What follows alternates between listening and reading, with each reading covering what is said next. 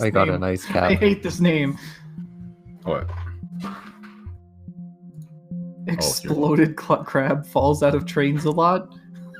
It was only once! It's Sir Reilly Exploded Crab falls out of trains a lot. There were a lot of pieces. That there were. In Reese River. Okay. You guys arrived in a new city. Your friend was arrested. That was funny. You did a sweet crimes Johnson on the train and thought you could get away with it. Which, granted, most of you did. But unfortunately, the agent of chaos, Chrysostom's actual felon killer,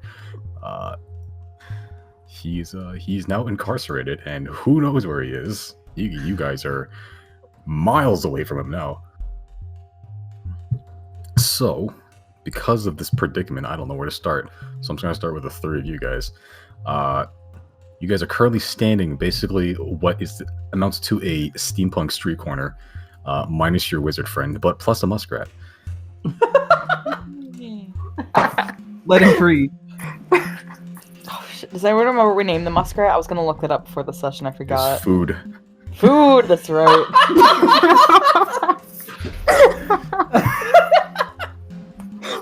Fuck. Just put a wizard hat on. Can't tell the difference. Whatever. Muskrat seems to be doing okay now that he's away from the big scary man with golden knee pads. It's a shame that my fish stockpile is now empty. I would give him some. Do muskrats eat fish? I don't know. Do you know what fish is? Your guess is as good as mine. Well, I don't know. What you guys doing? Reilly's heading straight for the docks. Do you know where the docks are? Nope. Just make an investigation check. Investigation. I don't know what I rolled. Ah. Okay. Sure. Just asking around general populace. You notice that there's a lot of races here. Like way more, like a lot more variety than what you saw in Rias and Abethus.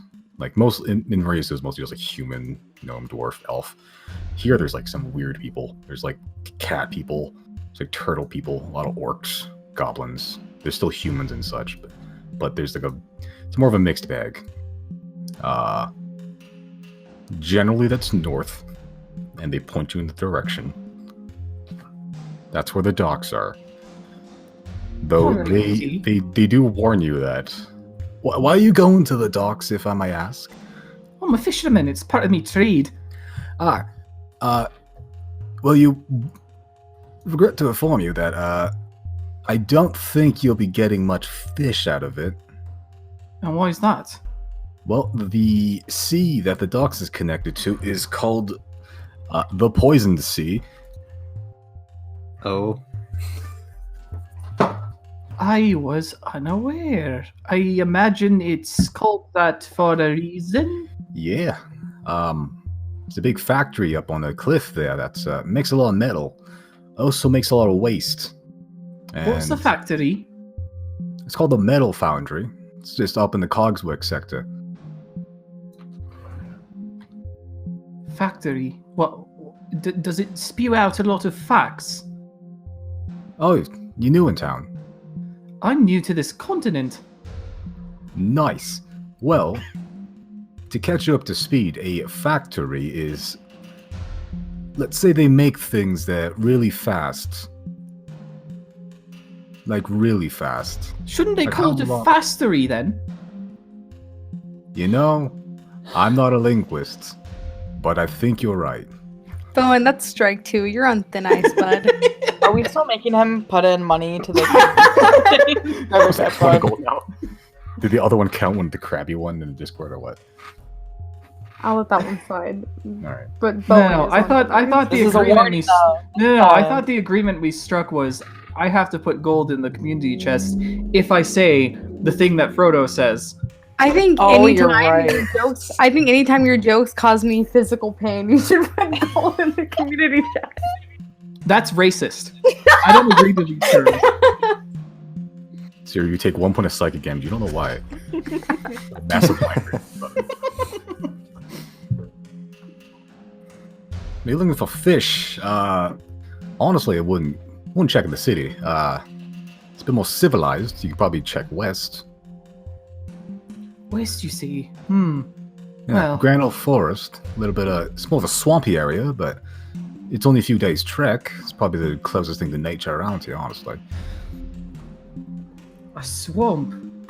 Now that's a biome I haven't visited in a while. Swampy forest. It's a weird place. I'll give it a wee check later then.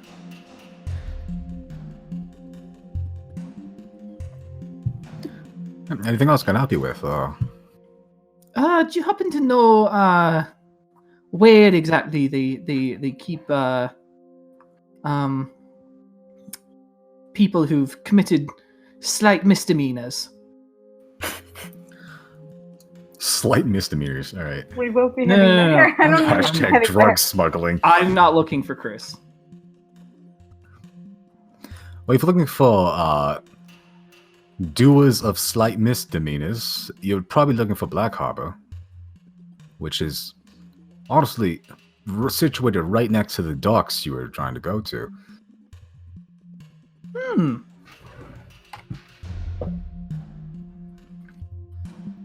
All right. I have nothing more to ask. You know, Sylnia is let's call it a strange place, but I it's a can see good that. place. Folks are nice here. Everyone's accepted.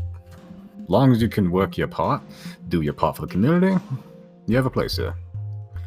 So, do you have like a Hall of the Ten then? Or is that not a thing here? There's a small one, but it's not a... If you're looking for something as grand as the one in Abethus, well, it's nothing like that. Mostly just general worship, honestly. There's a few scattered about the city. It's not a huge thing. Oldest one situated in the Scholars District, though. Simon, from, I guess, because we just got off the train, if we followed the tracks back, would we be able to backtrack to where we parted ways with Chris? Theoretically, yeah. Okay, could I send Azik to go, I guess, You look travel- for that you general could. area? You could, but it's a far... Well, you travel for like an extra like 10-15 minutes on train to get here. Hmm. So you could, theoretically, but it's 'Cause- together it's kind of a far distance. Okay. Because, I mean, I honestly think we should go find Chris sooner than later, because I'm a little concerned that we don't know what the laws are in this country, and I don't know how quickly he'd be punished, or what even the punishment would be. Instant firing squad. Yeah, What do you guys think? For reference, Well, you yeah. parted ways around that bee down there. Right. That's not too far. Yeah. Too far. Like on, Um, I guess we don't really know how far against it. Okay. What do you guys think? Reilly wants to ask this nice, kind gentleman or gentle lady. I don't know what. It's a dude. It's he's one of the basic bitch human guys. The like cool, like you see a few minotaurs just like walking around, like nobody's business. Ogres just carrying around like giant stone bricks and shit. Like there's a lot of people here, but this guy, dude, El Generico. This guy has no defined features. I'm gonna ask him. Finally, I suppose. Do you know where we can find some good, cheap lodgings? Well, you can actually. It's probably a small one, about 5-10 minutes walk from here, near the what do I call it again? Spectator Yard. It's called Eagle Point Inn. You lot seem like the. I don't take this wrong way. The rough and tumble sort. Is that what they call adventurers nowadays? Yeah. If I'm correct, Eagle Point Inn, that's sort of right up your alley. Sort of attracts that sort of crowd. The innkeeper, from what I've heard, is a old veteran of wars and such. I don't know. Hell yeah.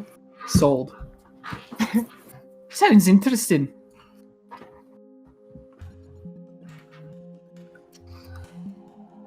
Right. Anything else? That's all. All right. Well, enjoy the city. It's a good city, weird city, but I'm sure you'll get used to it in no time. I hope so. Oh, it was good meeting you then. Thank you for your time, sir. Indeed. You sort of peep parts with I'm just going to hear like a wife and child there waiting impatiently for him because that's funnier. Reilly's gonna kind of like give a kind of like a sympathetic sorry wave. These are just nod, just like it's all right. All right. Okay. In the meantime, Chrys. Yep. Almost immediately when you were offloaded into that building, you were just sort of sat in like a bench for probably about 15 minutes. Until eventually you're brought to like a tarp-covered wagon. See about 3 guards, and you just get just shoved inside. Inside the wagon, you see 2 other people, similarly manacled. Human guy, a scraggly, stringy, greasy hair that hides a very long horse-like face, just covered in dirt. He looks homeless. Next to him is like a half-elven child, shoulder-length hair, surprisingly well kept. But you see on his face is actually like a few small scars, like he's been a few tussles. And you also see like smatterings of red, crimson, dried blood. And his hands are also similarly covered in the same liquid. For a child that can't be more than like 12, his face is like a war veteran, like he's seen some shit. And it actually seems like the human guy next to him is probably more stressed than the kid. You doing anything? Wow.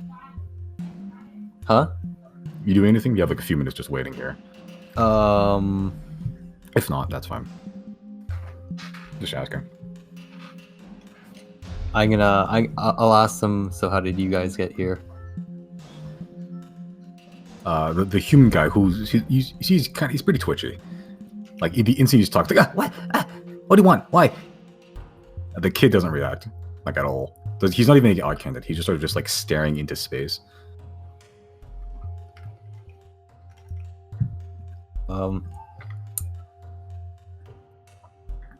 ask the human guy. What's up with the kid?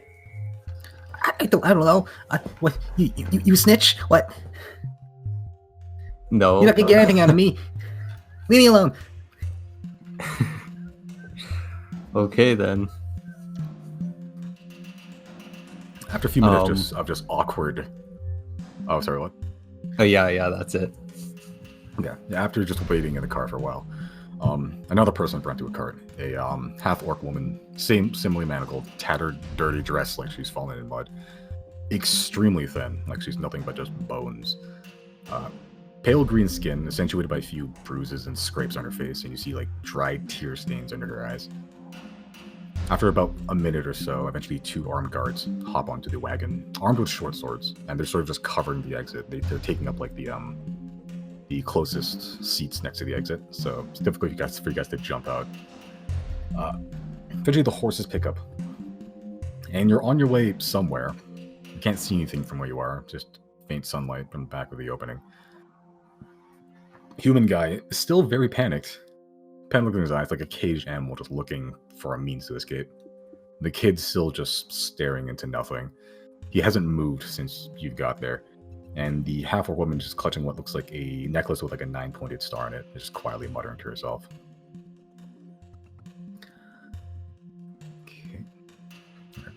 Okay. I can't see anything out there. You can see out, but it's difficult. It's like you don't know the city, like you don't know where you are. You just see people on the streets, you see roads, but it's difficult to like gather where exactly you are. You've never been in this area before. But you can see out. It's just, you don't have any bearings in your surrounding. For the purpose of this, I'm going to put your token on the map real quick.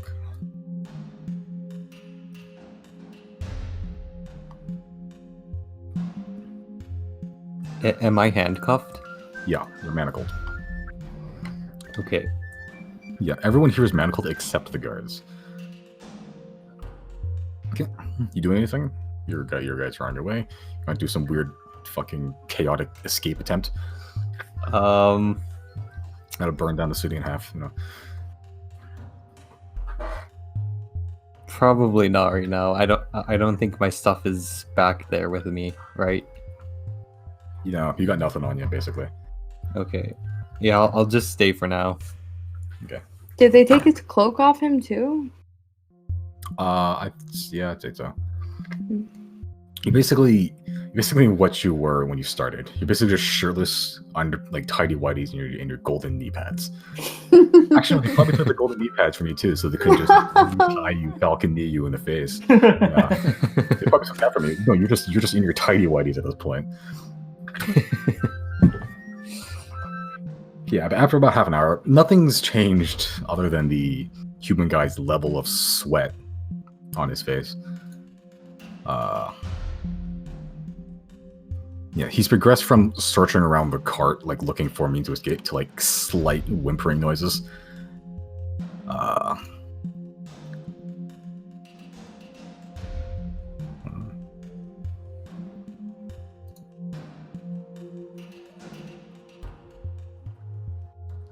Danger. Yeah, you sort of see him just grit his teeth, and with resolve as he yells from the top of his lungs, "I can't go back to prison!" And he tries to grab one of the swords from one of the guards. No. Oh, no. Both guards have stood up at this point and begin wrestling the man down with relative ease. One of them throws sort of like a short punch that knocks the guy out immediately. In that moment, with the attention that the guards are forced to give the would-be escaping prisoner, the previously blank-eyed child immediately focuses his gaze on the situation, and with extreme quick speed, he bolts from his seat, and with a single motion, he grabs a set of keys jangling from one of the guards' belts, before tucking himself into a ball and jumping straight out of the cart. Oh my god. Rolling once before he gets to his feet, and then sprinting very quickly out of view. From somewhere outside the cart, you hear, "Hey, you! Stop!" As you hear sort of these light footsteps begin and sound just more and more distant. The orc woman just simply praying louder with more fervor and stress in her voice. You doing anything in this moment? So are the guards out? No. Well, the two guys are wrestling the guy down right now, but at this point the attention has turned to that kid. They're still in the cart though. And you heard somewhere outside someone say, "Hey, you stop." Okay. And I can't see where the kid went. He jumped out, you see him roll, and then he like went to the left and he just went out of view. Okay.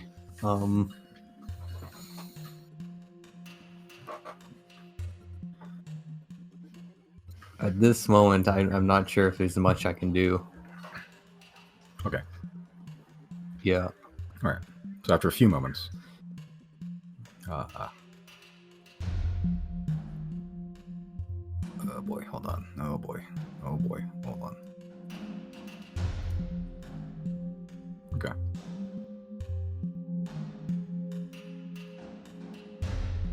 Yeah, you just hear like a very frustrated, fuck. Not the damn orphans slipped away. Call off the chase, boys. We can't catch them when they're gone. They don't show themselves unless they need to. Leave it to the peacekeepers now. Get the others back to Black Harbor. You hear sort of just like some rustling of equipment, and then the horses pick up once more. After another rough hour, half hour of travel, you're finally offloaded near like a large collection of buildings that are painted almost exclusively in black and white. You see, like, the buildings sort of just out from what you can see, the buildings are very colorful. From what you can see just from the back of the cart. They're painted like bright yellows, like dark reds. They're very vibrant colors.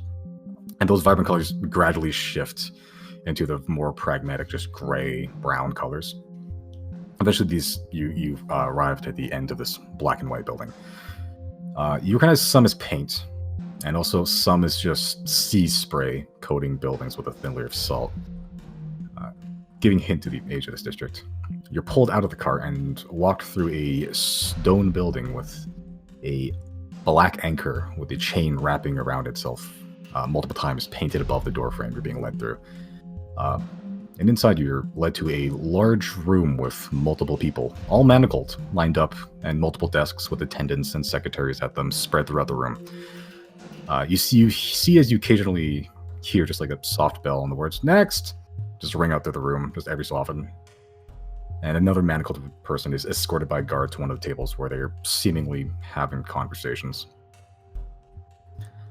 You are now there. So that took some time. So, Okay. other party, what you doing?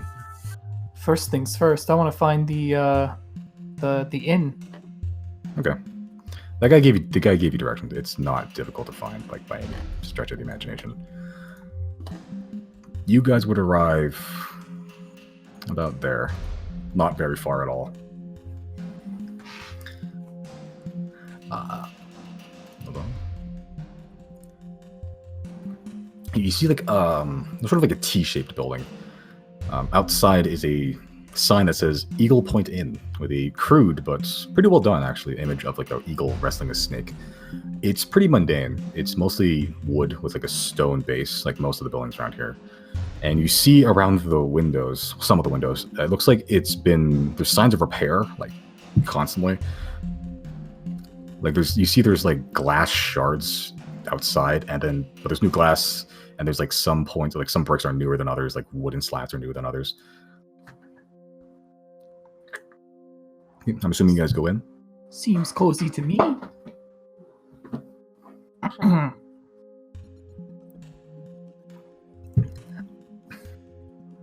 You guys heading in?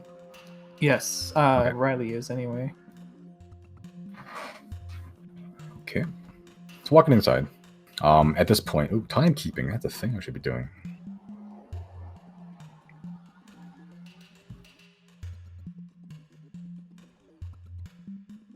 Okay. All right.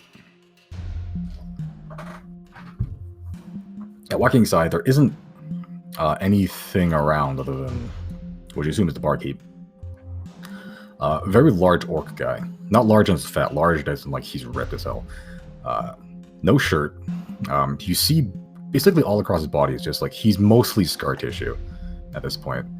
Like he has a single, what looks like a cleave scar like across his head that goes from like the forehead to like all the way to the back. He's wearing an eye patch because he's cool. But yeah, this man is just covered head to toe in claw marks, slash marks, stab marks. What semblance of hair is like, it grows in patches just because like there's scars all across his head. He sort of looks up at you and says, "Well, we ain't normally open up this time of day, but come in, get you a drink here." Sure thing. I was also wondering if you've got any vacancies. We always got vacancies. People don't come here for the rooms. They come here for, well, the drinks and well that. And he sort of just points, the sort of like the T shape. Yeah, there's like a T shape. You entered from one side of the T, like on the left side, and then sort of the middle part of the T is like almost like a hallway, and then the bar is on the right side of the T. Down that sort of middle hallway, you see like a very long extension, completely free of like chairs or tables, and it's sort of just lined with like a bunch of like cobblestones. And at the very end, you see a bunch of targets. And there's just like a sort of just metal board, that's not a wooden board, which is a shit ton of just holes and like pock marks in them. But there's like 3 targets that are just set up on the far end of that wall. Does Reilly know what the game of darts is? Oh, they're very far away. They're like 60 feet away. Oh, so it's not darts. It would be darts. Does Reilly... You know, can I roll investigation? Or Sure. would this be intelligence? Or what the hell? Well, Insight, investigation. maybe. Investigation? Alright. Yeah, insight's like check. Okay. You gather there's some sort of like marksmanship game. Okay. You know, as to what kind, you're not sure, but you definitely recognize the like arrow marks, arrow holes, crossbow holes. Some look like axe, like throwing axes there. Like Oh, there's that's like chop marks in the wood. And you also gather that's probably why there are like shattered windows on that side of the building. If you wanted to participate, well, I recommend coming back more in the evening. It sounds like something that could be fun. Give Hmm, me some there try is and a- practice. There is a pot. Normally you have to drop your own coin if you want to play, but typically the ones found here are the sort of the adventuring type, the mercenary type. Oh, it falls right in line with what I'm used to. Oh, well, what sort of action you've seen? Tell me your stories. Have you ever been, not to, obviously you've seen your fair share of horrors, but have you ever been assaulted by a rabid pile of skeletons? Once or twice? Hmm. Pile? Maybe not. Skeletons, yes. Yes, just imagine skeletons, but there's a lot of them, and they're floating, and they're after you. That sounds utterly horrifying. It was. How'd you kill it? We didn't. Ah, you fled. It's called a tactical retreat. That's what they always say. Xero Prachal. turns their head in shame. They refuse to make eye contact. It's alright. I get it. It's better to live the fight another day. Except in my culture, where it's more honorable to die in battle. But that's okay. See, I come from a small town over in Aura. No, I ain't blaming you. Yeah. We don't have such things in our culture. It's all about fishing. That's where the pride comes from. Oh, for a fisherman, you did quite well then. What's your name? My name's Reilly. Reilly, I see you got your friends with you. Is Xero gonna respond to that? I mean, yeah, I'm not trying to be rude. I'm very ashamed of my failures. Oh, I see. It's more of a personal thing. Gotcha. Yes, we're actually missing part of our company, but I have a feeling we'll see him again later. If you need time to mourn, I get it. You know. No, he's not dead yet. Yes. Oh, he betrayed you then. I get it. Hush. Make him suffer. I know. I've got It's a it. weird situation. Yes, certainly you know of adventurers and our escapades, and sometimes parting ways is, well, part of it, but I have a feeling our ways will not be part for too long. Cryptic, but each to their own. Anyway, my name is Ranon. Brandon? Ranon. I run Eagle Point Inn. What's your guys' names? He's just gonna look to the other two of you. Xero. All right. I'm Janna, and this is my bear, Giorgio. And I guess this is a muskrat named Food. You got a lot of animals on you. I can be an animal now, too. What? You can transform. And Riley's I don't know just how gonna- I know that when it happened magically 5 minutes ago. But I feel like if I wanted to, I could turn into an animal. I haven't tried it yet. You know, I've been thinking lately. Chrys can teleport whenever he wants. Why can't I? I'm gonna teleport.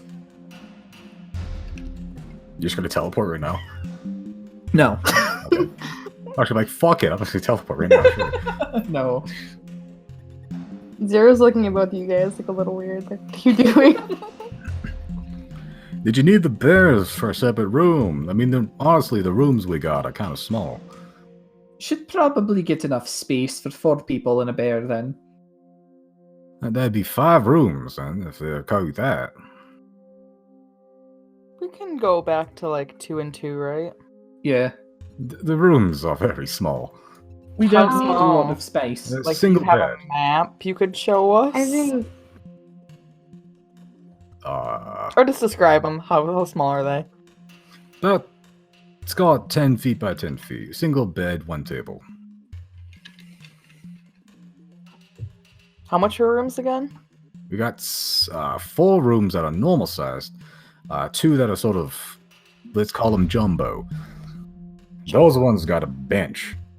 Ooh, Ben. Kinda Oh, like fancy. Luxury. If you're looking for rooms, this actually, let me look at the. Oh God, hold on. Sorry, that's Missy saying that, not Xero. I'm not trying to be rude to this fan. If you're looking for the normal rooms, it'd be a silver a night. If you're looking for one of the jumbo rooms, that'd be 3 silver a night. The bench is very well made. All right. Anyone want to go in for a jumbo room with Janna and Giorgio and get that bench? I think Reilly's gonna take a jumbo room as well. Alright, put me down for, let's say, a week in the jumbo room. How much would that be? room. That You would said be 3 silver, right? 3 times 7. That's a number of gold that I can't calculate in my head. 21. Is there I only just need- one jumbo room? There are 2 jumbo rooms. 36. Okay. 36 silver or 3 gold ones. Is that 3 gold? It was 21 There silver, you go. which I've taken out of my pocket now. Yeah, you guys can handle maths. It's fine. Speak for yourself. And you, good sir, he looks to you, Xero. Did you want to? Well, it seems like the jumbo rooms are taken. If you want one of the smaller rooms, I can give you that. Well, if you don't mind sharing, that's up to you. Xero, if you want to check out my bench, I don't mind. Normally, I would say yes to my own room, but we have somebody after us right now, so I would like to sleep with one of you, yeah. Yeah, you can come with Janna and get the bench. Benches get the benches.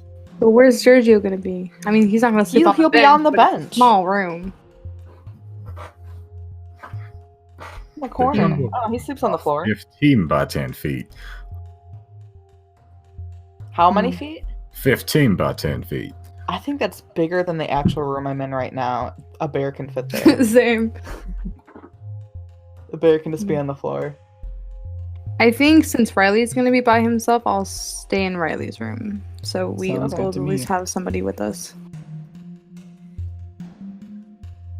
Out of curiosity, am I able to use alarm if I cast it twice? Or no, because it's like a It's a concentration. Is It's it actually concentration? no, it's actually not concentration. I'm pretty sure we only have 1 alarm. Is it like a distance thing? Like we have to be within proximity of you, or 1 mile, yeah.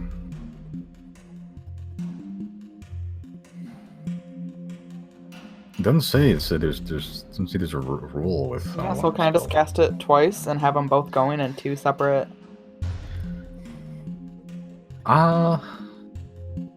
Didn't say. I'll say yeah. Sure, why not? Sweet. I'll, Simon. the DM words. I'll allow it.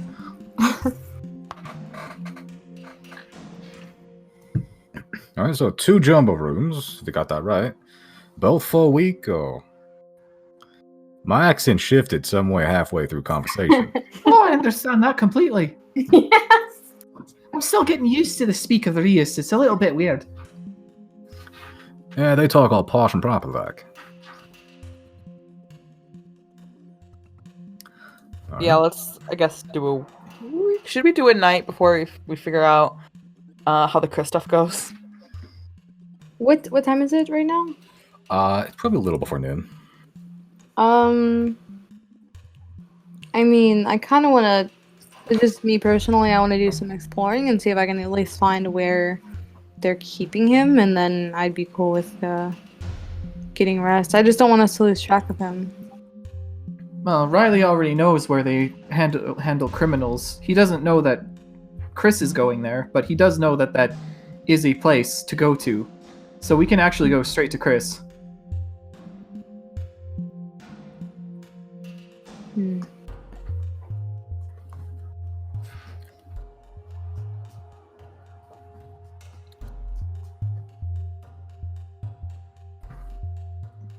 It's up to you guys. We could, I don't know. Because we got a full night's rest, right? We have all of our stuff back? Yep. Okay. It's up to you guys whether you want to wait a day or not. I think we should just go right away. Reilly wants to check out the harbor anyway. It's on the way.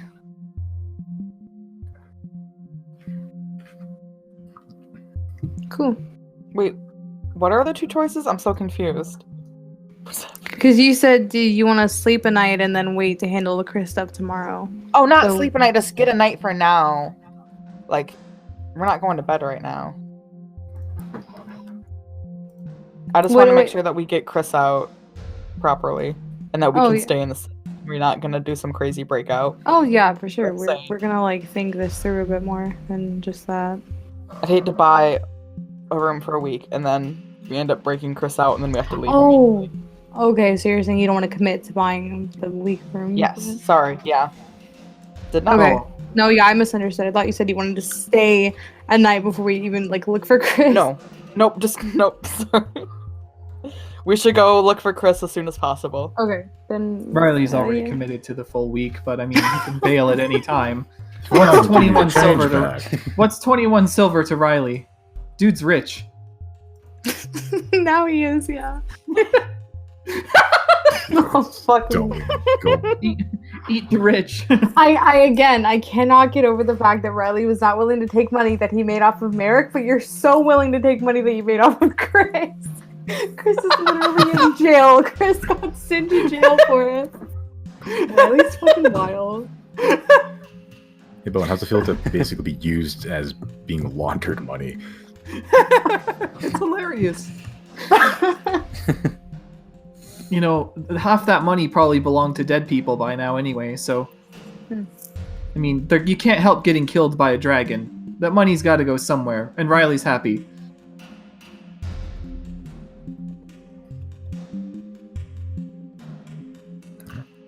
I guess we can proceed. We did want to... I know me and Josie were talking about maybe planning something around returning the money, but I did want to, like...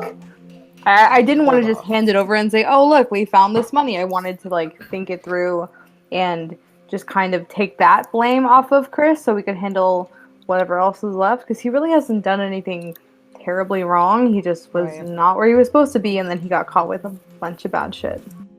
I also will say, I'm hoping that the, like, thievery charges will go, because Chrys literally has 0 money on him right now. So there's really... Like, we have no proof on that. There is the scroll, though. If that woman's looking for a scroll that he took, he still has that on him, and the box, I'm assuming. Right. But at least not the other stuff. Not thousands of gold. Okay, then yeah, I guess we'll get a room and head out or whatever. Yeah, time to go to the Black Harbor, I believe. Looking for Black Harbor, that's it's up north. You'll see it by the weird black and white color pigmentation that it got there. Okay. So Reilly, you sit down the full week. Yeah. And Janna, you sit down a day. Okay. Sure. In the meantime, Chrys, you're basically standing in line at the at the DMV. Yeah, you see more guards. They're dressed differently from the sort of the red coat guards previously. These guys have smaller metal helmets that they're adorned in like a white feather. They have a thick black padded coat, seemingly less armored than the guards you've already seen. Most are armed with rifles and short swords like the other ones, but some are carrying more traditional weapons like maces, longswords, warhammers. Some armed with just like a simple club. Some aren't even dressed in uniform at all, still just armed normally. Oh, really? Yeah. Stranger are the sort of what can only be described as ticking, vibrating mechanical men. Just armed with tall halberds, made of sort of brass, steel, and wood. They have the shape of a man, just a humanoid, but they don't wear traditional armor. Instead, they have like a face engraved on them with like a simple mustache. And like a head with like a similar shape to the helmets to the other guards in the building that are wearing. Sort of like this, like almost a conquistador type of helmet. Oh, okay. Similarly, their torso is mostly like just steel plates that's been permanently attached to their bodies, combined with like wooden panels that sort of overlap each other like scales. They're just standing there on vigil, making no movements other than the slight humming sound and vibrating motions. You just went the line, and the guard, when you got there, that was escorting you, just sort of simply, all right, you want to wait in line. Might take a while, but just be patient and don't try anything funny. You'll get sorted out soon. Okay. The line is slow. Very slow. Oh, no. There are probably about 12 people in front of you. After about like 20, 25, 30 minutes or so, eventually it gets your turn. And like an older human guy that looks like he hates his job. Balding sort of monk haircut, like a dead fish expression in his eyes. Next. The guard nudges you forward with his hands and just sort of guides you to the table. Without the bald guy, without even looking up, just says, name? Christosimus Killager. Occupation? Not really any occupation. I'd say adventurer. Shh, he scratches it off. Adventurer. Place of birth? Nilode, or is that how you say it? I said Nellid, sure. Nilod. There we go. Purpose for being in the city? Mainly, I was here to, bail out my mentor. He sort of just turns to the guard and looks at him like he's expecting something. The guard at this point sort of just speaks up. His crimes are theft of gold and personal belongings, drug smuggling, and resisting arrest. The secretary guy sort of just gives him like a surprised look. His deadpan eyes sort of just giving way to some semblance of focus again. Drug smuggling, that's a hefty crime. How much was it? What is the evidence against him? At the guard at this point. He had 3 vials of aquamarine, a satchel of slow. We also found a magic scroll in his possession that another passenger on the train claimed to have been missing. About 1,800 gold went missing from the caboose, though we could not find that large of an amount anywhere on him. Before he was found, though, a small child came sauntering out of the caboose, which was extremely well defended and magically enchanted to defend against theft. Would have been impossible for anyone other than a magic practitioner to break into. The child seemingly casts, consulting with experts, a darkness spell to evade capture, and we found Mr. Killager here on top of the train, seemingly having teleported to the roof of the train. He likely used magic to give him the appearance of a child and thought it would be absolutely okay to just casually walk out of the most heavily guarded spot in the entire train for some reason. And when that failed, used magic to blind his pursuers and teleport onto the roof of the train, where we found him near the lead car. The secretary guy appears to have been writing all of this down like a piece of paper on a clipboard. After about 30 seconds of just silence, he finishes and hands the clipboard to the guard. Bring him to holding chamber M1 for now. Same cell as that other fellow that came in a while ago. He sort of turns to you. You will be held here until your investigation is complete, which may take a few days. Then possibility of bail or trial may be discussed. You're looking at a rough bail, according to your crimes, of about 2,000 to 5,000 gold in bail, depending on the specifics of your crime, and if tried guilty, about 15 years in prison. I hope you have rich parents. He sort of looks to the guard and motions his head towards the door to the left. And he sort of turns back to the line, rings a bell. Next. Okay, and you're sort of just brought through like a very clean but confusing set of hallways. Okay. You mostly go downstairs, it seems, like in like these like sort of winding stairwells. There are windows in this room, or in the hallways, on the surface at least, and then they're mostly just like grated, like there's like metal slats, just so people can't fucking jump out of them. And that brightly lit exterior that comes down from the windows is replaced by like strange sort of glass tube lights that sort of glow like a brilliant white. For modern reference, those are basically fluorescent tubes. You see some wires running through them. Each set of stairs and every turn you make up the hallways looks almost identical to the other hallways and stairs you've been down. It feels like you've been walking for a long time before you eventually see a break in the monotony. You see a wooden door that basically looks identical to the ones you've passed already, but the guard leads you inside, and inside you see a room with some people inside. To the right of the room opens up. It just opens up some more, and You see some wooden tables and chairs. Some people are lightly armored, sort of black-white robes, lounging about, drinking coffee and whatnot. There's about 3 of these guys, and some of them are the armored guards that you've been seeing, the ones that have been escorting you for a while. To the left, you see a smooth stone room through a glass window. Inside, you see some basic bedding laid out, just a frame, mattresses, some basic linen sheets. And the sort of glass panels are takes up most of the wall. There's a door to that room that you see through the window. It's made of like a light-colored metal.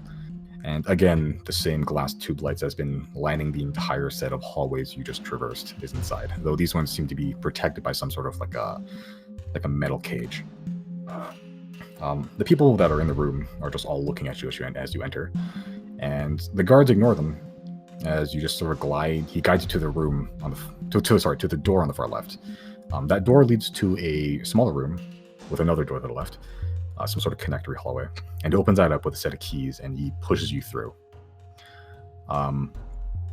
Inside, you see the sort of glass window that shows you the interior of the room is no longer visible. It just looks like a smooth stone wall. You see various relatively clean beds laid out, 3 of them.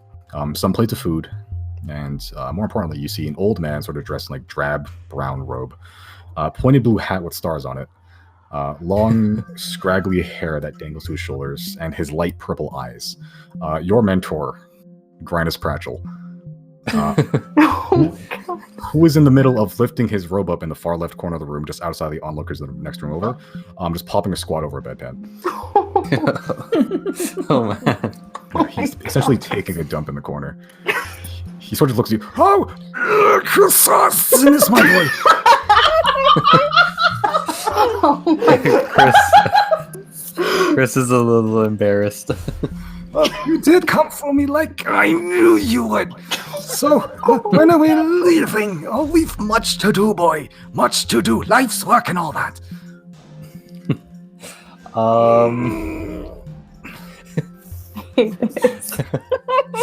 Yes. Much to do.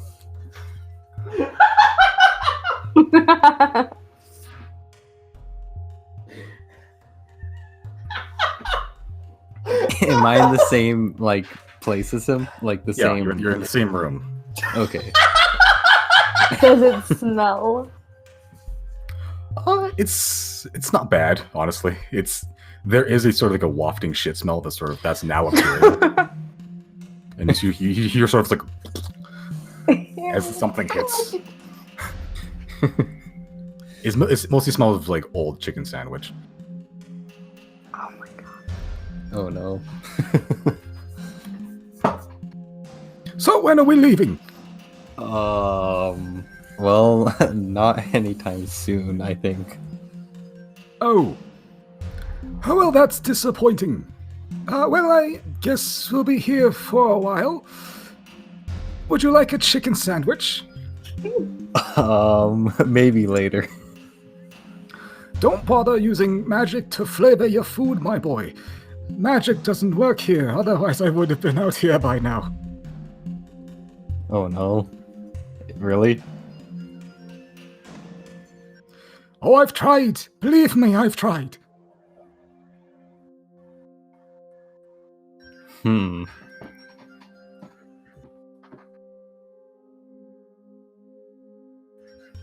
That's interesting. It will definitely be hard getting out of here then. Oh, we'll figure something out. Oh, we always do. I always do. And then you follow me. And then we figure it out together. Then we celebrate. Would you like a chicken sandwich? Fine, I'll have the chicken sandwich. Still squatting, he sort of points to like the other side of the room, just sort of onto one of the beds that he's been using as like a makeshift table, it seems. There is like a half-eaten chicken sandwich in there. It's just on the top of like it's like a tin plate, essentially. Okay, I'll eat the chicken sandwich. Okay, you delight in a half-eaten chicken sandwich. It's pretty bland. It's actually not great. No seasoning, just like white people food. All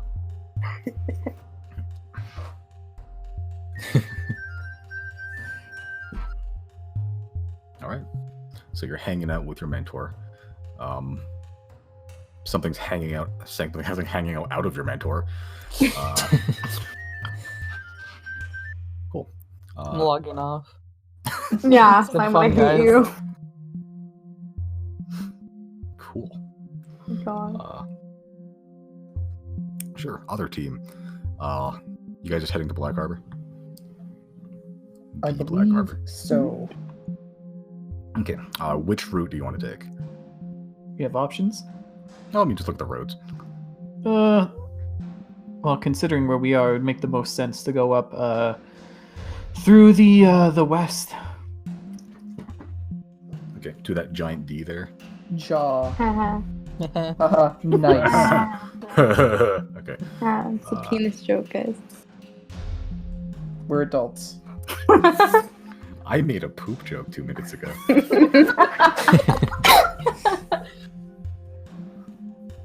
I was like, how do I introduce this cool character? Cool. I think I found the words "Papa Squat" over a bedpan just really funny. Yeah. And he's leaving nothing to the imagination either. He's making direct eye contact with you as he is taking a shit. Is he How all old like is he wide-eyed? He's pretty old. He's like probably 60, 70, like maybe 80. Wait, am I stupid? Does your class not affect how old you are? I mean, depends on the class. Druids can do that, but like, Okay. Just because he knows magic doesn't mean he can live up to 500 years old. I mean, that's what liches are. Are you saying he's a lich? No, I'm just saying that's what liches do. They use magic to extend their lives. Okay. Does that mean Xero's a lich? You laughed. If you laugh, you're a lich. If you laugh, you're a revenant and unkillable. Yes. Okay. Okay, so you sort of just roughly guide yourself north, just through the directions of people you're asking. You sort of just, they point you towards north, and you just take what seems like the most likely road that leads north. With your path, you find yourself to like a sort of large, almost like marketplace area. Except it's not really a marketplace. It's just sort of like this. I don't know actually what it's called. It's like a very wide clearing, essentially. It's bricked like this. Notice the almost like a courtyard, but it's just very large. This one's different than the other ones because while it is a large open courtyard, instead of just like small stalls or buildings or people, just like sort of shopping shop, there are instead like large wooden stages with people loudly advertising what they have. There's only like a few of these, and loads of people are gathering around them. They're only about 5, but they're just all fiercely just yelling about their wares.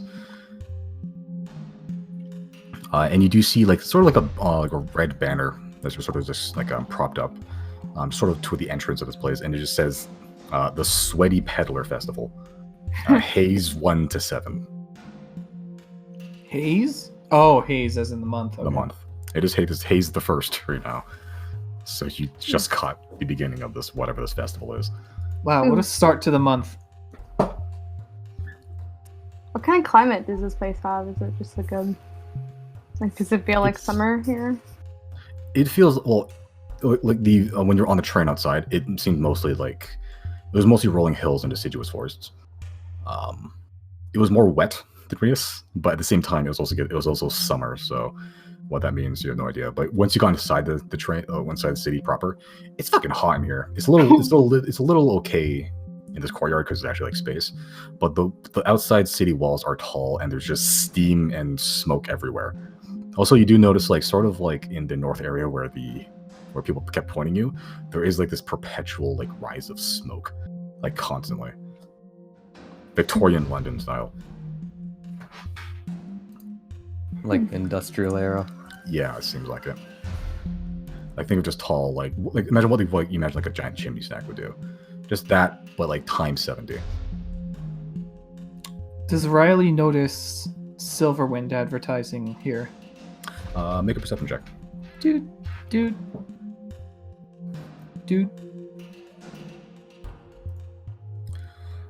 No, actually, you don't see any Silverwinds. As far as you've been in the city, you haven't seen anything regarding Silverwind, at least. Good. Yep. Do you guys approach closer to the festival, or are you guys just gonna pass it and continue to the Black Arbor? Reilly, it's going on for a week. Reilly will come back later.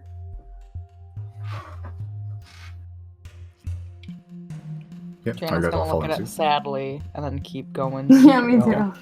Not sure. Can I gaze at it a little longer? See what I see, like what kind of like goods these people are selling? Make a perception check.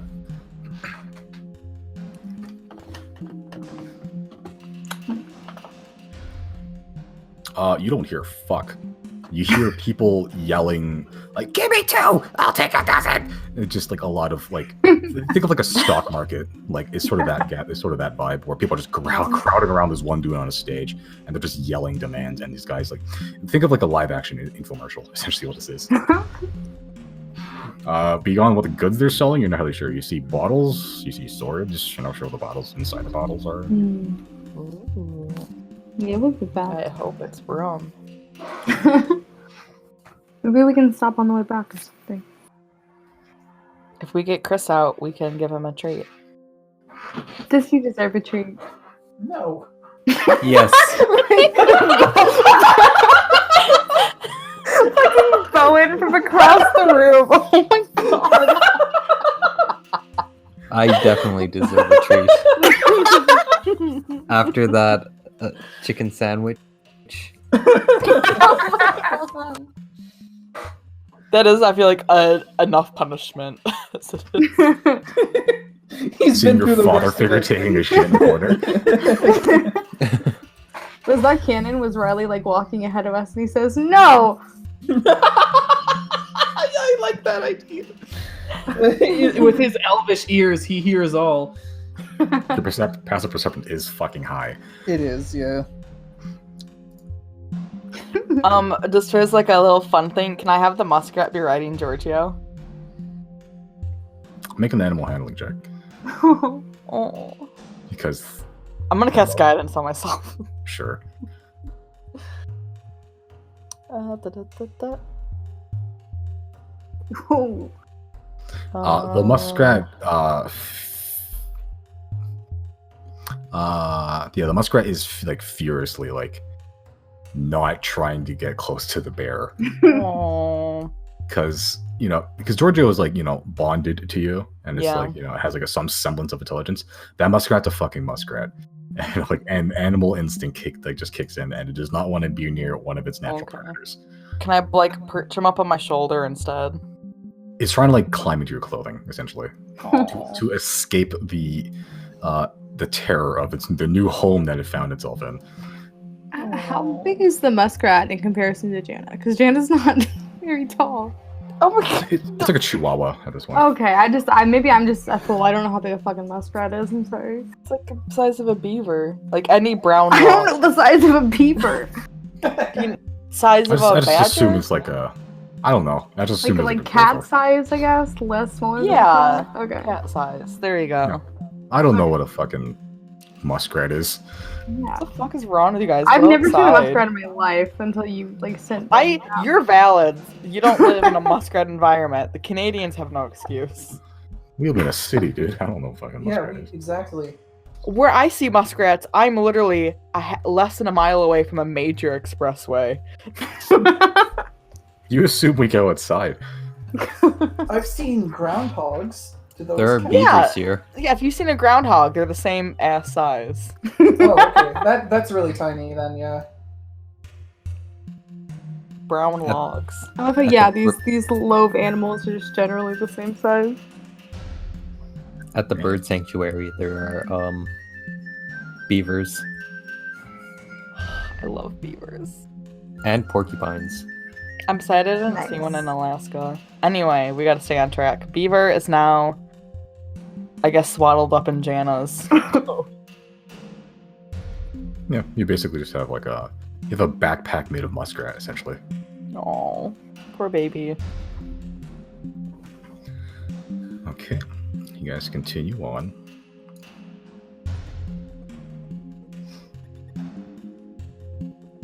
Sure. Oh boy, I should probably keep track of time. That seems like a good idea.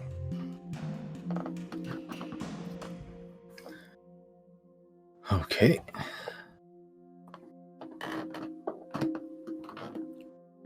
As we travel, I do just want to keep an eye out and see if I see anything cool.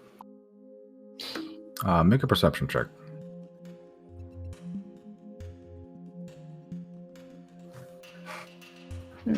Okay. You see steam vents, which you haven't seen before. You don't know what the purpose are. You see pipes, which are weird. You see a lot of varied people. Like as you're walking through the streets, you see almost in equal, perfectly equal proportions, almost every race of the world. Every civilized race of the world.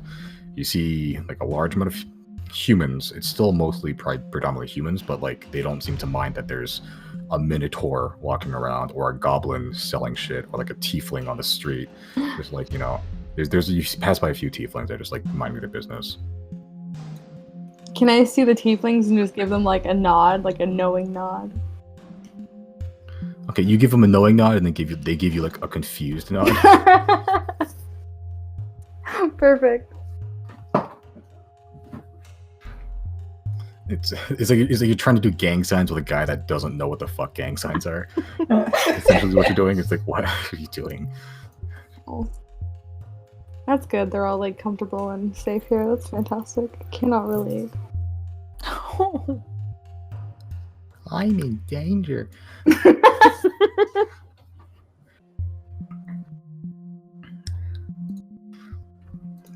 Yeah. In the meantime, Chrys, while the entire time your mentor has just been bitching about you, or bitching at you mostly about I was I could have had it. They interfere with my life's work. I told you so many times what my life work was, and how dare they? It's a lot of that. Oh man. Well, I'm sure we'll find a way to get out of here and finish your life's work. Did you do the task I gave you? Well, I've definitely been trying to keep an eye out for something on it, but I'm not exactly sure what I'm trying to look for. That's the point, my boy. No one knows anything about anything. That's what I'm trying to figure out.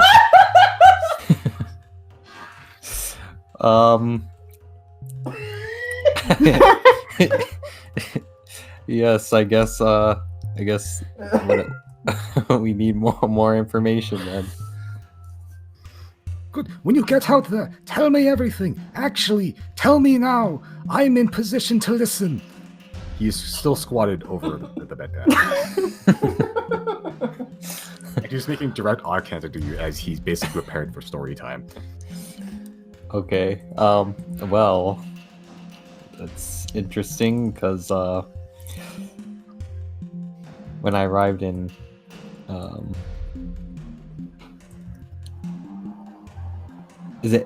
it's Imus, right? Yep. Okay, Imus. We definitely found some corruption in that city. It was very interesting. Some sort of necromancy group associated with maybe the Silverwind,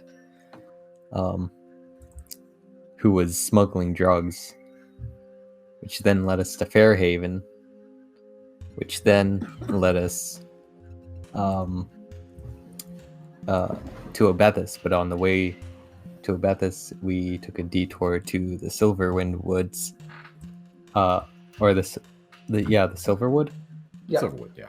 Yeah, the Silverwood, where we encountered some ruins, and it was strange ruins. There was plants doing weird things, and while we were down in those ruins, I was curious and took a little sip of some blue arcanium. it felt pretty good actually, but afterwards it did some effects to me. Do I still have the scars on? Yeah, you have your veins are basically collapsed and caved in on your arms. Yeah, and then it almost looks like a dried river. Almost. Yeah, I'll show him my like veins and that. Okay, he sort of smiles and like pulls up his robes and shows you like the exact same thing. Oh my god! Oh my fuck! He looks at you, he's like, "You have been initiated, my boy." Oh my god! Yes, it looks like we have matching veins now. But yeah, while I was down there, we encountered a Mr. Monty. I don't know if you know him,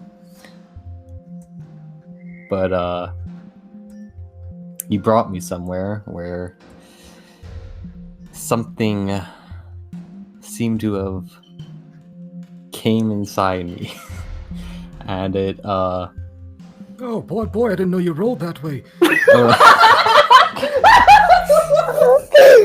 Oh my not like that. so Like not like that, but I don't judge. it climbed in through my mouth. Basically. Are you sure it wasn't the And he points to like the veins and he's like stroking like, the collapsed veins on his arm. Could have been, but I'm pretty sure I was not on this plane of existence. I'm pretty sure I went somewhere else. 2 questions? What climbed inside of you? Can you describe it for me? It didn't really have a face. It was more like a mask, I think. Was it I nude? didn't get... no, I don't think so. Did it have long, thickish black hair? I think it did. Are you certain it wasn't nude? I'm not. It's been a little bit, but Question number 2. What was the chamber like?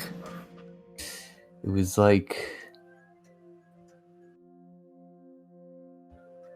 was like kind of I'm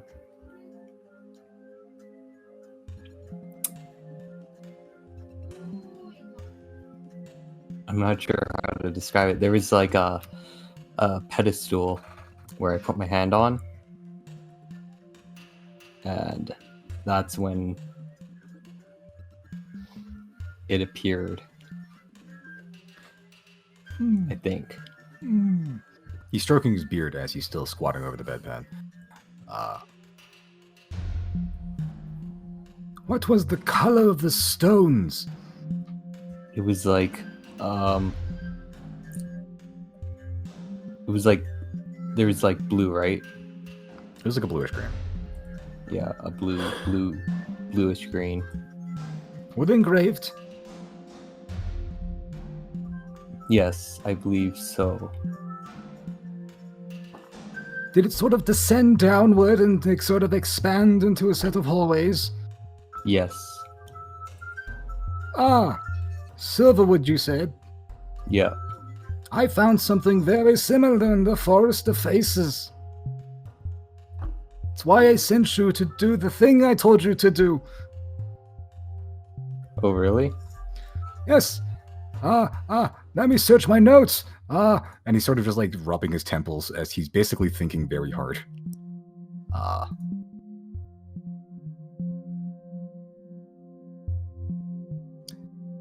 Have I told you my life's work? I believe I have. Well, it'd be good to maybe have a brief summary of what we've gotten so far. Well, basically, brief summary, I think all of history's a lie. End of summary. Did you get all that? Yes, I got all that. Good. Then I believe you are sufficiently caught up on my life's work. Then I guess I guess I'll that's it then. I guess we need to figure out what the actual history is then.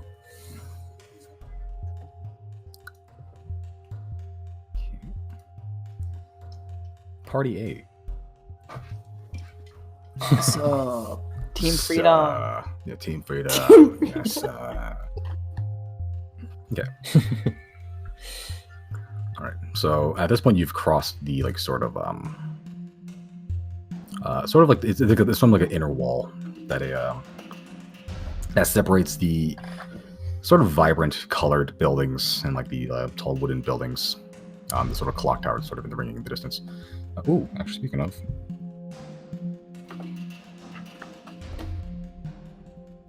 Oh, did we switch?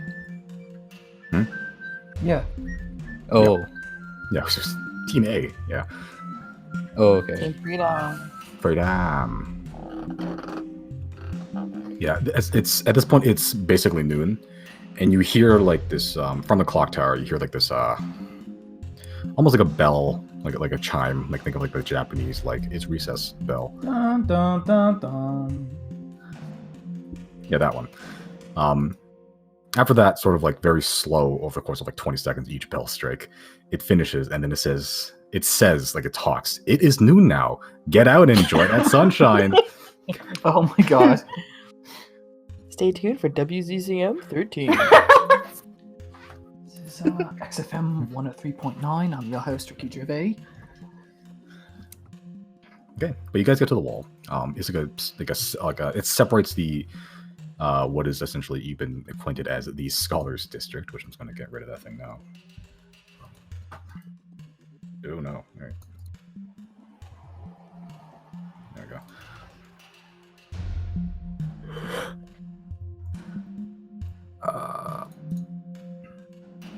Yeah. You sort of get to the northern portion of the city. The whole Scholars District is sort of built on like a slight hill, and by the time you get to that wall, you start sloping down. So you actually get to see a little bit past into the what you've been acquainted as the Cogworks sector. You see that the Scholar District decor and paints give like an energetic feel, but the Cogworks sector is completely pragmatic. Just unpainted oiled wood making up like a good portion of the houses and buildings here. Some stone brick and mortar buildings exist here as well. Some just comprise, for some reason, completely of like metal plate. Much of the buildings here are like pumping out smoke and steam, just dark plumes of these thick black smoke rise from tall chimneys, and like just oversized brass pipes. The entire city is covered in pipes, but this district takes that to the next fucking level. They're just pipes running from floor to ceiling across the roofs of buildings, overhead on the streets. Some are like thick and heavy, like industrial pipes bigger than like 4 or 5 people, and some are like smaller, minuscule. There's steam releasing from.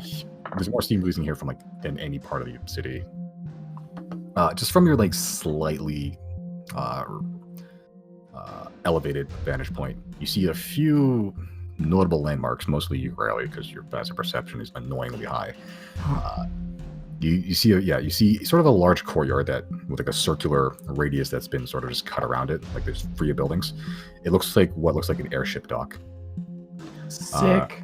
That would be where the sea is, up there. You see like a long building painted black and white near the docks. That is what you assume is Black Harbor. And you see like a colossal building that's sort of situated on a cliff that is basically almost entirely choked with black smoke and fumes that just appears to be just releasing from this from this building, and it appears to be connected to the cliff at some point and some sort of dumping some sort of liquid into the sea. That it would be where the A is. And the sea itself, you see, is like a slight green patina. Like it's sort of like dark, almost sludge green. You guys get there. Are we sure this isn't the swamp that guy was talking about?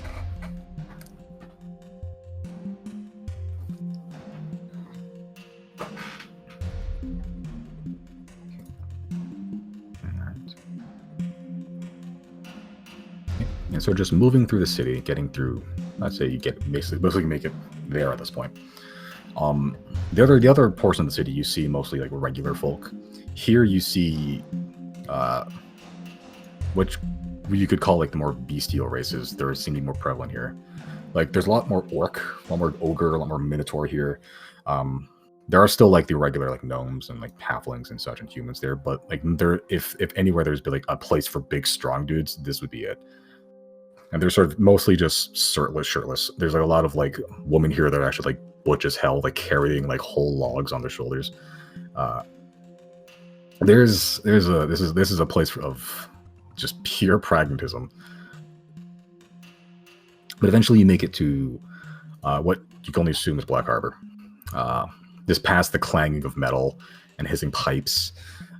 You hear the occasional like explosion for some reason in the building. Like there's a loud crack.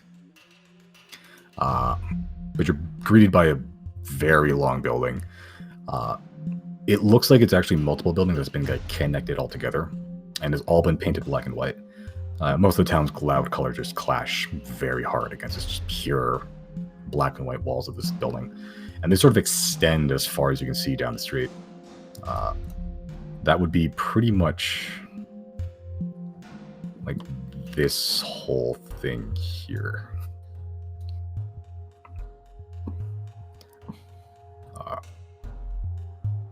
Yeah, each building seems like it connects to another building, either through doors or some sort of form of tunnel or brick and mortar hallways. Almost none of these buildings have doors, save for a few sections you can spot.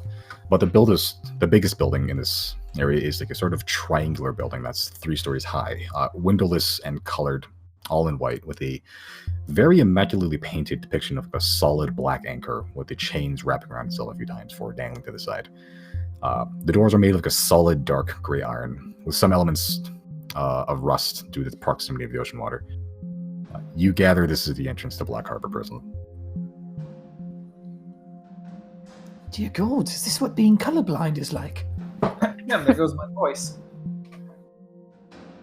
That's my life, dude. Every session it can be called, hey, there goes my voice. Yeah, basically. Yeah. Time to go inside. Okay. You enter inside. The door is fucking heavy, but eventually you manage to push it open. You see a fairly large room, painted very white with like almost a pure black paint outside. Immediately to the front of you is a wooden counter with like a younger human woman writing something down. It seems behind her is like a singular wall that sort of opens up on either side into what looks like hallways. And immediately to the left and right of you are guards armed with rifles. Not the red-coated rail guard that you've seen already, but clad in like a thick black gambeson, instead of with like a metal helmet with like a small white feather adorning it. And the weird thing, weirder than the armed guards, are the mechanical men that you've seen, or that Chrys have seen, made of solid steel, brass, and wood. You're just sort of clicking and vibrating slightly. Has a similar head shape to that of the railguard helmets with their pointed metal caps, almost shaped like caps. But their faces aren't flesh. Instead, they're like the carved image of like a man with a mustache. The torso is like a combination of just steel plates and wood panels that overlap each other like scales, and their arms and legs are similar in texture. Not wearing armor itself, the body has designs and decoration that makes it look like armor.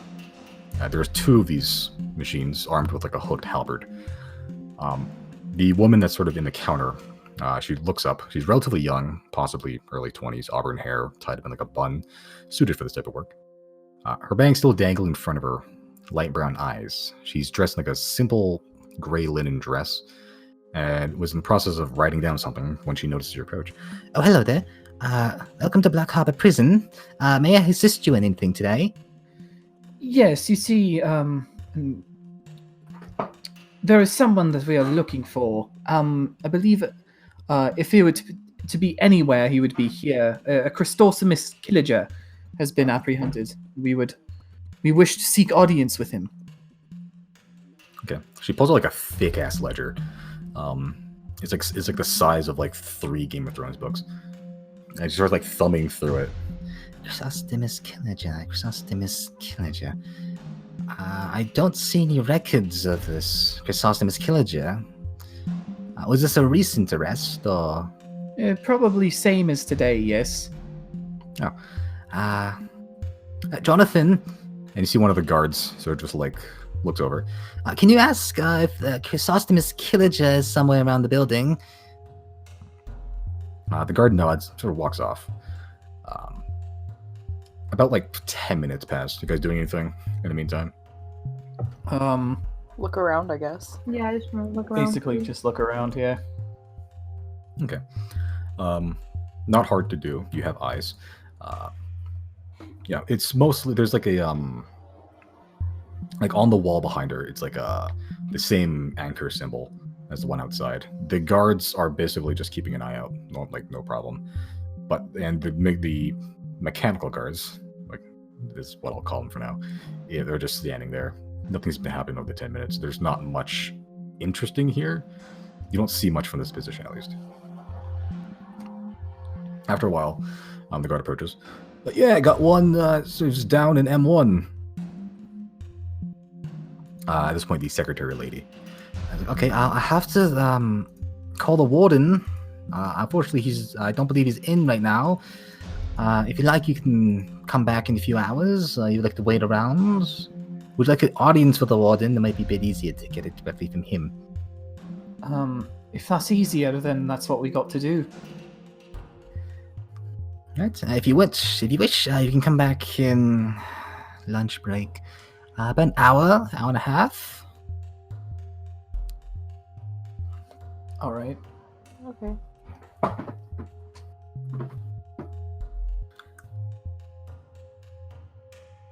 Is that enough time to go to the fair and back? Probably. It's like 45-minute walk, So walk there, walk back. essentially. Like, I don't know, you could try. We can go explore other parts, I guess, if we're just killing time then. Yeah. Is I guess I'll ask when we go back outside. Is there if there's any like shops around or anything? Like nothing fancy, just any kind of store. You can ask around, or just looking around. Yeah, I'm just gonna look around. The closest thing you saw to there are a few like small shops like these that you've seen. There wasn't like a big marketplace that you've seen yet, but you passed a few bakeries, you passed like a cobbler, a few blacksmiths, like nothing like the basic amenities essentially. They're just sort of spread out through the city. The closest thing you've seen to a central marketplace was that weird gathering that you saw earlier. Okay. Here's what I'm thinking, because again, I'm trying to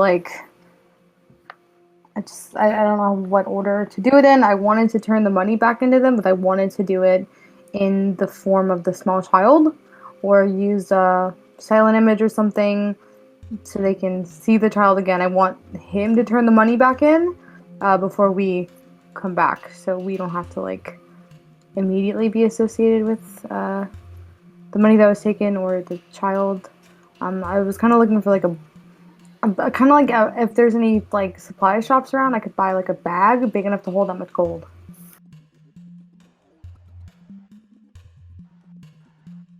Before we do that, was there just bail posted for Chrys? Was that what they said initially? Hope you have rich parents. They said that they're gonna work out bail after an investigation, which may take a few days. Can I get a trial? They said that you could get a trial. Can I try and plead my case? They said that would be after the investigation period. Oh, okay. Because the only reason I would say to hold off on giving back the money right now is if we just use all that money to get Chrys out of jail. That's exactly what I was thinking. Posted. I mean, I'm totally for that, but I doubt it'd even be enough. Maybe though, who Is it knows? 2,000 to 5,000 gold? We have that.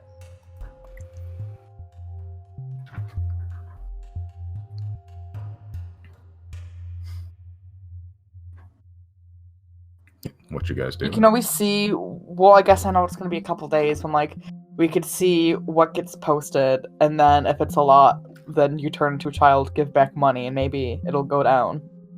Okay. We can talk about it more though.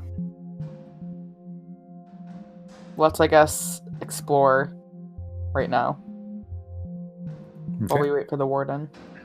Sure. Where are you guys going? Reilly's heading to the docks. Okay. You find it's actually difficult to get to the docks.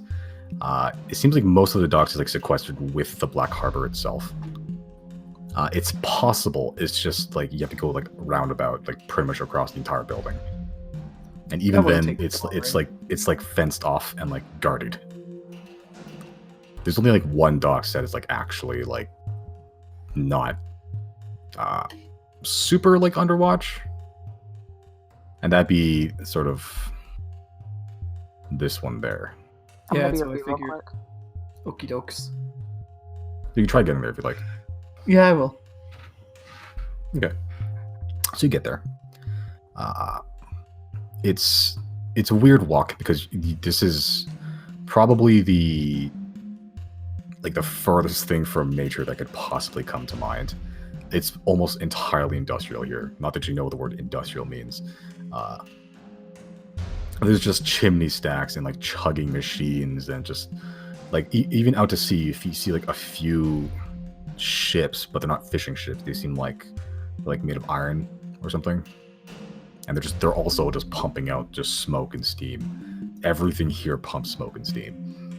And when you get to the docks, it's mostly wood, but reinforced with some metal because it seems like whatever they're dumping into the water is slightly corrosive. And even like these sort of metal plates that are at the base of these poles, they're starting to get like this like sort of green patina just from the erosion over time, just from like the acidity of this place. But it is a deep green sea. Like it smells weird. It's almost smells like just like pure chemicals. It's like ammonia mixed with fuck. Like the very acidic smell. It's like sulfurous almost. And you see there are exactly 0 fishermen here. No fishing boats, no trolleys or anything. The only people you see on docks are the people across the way at what is you assume is Black Harbor. And they're just unloading stuff there. It's a very strange place this is.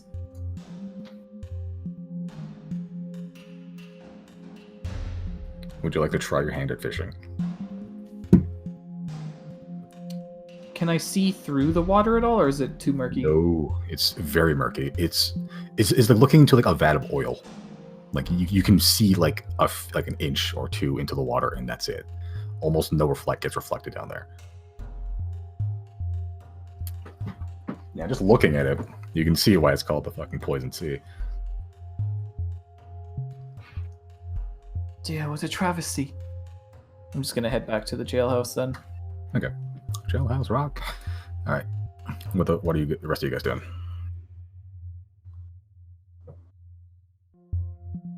I just want to explore the area, I guess. Okay. Where do you want to explore first? Like one of the letters here, or just like generally exploring, or what? I don't want to go too far, so probably just the immediate area, no more than like a mile away from the jailhouse. How much is a mile? Okay. Okay, I'll say you can do if you wanted to, do a round loop from the C to the D. Yeah. Okay. So, just walking around. Are you by yourself? I don't know. I don't think Josie's here yet. I'll say yeah for the meantime. Okay, sure. Sure. Okay, so you go to the sea first. You see, this is where that tall building was you saw earlier. That sort of almost tower-like, which you assume is the air docks. You see it's built very similar to the one in Abethus. Mostly wood structure with stone and steel reinforcement to defend against strong winds in the area. And there's like a large circular clearing completely devoid of buildings and like a radius around the tower. Instead of buildings, it's occupied just men and women going about their business, seemingly doing carpentry mostly, just scraping away bark, sizing it, chopping logs into planks. You see a few sawmills that are just cutting dozens of logs by the droves. You see large cloth sails are being fitted to large poles and like tied to ropes to control it.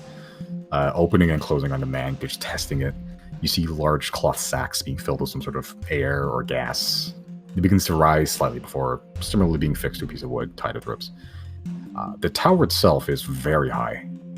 This one seems much taller than the one in Abethus. This one rising high enough to fit about 7-8 docks at a time.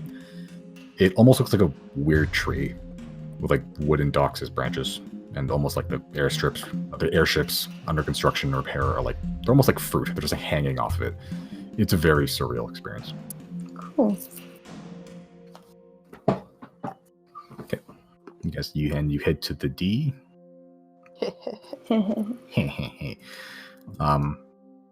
Yeah. Just you notice as the entire time you've been in the cogwork sector, it's been pervaded by what is only called a ever-present sound of explosions, or some loud crack or bang. Seemingly, you found the source. Well, I'll mark that off.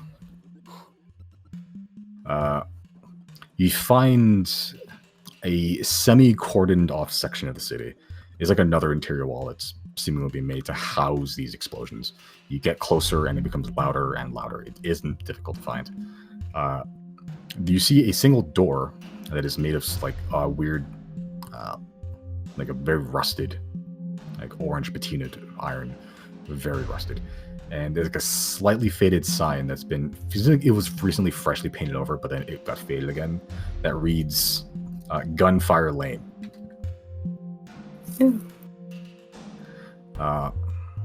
Yeah, and it just sort of just next to like a single door entrance to this area. You walking in, or are you just gonna pass by? Yeah, I'm gonna walk in, pop my head in, I guess. Okay. So you open the door, and it's you go from a road to what looks like a shanty town. Walking in, the road has become like an alley, and the buildings are incredibly tightly packed. Just sort of perusing, walking far enough, it opens up to like a tremendously large courtyard. And then it shrinks back to shantytown levels of tightness again. Strange design choice. How far are you walking? Just like a little bit, or like you gonna take the time to fucking explore this place? I'm like, how much time has gone by at this point? Roughly, probably like an hour, like 45 minutes, something like that. Yeah, I'll go in and check it out. Okay. Yeah, so it begins, you're just walking straight, you're going like a straight line, and it keeps going from like tightly shantytown to like giant courtyard, tight shantytown, like giant courtyard. You begin to understand why the area is designed this way. After walking to another courtyard, you hear like a as a half-elven man, darker skin, black slick-back hair, wearing a robe that's been tightly bound to his body, he basically shoots at you. At me? Well, you walked into his line of fire. Okay, well, yeah, that's me. I was gonna make a joke like you're gonna walk into Gunfire Alley and just get shot. It fucking almost happened. He rolled a 4. So he doesn't shoot you, but it gets pretty close. You see that he's carrying like a dark wood rifle that's extremely long. And he just finished firing. You see this giant plume of smoke, and you hear like the zzz as the bullet passes by you. He sort of lifts his rifle and looks at you, and just sort of, he's kind of far away, but he yells at you. If you would be so kind as to vacate the firing range, please. I'm in the middle of testing. Okay, I'm gonna give him like a little salute and just back out of there. You guys are saluting all of a sudden. Funny. God damn it, Brandon. What have you done? Yeah, y'all. Well, I guess I'll back out. So yeah. Trademark. I'm not even imagining like a regular salute. Imagine one of those like Nazi salutes where you like click your heels together. No. Look at Chris's impact. What an icon. Okay, so you dip. I guess that's really all this is. So I guess I will be a bit Make more. a perception check. Oh god.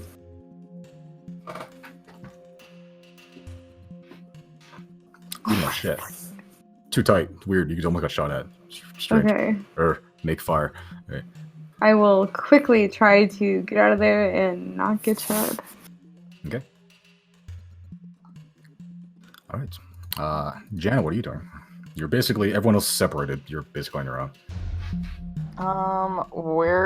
What direction haven't people gone in yet? I'll go there. One went to the docks, came back, and they came back. They're on their way to coming back, and then Xero has left somewhere to the east. It seems like. Has anybody gone to sea yet? You gotta do a backflip into the sea. No, the letter Like the C. letter C. Yeah, that'd be the Today's session, sponsored by. the letter C. Also, my favorite vitamin. Yeah. Misty went to the sea. That's the airship dock. Oh, sorry, I left during that part. Then, well, fuck. How much longer does it take me to go to A? You can probably get there, took it out, come back, and probably be able, you probably have some time to spare. Sure, let's do that then. Cool. About 15 minutes in, a woman comes up and jams an apple in your mouth. Really? This isn't the first time either. Gonna eat the apple, all of it this time. Cool. There is a worm inside of it. Oh no. It's weird because the worm it has like aspects of animals, like multiple animals. It's actually kind of gross. There's like antlers and it has like wolf's teeth. What the fuck? Very strange. Oh, yeah. Do my antlers feel any different? They feel the same right now. Okay. Cool. Yep, and you hear like some faint, just sort of bells as it sort of just fades into like the sound of wind. Oh, I take it back. I don't eat all the apple myself. I'll eat most of it, but I'll give some to Giorgio and the muskrat. Okay. The muskrat. And the muskrat, sure, why not? And I guess to the scorpion too? Why not? Scorpions are carnivores, but alright. Are muskrats carnivores? You tell me. I don't know anything about muskrats. They're omnivores. Okay. Food to food. Food for food, yeah. Okay. So you get to there. It's located on like a relatively tall cliff. You start making the almost like probably like 45-degree angle climb. There are stairs here, but they're very tall. It's like climbing a mountain in Tibet. It's a little bit weird. You see, even before you get to the building itself, you see like the sort of like tall chimney stacks and the whirring of machinery and the clanging of metal. It gets pretty hot up here, surprisingly, despite being relatively high up compared to the rest of the city.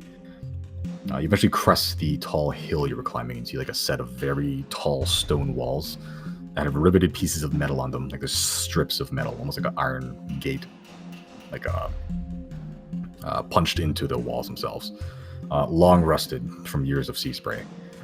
And there is a also similarly rusted iron gate that bars you from entering, but there are the black-coated guards up here, armed with the signature rifles of the city. Do you approach them?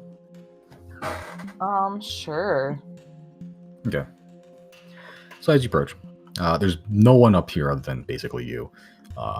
There's three guards you see. Two are behind the gate, and one's in front. As you approach, they sort of say, "State your business here."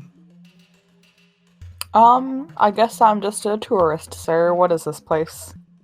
Metal foundry. Make metal. How do you make metal?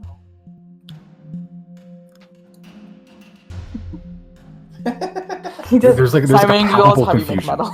There's like a palpable confusion as like none of these guards actually know what's going on down there. They just guard the fucking place. Like eventually one of the workers comes up and says, "How do you make metal?" And the worker you see is like a gnome guy. Pretty old, actually. He's like, well, first you gotta get the iron ore, gotta melt it down, get the impurities out, make sure you hammer it out, get the slag out, make sure there's nothing there. Then we hit the metal, and we make sort of crafts with them. Sometimes the airships need like metal braces and stuff. We have little molds for that. We sort of put them in the mold, hammer them down. We sort of forge them, put them in oil because water is a little bit too hot. Oil works a bit better. It's a higher melting temperature. And then, when we make the thing, he goes into this long, just like, he's getting technical with you. Make an intelligence check to see how much you absorb. It's like putting a grade score in university. Hell yeah. You think you learned a little bit more about metalsmithing today. Hell yeah. Yeah. Like you know some basic stuff on metallurgy. You didn't know like iron had impurities you need to like pound out first. Jane, this is gonna be like, this is so fascinating. You guys should make like a little storybook or give tours, because I bet people just love to learn how it's made. Haha. You see the gnome guy, like he's wearing spectacles. He sort of looks in the distance and sort of takes them off very slowly. And he gives like a grin. It's like, that is brilliance.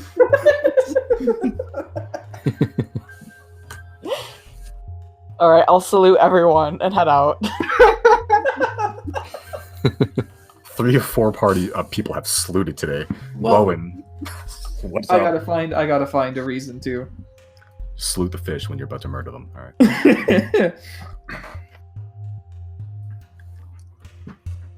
Okay. So your hour's up. Or your hour, yeah. So you all can at some point convene back into the at the Black Harbor.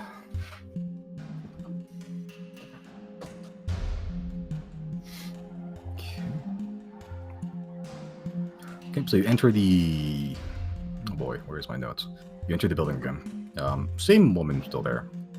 It seems like she's now in the process of like eating a chicken sandwich.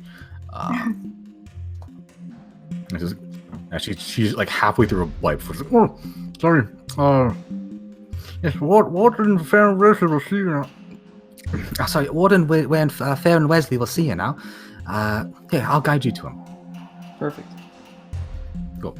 So she sort of gets up, and you're led down a series of hallways. She goes down the right one first, and then it branches off into like a T section. Then she goes to the right, and then it branches off to like a cross, like an intersection. She goes straight. All the hallways look the same. All the doors look the same. You see white walls continue for quite some time, with the only breaks being like the simple brown wooden doors that occasionally crop up in just droning, monotonous patterns. She leads you up some stairs, and at the end of this hallway, it opens up into what looks like a waiting room or a second lobby. There's simple chairs here. They have cushions on them, small table to place your things, and a window that's been reinforced with bars. On the far right of the room, it looks like a snack table, mostly filled with peanuts, cups of water, some small dishes of candy. And just straight ahead is another hallway, similar to form as one below you. And there's a few people here. I see sort of a half-orc woman just pacing back and forth frantically, and a human man dressed in what looks like a bright red jumpsuit. Shackled hands and feet, just sitting down on a chair, looking down. You can see one of those guards with black jackets and a mechanical sentry up here as well. Please, find a seat, make yourself comfortable, refreshments are on the right, and let me know if you need anything else. The warden should be with you shortly. Have a good day. Thanks. She sort of just walks down. She'll walk downstairs again. You're basically just left to your own devices up here. It's time to perceive. Okay, make a perception check. Wait, no one's with us right now, right? It's you, 2, and 3 other people. Oh. Okay, I'm fine. Okay, what are you perceiving? Just That is a good question. Maybe like knickknacks of interest. Okay. Sure. I'll say the guard has. You notice most of the guards here, they have like a badge that looks like it's almost like it's like brass or copper. It's like a hexagonal badge that looks like a engraved feather on it. Most of them seem to have them clipped somewhere on their coat or like put somewhere. Some have them, some don't. Knickknacks. There's a candelabra on the table. There's candy. There's definitely candy there. It's mostly peanuts. If you like water, there's water there. There's candied lime peels, because that's the only old form of candy I know. Some hardened caramel, like drops. They're nothing fancy.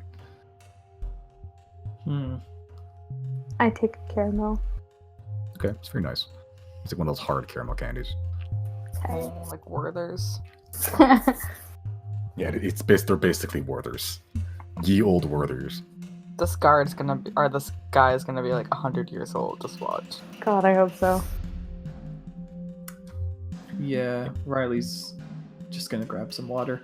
Sure. I'm assuming you guys just wait there.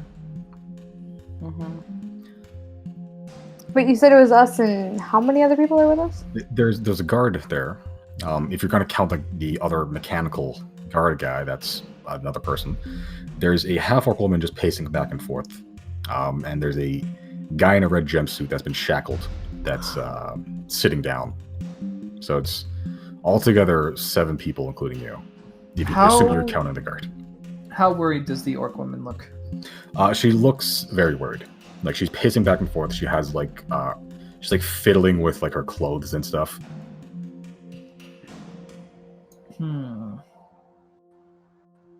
What has you so worried, lady? It's my son. He's a prisoner here, but I think he's in trouble with the Warden. What makes you think that? Well, he dropped a few dishes, and it wasn't the first time, and then he broke into a fight. He's always been a troubled young man, but he's still my son. I just don't want his sentence to be increased. He only had another year left. He's gonna muck that up. That's rough. I'm sorry to hear that. She's a good mom. Hashtag that's rough, buddy. Yep. Okay. Anything else you like to do? You're just gonna wait for the fucking warden. Yeah, I think Reilly's just gonna wait. Okay. Sure. Eventually, the another woman shows up. There's some older, sort of like a half elf woman. Like, half elves age pretty slow, but she's been around for a while. Seems the group of 3 people looking for the Warden. I'm assuming that's you 3 there.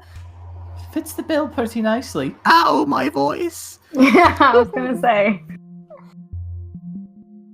She is like a Tetris piece. She's the L block. She's hunched as hell. Eventually led down the hallway again, the straight hallway, passing by the exact same kind of doors. You haven't traveled far from your position, but it's pretty easy to see that this place was made to be confusing if all the hallways look like this, given how big this possibly is. You're led down a series of just small rooms and even more hallways that branch out into other hallways. Using one of those brick connecting tunnels, you're probably in another building now. You're led to a slightly larger brown wooden door, completely unremarkable, with no discerning sigils or symbols on the door or walls or anything.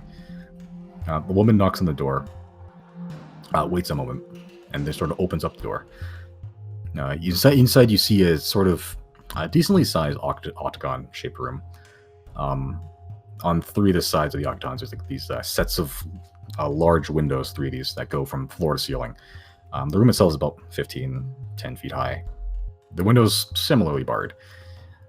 The room is fairly large, but not extremely so. Pretty spacious office. There's a simple wooden desk in the center with a comfy-looking chair. Stained wooden cabinet with glass panels to see through from the inside. It appears to be some sort of alcohol cabinet with glasses inside. A few more drawers and miscellaneous storage things, chests and whatnot. A few trophy animal heads mounted on the wall. There's a deer on one side, a boar on another, and sort of like as almost like a centerpiece. There's like a large lizard skull, almost dragon-like in shape. And in the desk at the center is a human man, middle-aged but still retaining some of his prior youth. Hair is still a full black, despite his age, and pomaded into like a stylish, slick-back form that runs about to the back of his neck. His piercing blue eyes just fixated on the three of you as you enter. Quill still in hand, he was writing down something. He's dressed in like a sort of ceremonial, wickedly spiked black iron plate armor. It's far too spiked to be of actual use in combat. And it's just this soul-piercing gaze and just generally intimidating appearance gives the room like a sort of suspenseful air. Warden, these people wish to speak with you concerning the prisoner in M1. Mr. Killager. Simon, I don't recognize this man, do I? No. Okay. And he sort of just waves very slowly one hand up. Thank you, Martha. Leave us now. The man at this point shifts his weight forward, and he puts both elbows on his desk, hands resting near his face, staring at you all intently, like he's eyeing you head to toe, sizing you up. The intensity of the room breaks when he raises his head up with like a big friendly-ass grin. Welcome to Black Harbor Prison. I'm Farron Wesley, Warden of Black Harbor. Just call me Farron. I don't care for the formality of the role I have. You hear about Chrysosthemis Killager? That's the one. Yeah, the drug smuggler in M1. What's your relationship to the man, if you don't mind me asking? Would it be smart to say that we've been traveling with him? Nope. Nope. I don't know what else to say though, because we're over here trying to like get him out of jail. Why would we care? Oh, no. Fuck. Dumb bitch showers have started up again. You guys huddle in the corner as he asks you what your business is. Yeah. The time has slowed to a crawl.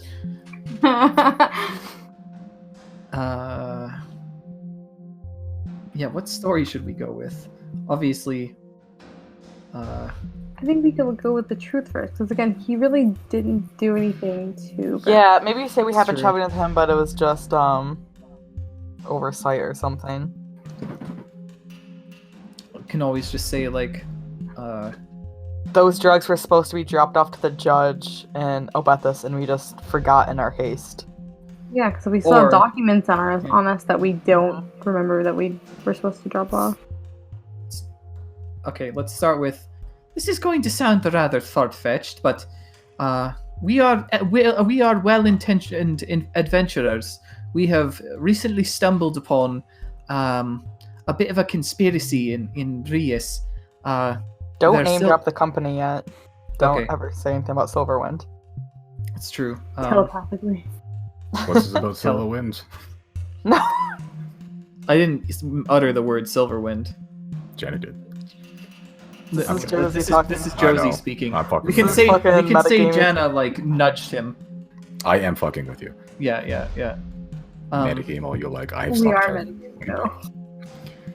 We can't fuck up this bit, so we gotta do. A rather powerful establishment has been lurking in the shadows and has been smuggling drugs through children. We seek to annihilate them. That those drugs that Chrys had on him were supposed to be deposited in the Hall of Judgment in Obethus as evidence against this heinous organization.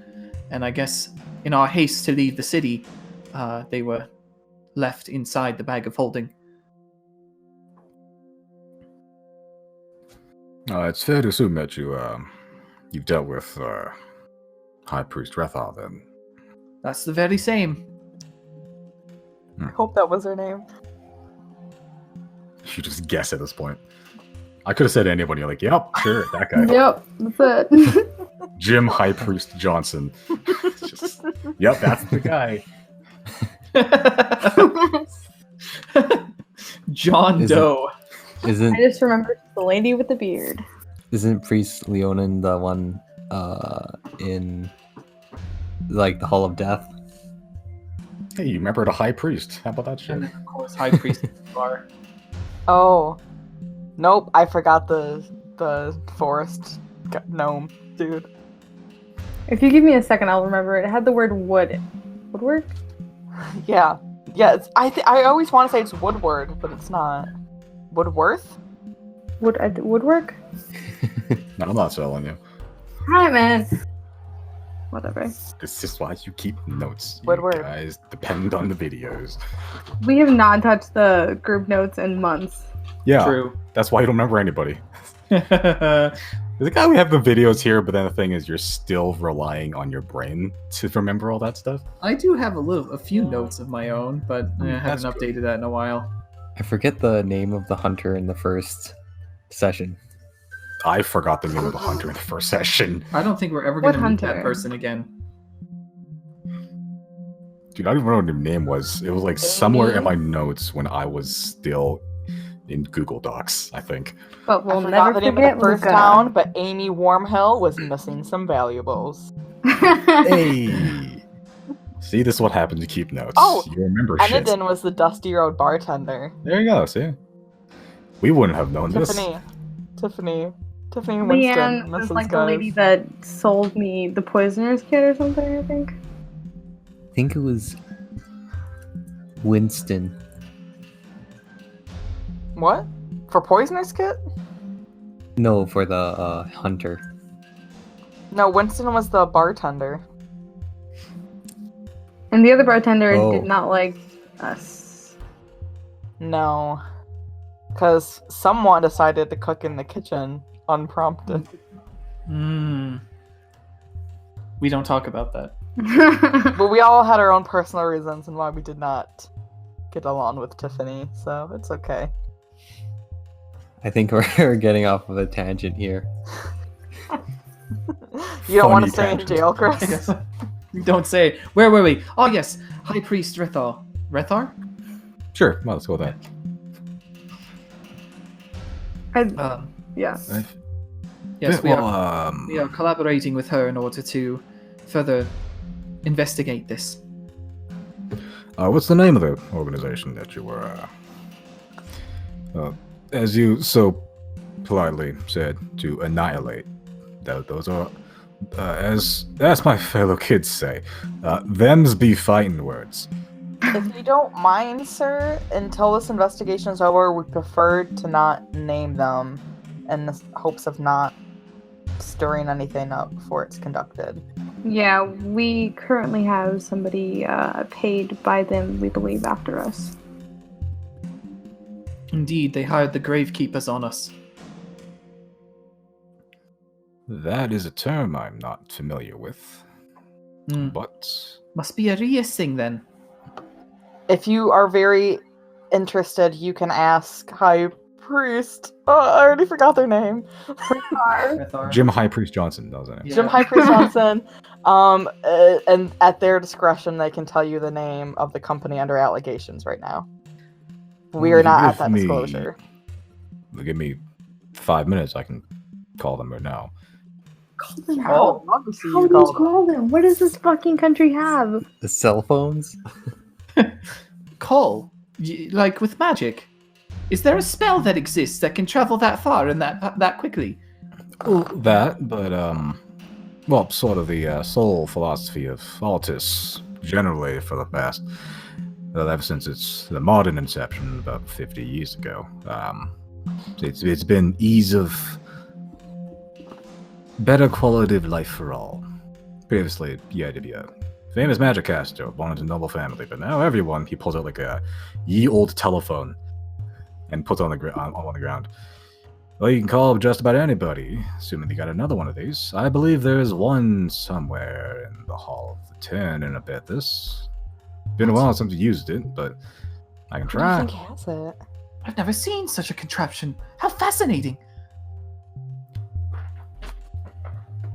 bring him up. Okay.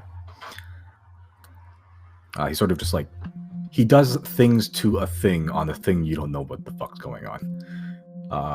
It's basically one of those like fuck, what are Rotary those? phones? It's one of those ones, yeah, except like Yeah. even older, like the very first one. Like the wall-mounted black ones. Yeah, but like it has like the same it basically has like almost like a horn shape to like the actual like speaking part of it. One of those ones, like one of those like 18th I century see. ones. Yeah, Okay, yeah.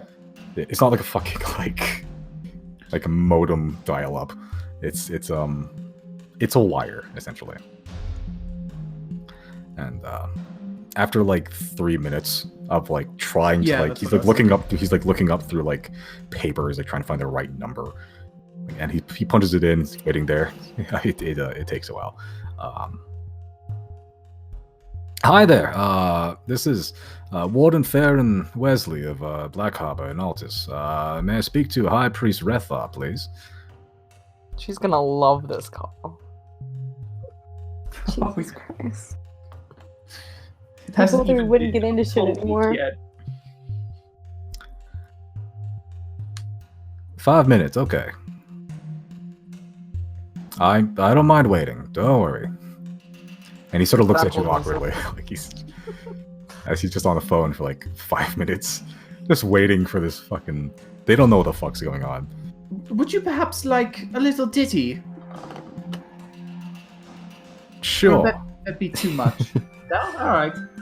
Reilly's gonna play a little do kind of. You're playing Some telephone on- music, like on hold music, Yeah. essentially. Please hold, and it plays Nickelback. Yeah. Look at this graph. I was about to fucking say that. Oh god, I love my friends. He sort of points to like the vast amounts of graphs on his thing. He's like, "Thank you. This is the yearly quarter of the." After 5 minutes, he's like, "Oh, hi, Priest Retha. Got a few strange folk here that say that they're in their woods seeking to annihilate a devious company. Would you know anything about this?" You hear like a like from somewhere in his general vicinity as he places like this weird device up to his face. It's true then. They also said that they got a friend here in the name of Chrysosthemis Killager that's been arrested for smuggling drugs over the border. They claim that they were supposed to hand that in to you.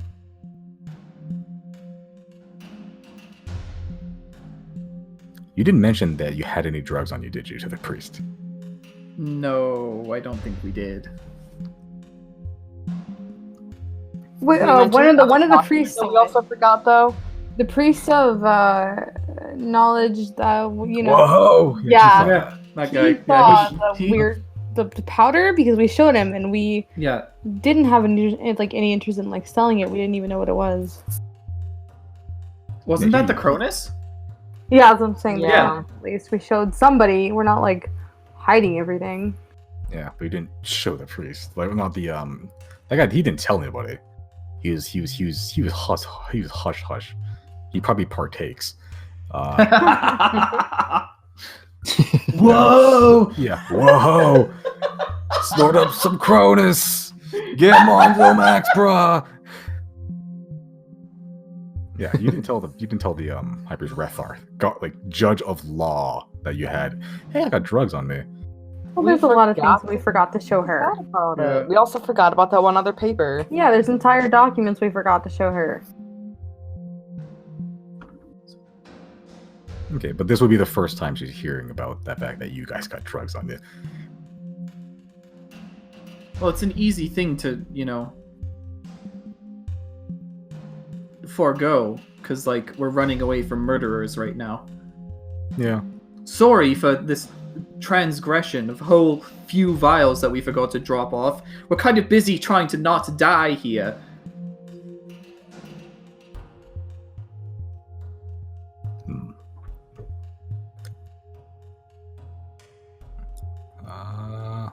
How do I go about this? by just letting Chrys go, and we walk out of here. Not I'd a be fan. okay with a bail. Reilly, just make a general persuasion check. All right. Hey, can I get some guidance? They're gonna see me cast magic if I do that, Ah, shit. which That's is right. the only reason I'd say not to. Persuasion, huh? All right. That's pretty shitty. Are 2 people able to make persuasion checks?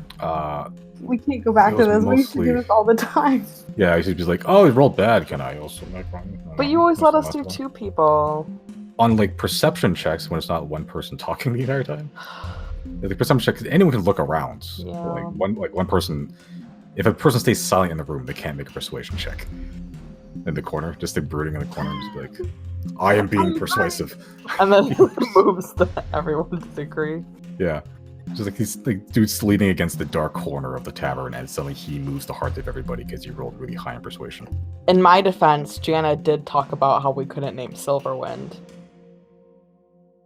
Yeah, like once, yeah.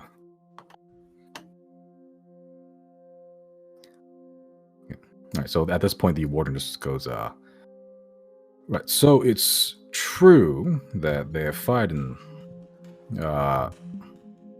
said adversary.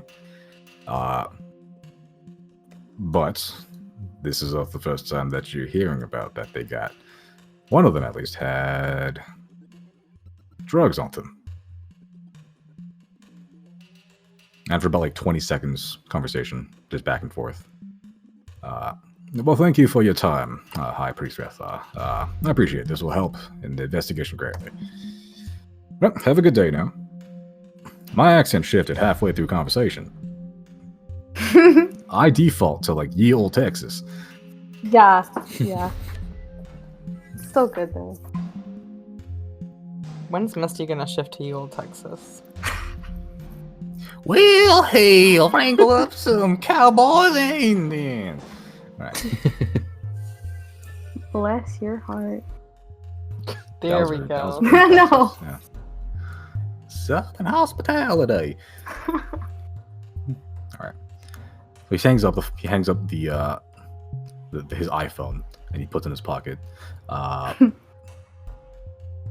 He sort of just goes, well, it seems that you're telling the truth. At the same time, your friend still tried to smuggle drugs. Or at the very least, he forgot he had drugs on him, which is still an offensible crime. Even possession of those drugs is offensible crime. At this point, you hear like a knock on the door. See a different man dressed in like a bright red jumpsuit. He sort of just meekly pokes his head into the office. Mr. Wesley, sir, sorry for interrupting you, but I just wanted to know, before break time ends, that I finished cleaning the latrines like you asked. Oh, Robert, that's very good of you.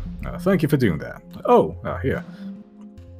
And you see him sort of fishing around some of his drawers at his desk before he grabs like what looks like a wooden tag. He sort of tosses it to the man in the red jumpsuit, who sort of fumbles with it and then catches a little bit. Get yourself something nice from the store. You earned it. Oh, thank you, Mr. Wesley.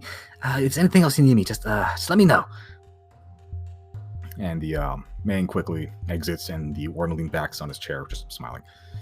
Sorry about that. Anyway,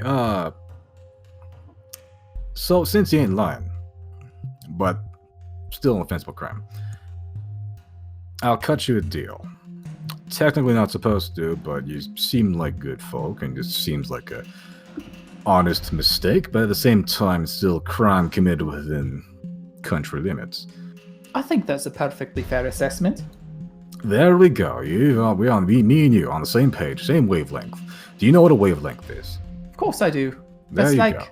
when the ocean is Explain like that on the to same level as you, right? Close enough. Basically the same. I can get his bail early. It'll be about 2,500 gold pieces, though. Wait a sec. Isn't Chrysostomus Killager the one that was here about the other fella? The other fellow? Fella. Oh, you must His- mean Mentor. Yeah, that name's a bit strange. Never realized before. Oh, is So he it is here the too same then? guy. Yeah, I believe they're in the M1, same cell. He was arrested for trespassing? Trespassing, theft, breaking and entering, destruction of property, resisting arrest. If it was a shop or something, we might have just let him off with a fine, but instead he broke into the Academy Arcana's private library, reserved only for the professors there, and important people that have already made reservations. Because of that, we have to charge him for the crimes, as that building is partially government. I believe Goodness, 200, don't break 200 in there. 200 gold was the bail required for him. But that's something to discuss with Mr. Killager. But if you want, I can bail him out early, but 2,500 gold pieces is the set price. I cannot go any lower. Let's discuss. I'm down. What's the amount again? Sorry, I keep 2,500 gold pieces. 2,500. This is not in character. That's how much money was stolen off the train, right? I think No, it was a we little still bit ate- less than that. Yeah, we still 1,800. Yeah. Okay. So we'd have to dig into 700 of our own. But that we no, have we enough could, in we the... could earn it or something, couldn't we? 700 gold? Why not Yeah, just why use our not? community chest? How much is in there? Oh yeah, use it from the community. 880, so we could do that. Yeah, we could easily do that. So how much is coming up? How much did we give ourselves again? 600 each. Yep. Okay, so 600 comes out, and then... Oh, where's my phone? Rip There we the go. item I was gonna buy. I guess we can get Chrys out of jail. Well, it's that or leave him. Misty's cool with this. Xero is like aching on the inside, not because like they want the money, but because we went through all of that just to give the money back. Well, at least It's it's funny. returned. Zero's Yeah, like fucking this, but defeated. Josie's like, I was gonna buy shit with that money. Yeah, Janna doesn't Zero's care. fucking humiliated now.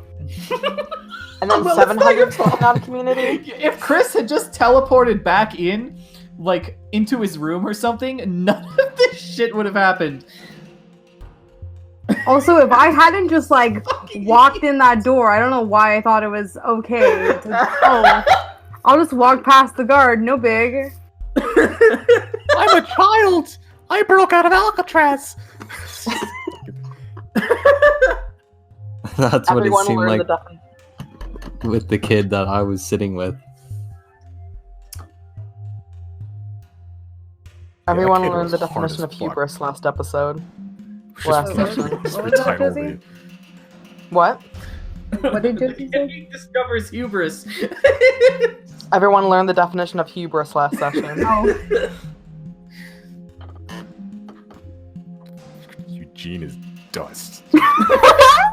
I fell out of a train. You fell off a train. I You didn't- bounced that like a was gonna fucking happen.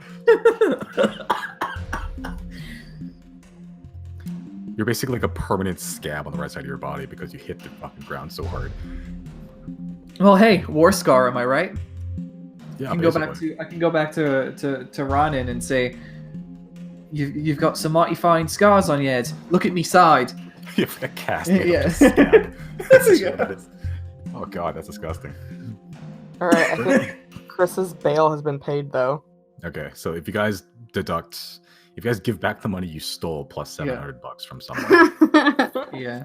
Which really is a slap on the wrist. Yeah, it pretty honestly could have much been worse. He could have died in there. Oh man. You look at this warden dude's actually a really nice guy. Oh, that's all settled then.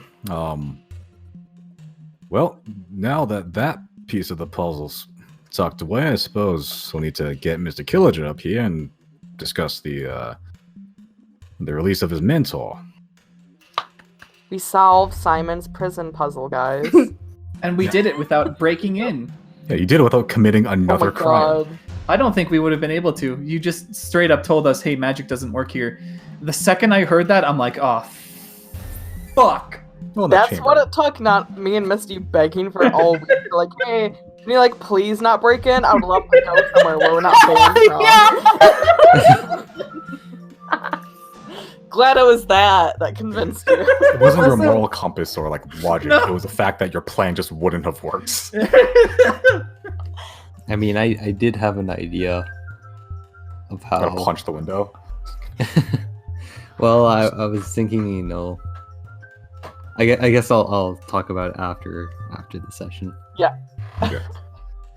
Also, while Zero's like handing in their portion of the money, they look like a kid who just got caught stealing, just like pissed off and embarrassed, just like not making eye contact with anyone. It's just like handing back the candy you stuffed in your pocket. Yes. Crime don't pay. Winners don't do drugs. Winners also don't smuggle drugs over the border. Accidentally smuggle drugs. This is officially Yeah. all the drugs in our part of it. No one has drugs anymore in their character sheets, right? I don't have any. No. Right, or else I don't have It's all any. gone. Thank God, no one is fucking getting any more either. Actually, I can't even like pardon Brandon for like having drugs on him because everyone was selling their drugs and Brandon just opted not to. Yeah. Yeah. Brandon, you officially added 2.5 hours of just game time because of this. Jesus. Boy, this put me in the hot seat. Like, how am I gonna fucking do this? Well, it was somehow less painless than Merrick. I mean, Less, like more painless, less painful. That's the one. English. His crime was worse than theft and trespassing, but less than murder. So, Okay. So at Chrys, at this point, your mentor has finished squatting. He's Did that take like 3 hours? yeah, he's an old dude. He takes some time. We should have brought him some fiber. He spent nothing but fiber down here. Chicken sandwich. Yeah, just protein and bread, and that's it. Yeah, at some point the guards come in. It's like, you, blue one, free to go. Really? And your mentor just goes, Oh, am I free to go? Also, can you clean my bedpan? and the guard just sort of goes, yes. But eventually, Chrys, you are led through different series of hallways, and you are reunited with your friends, some of which look less than happy. The second he's in range, I'm gonna punch him in the gut. I'm gonna join in. Oh my Can god! I- Everyone, punch Chris. Can I dodge?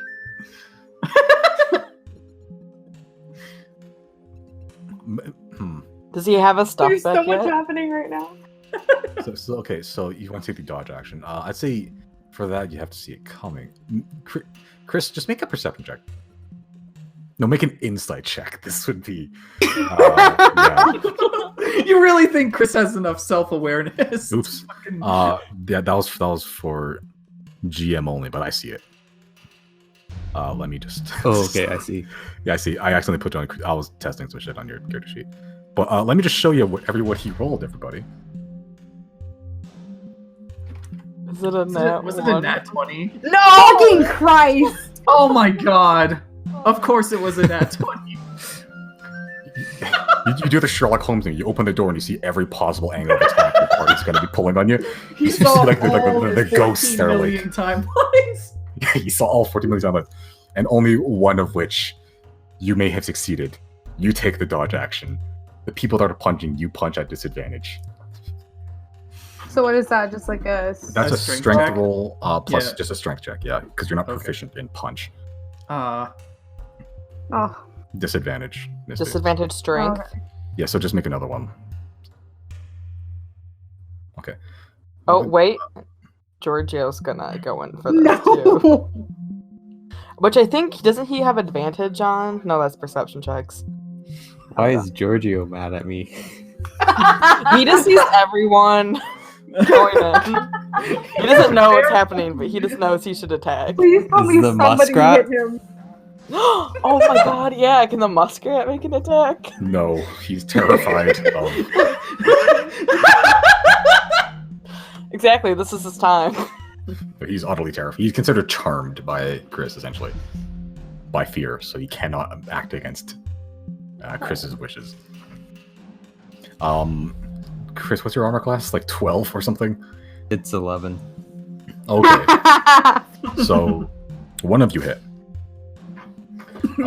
Two of us hit. Wait, did Reilly not go? You roll a No, 7. I didn't hit. Oh no, I'm an idiot. Sorry.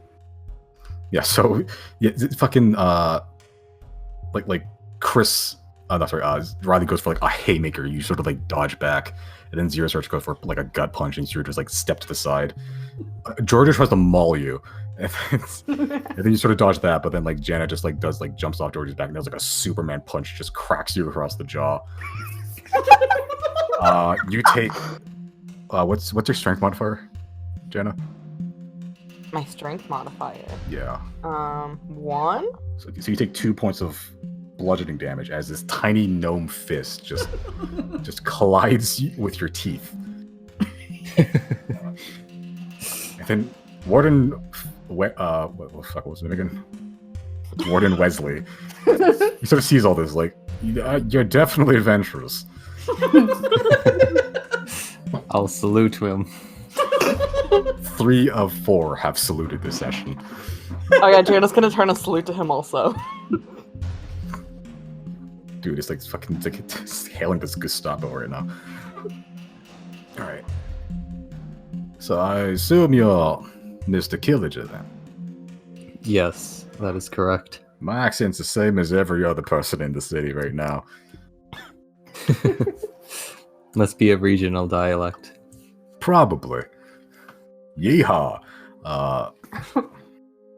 Well, I imagine you've already met your mentor. Yes, I did. And I imagine he told you his side of the story. You'd know him better than I would. His motives. Yeah. He was mostly trying to find stuff for his life's work, which basically in his summary is that all history is a lie. He gives like the most confused look possible. Right. I am even confused by it. Well, I wish him luck with that. I believe I sent you a letter a while ago. It was detailing his bail, about $200. Dollars, not gold. Dollars. Cash. Moolah. 200 gold, that's his bail. You know, cheddar. I love The Southern cheese. Misty. 200 blocks of cheddar. I just spent me like savings on getting you out of here, so this is your problem now. Does Chris have his stuff? You would have had your stuff returned to you minus. I'm actually going to see if they know what the bombs are. They don't. Like, oh, weird artifacts, sure, whatever. So you still have your bombs. You're minus the scroll that you got and your drugs. And I think what else did it take from you? Did they take the homemade bombs? They took the homemade bombs, yeah. You kept your potions. You kept your pistol, actually. That's technically not illegal. Yeah, so you took away the bags of gunpowder, the stolen scroll that you got, and your drugs. Wait, what about his bread? Oh yeah, his baguette. They took it's actually gone. No. That His most prized possession. Yeah, they got divvied up among the guards. What about my beret? Such a beret. Come on, they're not going to ruin someone's fashion sense. I mean, that is cruel. That's what aesthetics are for.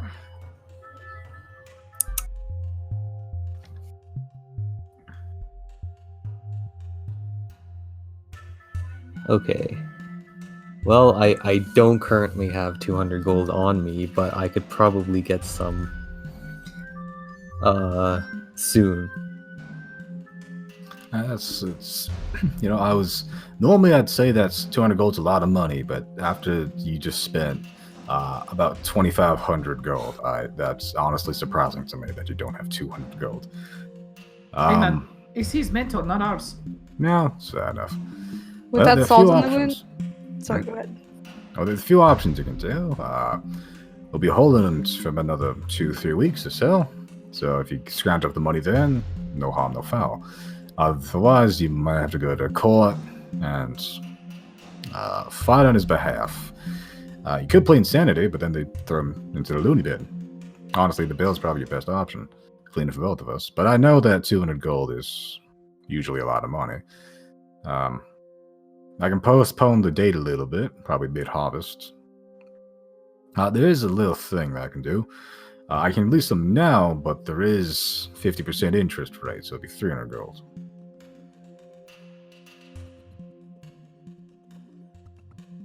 Okay.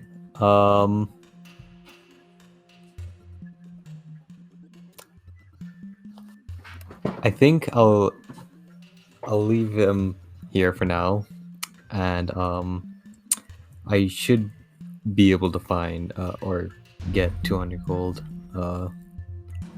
within a few days, hopefully. Should be plenty of time then. When you get the funds, just come back to me. I'll be always waiting here for you. Okay, Yeehaw. sounds good. Yeah, yeet. Did you tell your mentor you were leaving him there?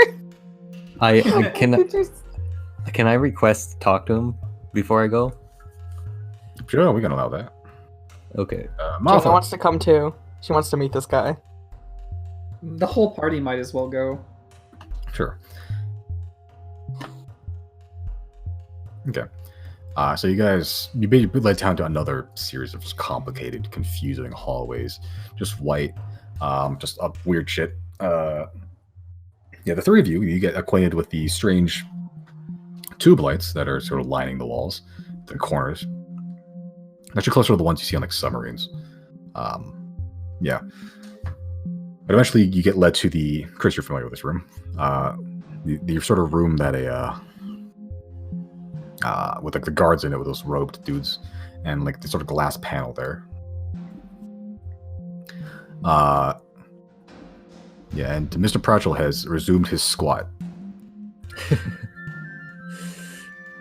So he's just sort of just chilling in the corner. It's kind of hard to see him. But you hear just like a knocking on the glass as like the warden is following you down there. Mr.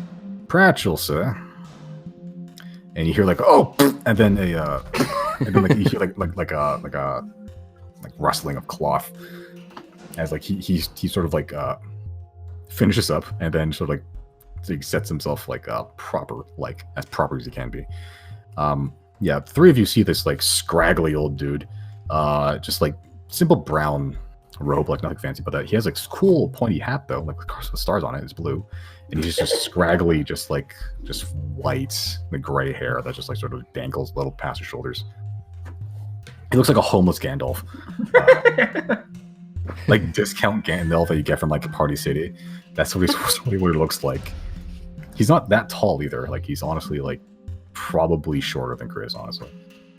Xero sees this man squatting in the corner, and they just kind of nod, understanding. Like, okay, this is why he's like this. All right. Yeah, Janna's gonna see him squatting and just like literally spin 180 degrees around. Reilly's gonna read Not his walking mind. away, but she does not want to fucking look at this dude. What are you doing? I'm Riley? gonna read his mind. Okay. You try to read his mind, but it just you feel the magic just hit the glass and just dissipate. Reilly is taken aback by this. What the fuck? And then you see like while the warden like push a button, and then you don't see any visible change, but then like you see the old dude in the chamber sort of react, and you sort of says with like sort of like a muffled glass sound, like, "Oh, my boy, you have strange people around you. Be wary." Yeah, these are my friends. Don't worry. You have They're the friends. strange ones. Yes, I've met them on my travels. Oh, how rude of me. Oh, I did not expect my boy to be capable of social stuff. So I never knew either.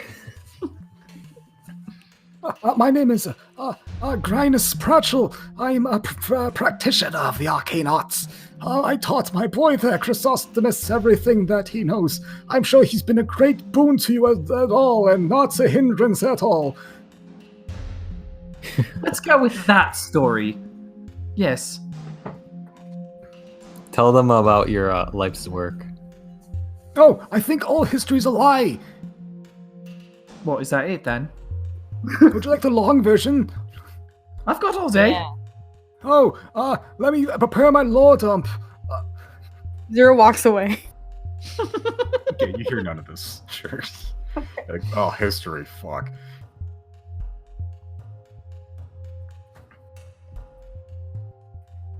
Is it okay if the people that are not friends of my boy to leave?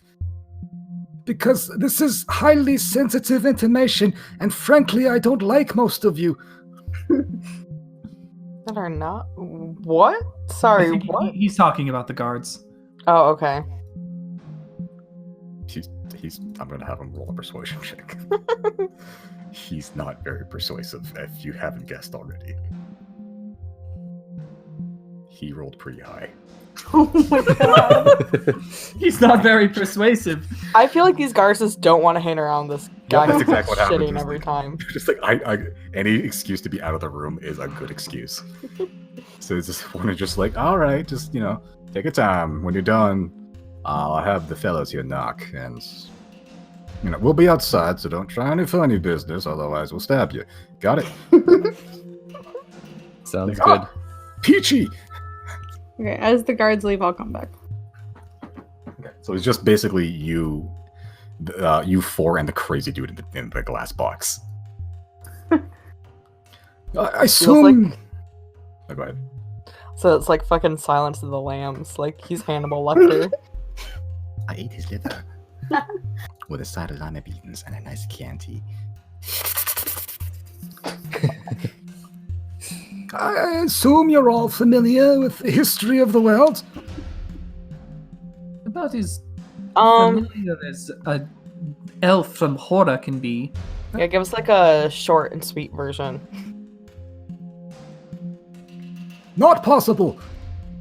He looks up in like contemplation of like, what is that possible? Like he's doing the math in his head. He's like, nope. Let me put it in grade school terms. 3 eras. Astral. Umbral. Revival. Yes! Oh yes, I think we have a Google Doc about that somewhere. I've Google heard of scroll. This, yes. Good old Google scroll. The Astral Era, where the 10 created the primordial titans that shaped the landscape for life, and where they were revered as deities and worshipped, and life was all spiffy and just aces. And then the Umbral Era, where the first fire. My voice has changed. Out of character, my voice really hurts right now. Oh. Let's just say we know about the first fire. Yeah. I know. I have this whole speech planned. The first fire began experimenting with Arcanium and birthed the world's first Arcanists. And then they sought to overthrow the 10 and become gods themselves. Yes, familiar, yes. Familiar. Yes, familiar. A place of fire and death and brimstone and such and other killy bits, I imagine. And then the revival era, the modern era, where elves enslaved the entire continent and then they just don't anymore, and now everyone hates each other. Truly, what a time to be alive. What? If I told that was... Oh, are you from horror? They're slaves? Did you know that elves were slavers? Like massive slavers? Janna's Nobody gonna ever look told at me Reilly that. and step away. Me too. Were you born in the big city or small town? I'm in a small town on the... It's the coast, right? No, it's not near the coast. Is it inland? I can't remember. It's inland, but it's like in like a jungle. Right. I'm in a It's small double. town in a forest. Then you're okay. If you're in the big town, you're an ass. But you are... He gives you the okay sign with his hands. Peachy! He gives you one of these. Hold on. The one in your name. Yeah. Yeah, Okay. Riley's gonna half salute. Like one of those lazy salutes when you're just learning to salute. Yeah. What if I told you that all of that was absolute far-fetched, phony, fake fabrication by those who just want an answer to a question that is too big for their britches? What have you then? Janna's gonna go, I agree, sir. I've never heard of this bullshit till I left my hometown. Allow me to review the evidence, boys. And if you don't allow me, well, I'm going to do it anyway because I like the acoustics in this room. Did you know that there are ruins far older than the revival era? Huh? Ruins, you say? Ruins. Ruins. Far older than revival. Do you happen to know what they look like? Yes. They're supremely old. They date back to the umbral, even astral ages. Fun fact, do you know what they all have in common? No. The ones before the revival, during pardon me, I have gas. The ones dated during the revival era depict the 10 in the historic events in the world, the creation of the Titans, the uprising of the first fire, etc., blah, blah, whatever. The interesting stuff is the ones before the revival era, in the astral and umbral ages. You know what they have in common? No. They almost exclusively show none of that. What that means, I have no idea. They typically have scripts in archaic common, the language from before. It shows strange beings creating strange beings. It shows a giant fish in the sky. It shows ancient gargantuan wolves in the forests. It Hold shows on, pause. people. Yes. A fish in the sky? Yes. What's its name? Do you know? No.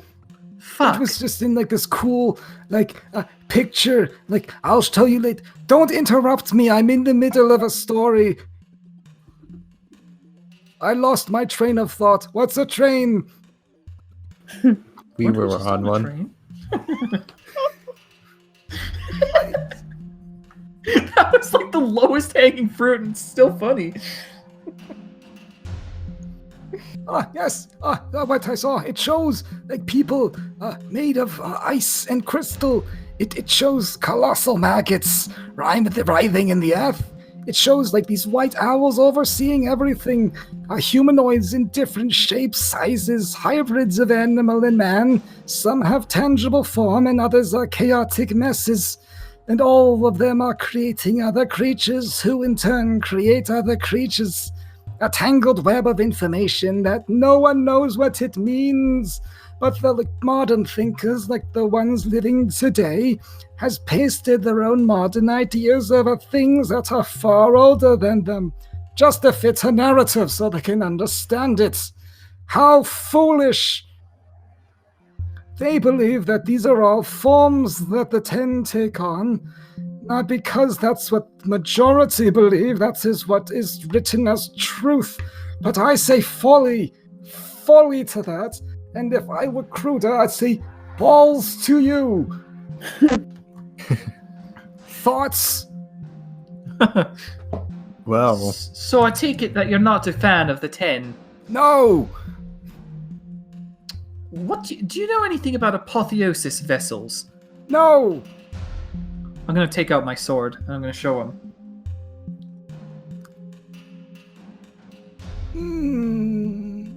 I'm going to revert to crystal form. And back. I'll show him my. Oh yeah, can we all be doing this? This weapons I'll back and show him forth. my wand.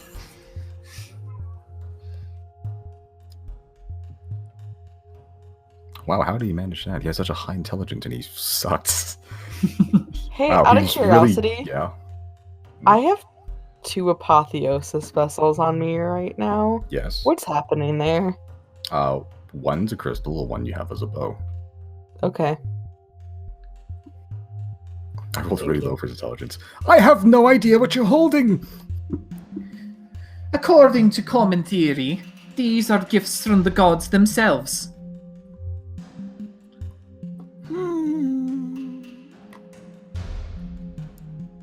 I believe all of this is connected. What say you? That you help me in my aid, in my quest, my life's work. He sort of like badly whispers to you, Chrys. Can we trust them? Yes, I believe You can all we hear can. it. He's definitely not. I see it. If I say the word, the word is buttermuffin. That is the key word that we kill everyone and run. Okay. If you say so. Right. Oh, what was Let's that? take a step back. You heard none of that. No. Humor me. What did you say? Nothing. Anyway, life's Yes, work, it better yes. have been nothing. I can put my apotheosis vessel to work, thank you. You're threatening an old man. Oh, what foul beasts have you made friendships with, my boy? You threatened me first! I believe I did no such thing. I just simply wished to butter my muffins. Oh no.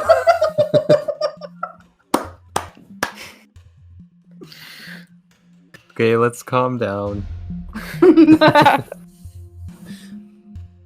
But they're being rude to me. Don't worry, everything's gonna be okay. Can you sing me a bedtime story? Xero sticks their tongue out at him. But like sneaky so Chrys doesn't see it. Reilly is gonna play the calmest thing he knows. Making my way downtown. Hush, little baby, don't say a word. Megalovania. Mama's gonna fish up a big bird.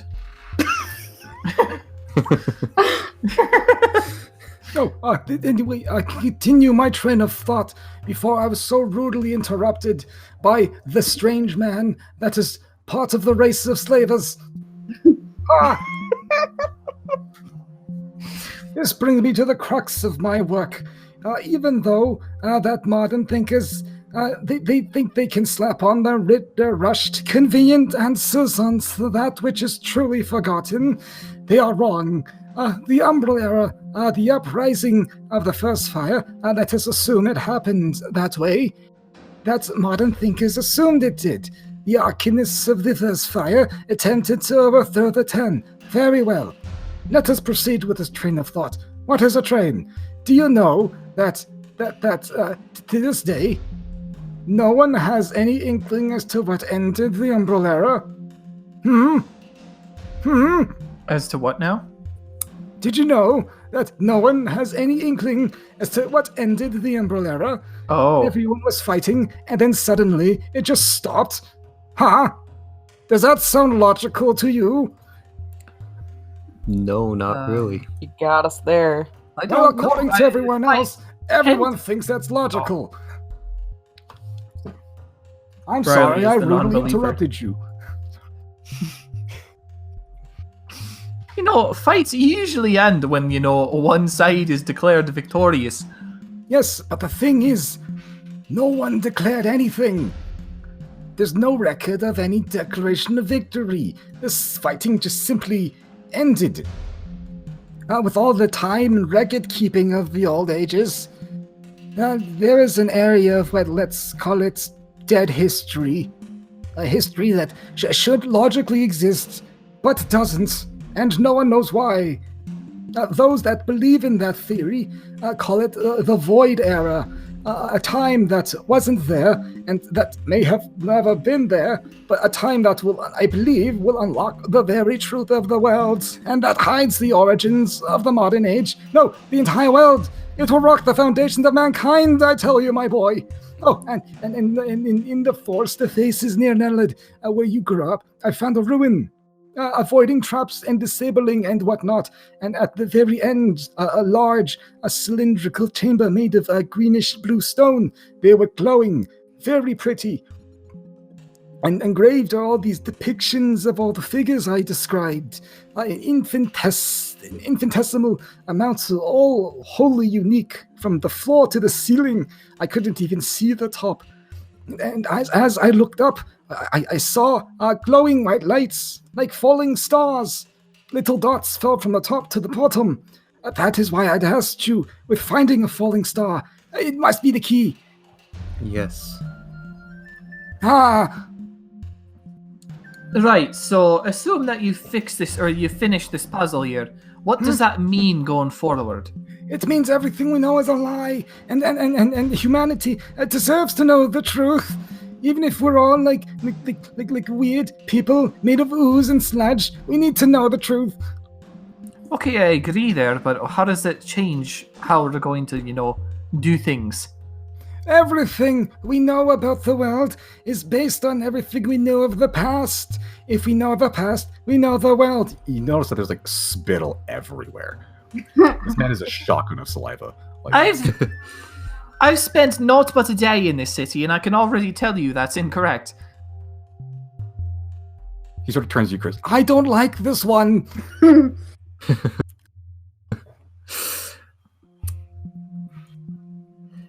Yeah, it's well, I think it definitely will change something at least. I raised you right, Oh. boy. It changed everything. It might shed some light on corruption. That's not what I tasked you with. Have you found me a falling star? I haven't found a falling star, but I've been trying to look. Excuse me, Falling Mr. star. Mad, wizard man. Yes, what that is do my you- name. What do you think the purpose of whoever is like lying about history? Why do you think they're doing so? Like, what do they have to gain from I'm not hiding sure if they're these? lying about history. I just think they make history easier to digest for the masses. And it's not the truth. They just want to put their stamp onto history so that people can ingest it easier instead of finding the actual history. Do you see where I'm getting at? He wipes the spittle from his mouth So like they're the not first time. they're not hiding it, but they don't want people to find it. They just don't want to try to find the truth. They think that it's easier, it's more convenient to say the 10 did it than having to come up with all the artifact hunting and the ruins and the studying. Oh, the 10 did it. Dead stop. History ends there. And anything that doesn't coincide with that, they make coincide with that. I follow now. Okay. I would like to say one thing though. We did encounter some supernatural event in the Silverwood Forest. Oh, the one you told me Where we- about. Yes. The one with the man that wore you like pants. What? Sort of. What? But he well, not him, but earlier before we went into the ruins. Pause. What do you mean, him?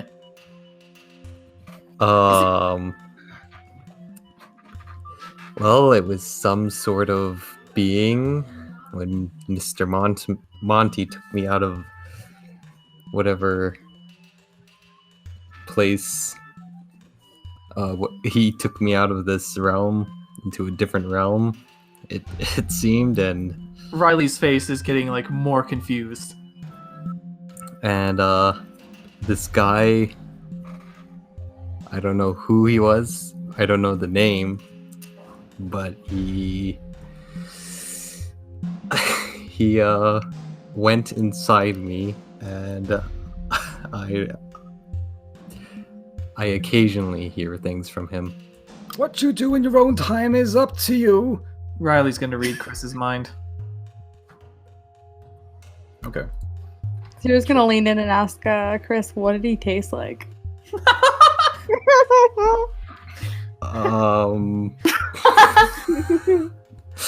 I don't know. I was more concerned about how far my mouth was stretching. What the fuck? This is so fucked up. Anyway, yeah. More, Chris. Okay. What's on your surface thoughts, Chris, right now? What are you thinking about immediately? Is there even magic in this place? Like, can you even do that? Oh, yeah. You gather that there's magic in that chamber. So you guys are outside that chamber. Right.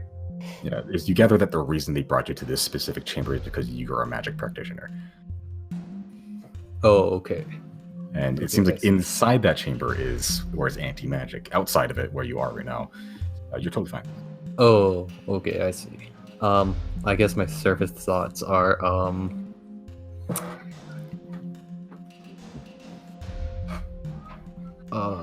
things are weird.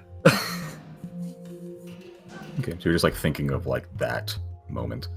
Yeah. Okay. It was nothing. It's unexplainable. Does Reilly even understand? Like, could he see what Chris is thinking about? You. I don't know if you see it. Maybe like I don't know. Like I think maybe if you like, I don't know how to detect thoughts things works. It just says you get insight on their like thing. I don't know if you like look into their mind. Right. But Something from surface that thoughts, moves large in its mind. Yeah. So like surface thoughts, he's trying to like recall the situation, but he's like just as confused about it as anyone. I wonder if I can go deeper and see in his subconscious. Everyone wants to get in Chris recently. Yeah. Are you Reilly. are you Reilly's Inception? gonna audibly verbalize. I'm just like, I'm not getting anything. I'm going deeper. Okay. Who needs to roll? Chris does, right? Yeah, he needs. I think it's a DC 15 Wisdom save. Let me check. Okay. It is a.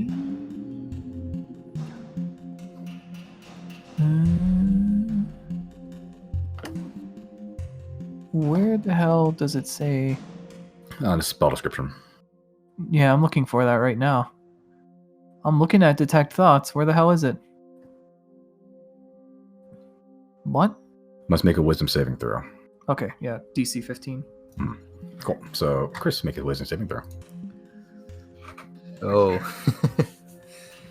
Okay. Reilly, join me in the sneaky beaky for a bit. Me? Okay. Hmm. Woohoo! Do. Anything you want to tell us, Brandon? I'm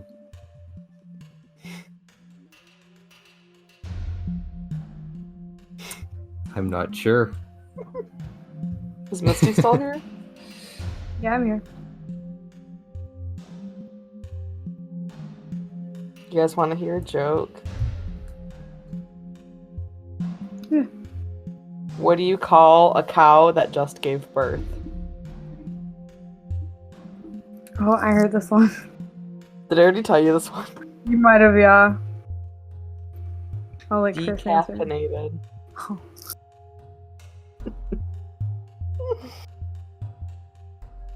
Oh. I'm not sure. Did you not hear it? No, I didn't hear it. What do you call a cow that just gave birth? I don't know. Decaffeinated.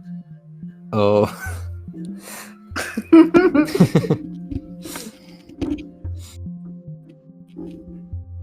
But yeah, I guess, if what I could say is, like, basically, what I know from what I've said. Mr. Monty took me down into some other realm. And then, this masked figure came. I don't think he had, like, a shirt or anything on. He had long black hair. Like, and then, but that was after he asked me if he wanted to be, like, if I wanted his help or something. It's been a while since that happens. I can't remember the exact thing that happened. I'll have to rewatch that session. But I put my hand on the thing because I accepted it, and Okay, what the fuck? Why did you say fucking nothing about what happened in there? That's not Well, shit that you sounds keep good. to yourself. What's wrong with you? well, What the fuck is inside you? Oi! I'm gonna start shaking him. Feels like Chrys. Fucking hell! I don't know, but I don't think it's gonna harm me. It's not gonna harm you, huh? What about the rest of us? Well, it hasn't shown any hostility yet. Yeah. Better not. Alright, you big guy. If you can hear me, what are you? What are you doing?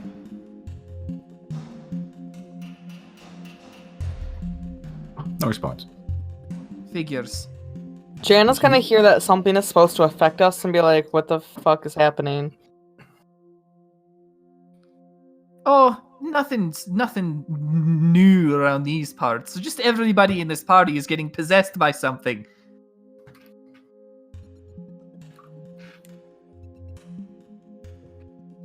That doesn't sound good.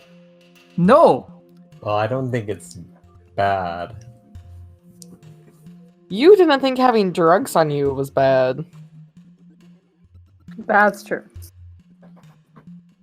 You know, when Xero got possessed, Xero sought help. Fucking weird Rias dialect. But her possession was very hostile. It killed a man, basically. This is true. Are you gonna wait around till you kill someone? Well, I'm not sure about. Well, I mean, it seems to like things when I do crazy stuff, but What do you mean it seems to like it? What? remember when I set the forest on fire? You did that on purpose? I didn't do that on purpose. I did it. It praised me for doing that. Oh my fucking god. Janna's just gonna like put her hands on her forehead. Yeah, we're all just like... Riley's gonna just start banging his head against any concrete. I'm gonna hit Chrys again. Make an attack roll. Can I dodge? Make an insight check again. Are you still in GM? Oh, how do I change that? It's at top, very top of the page. And there you go. I got it. There you go. Fixed. I don't know when I did that, but sure. Okay. Yeah. Okay. Yeah, I'll say you sufficiently. Xero has punched you enough times that you can see when they're gonna punch you. Oh damn! Yeah. No. It's. Can't fucking win today. Yeah, she tried to go for like a feint, like she's being like they're being clever or something, but then you see right through it with your eagle eyes, your elf eyes. What did they see, Legolas? They see that those hands coming towards you. Maybe you should have seen his hand coming towards you and you got fucking dragged to the nether with fucking Monty. Oh dear lord, I'm tilted today. Oh my god!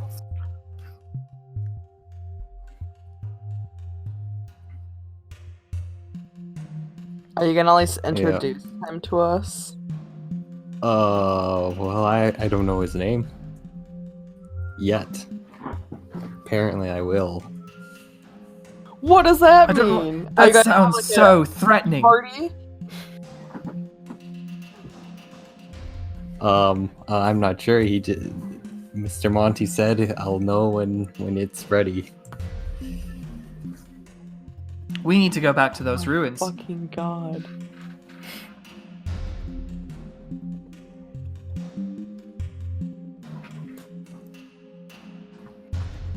Reilly's Am I walking getting out of here? He's done. He's walking out. Yeah, Xero's gonna follow Reilly. Yeah.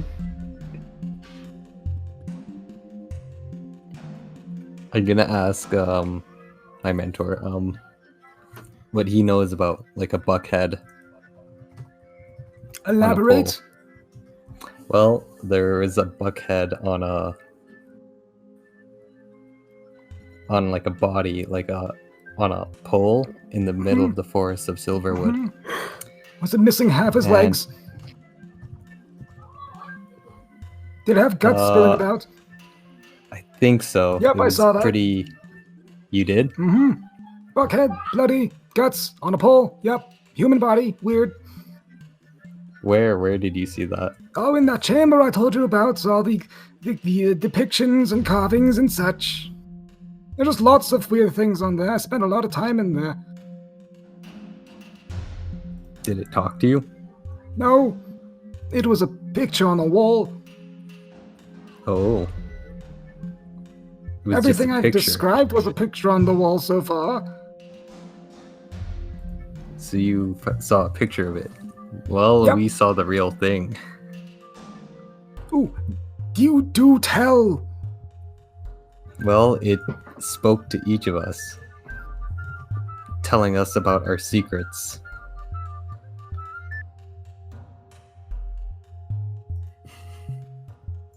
Like our Is that it? destiny. End Well- story. Well, basically like giving us choices for our destiny. Sounds cryptic and bullshit. Why not just give us answers straight, like the truth of history? Yeah, I guess so. It appears all your friends have left you. Yeah, I better go catch up with them. Am I getting out of here? Yes, probably within the next few days. Good. I would like to eat something other than chicken sandwiches. Yes, I agree.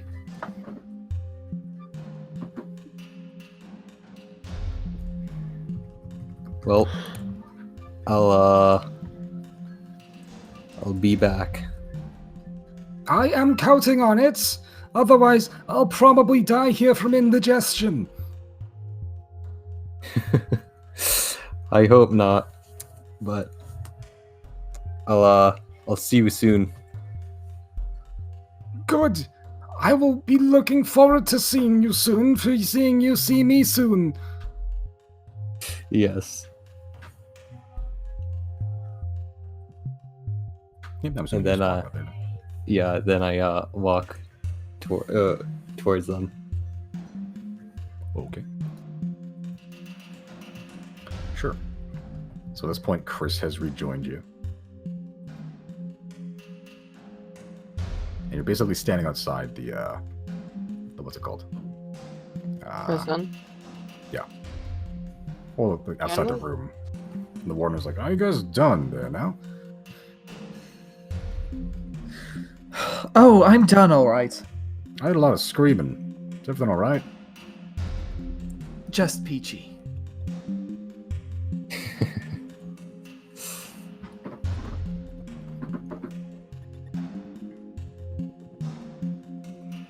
Yes.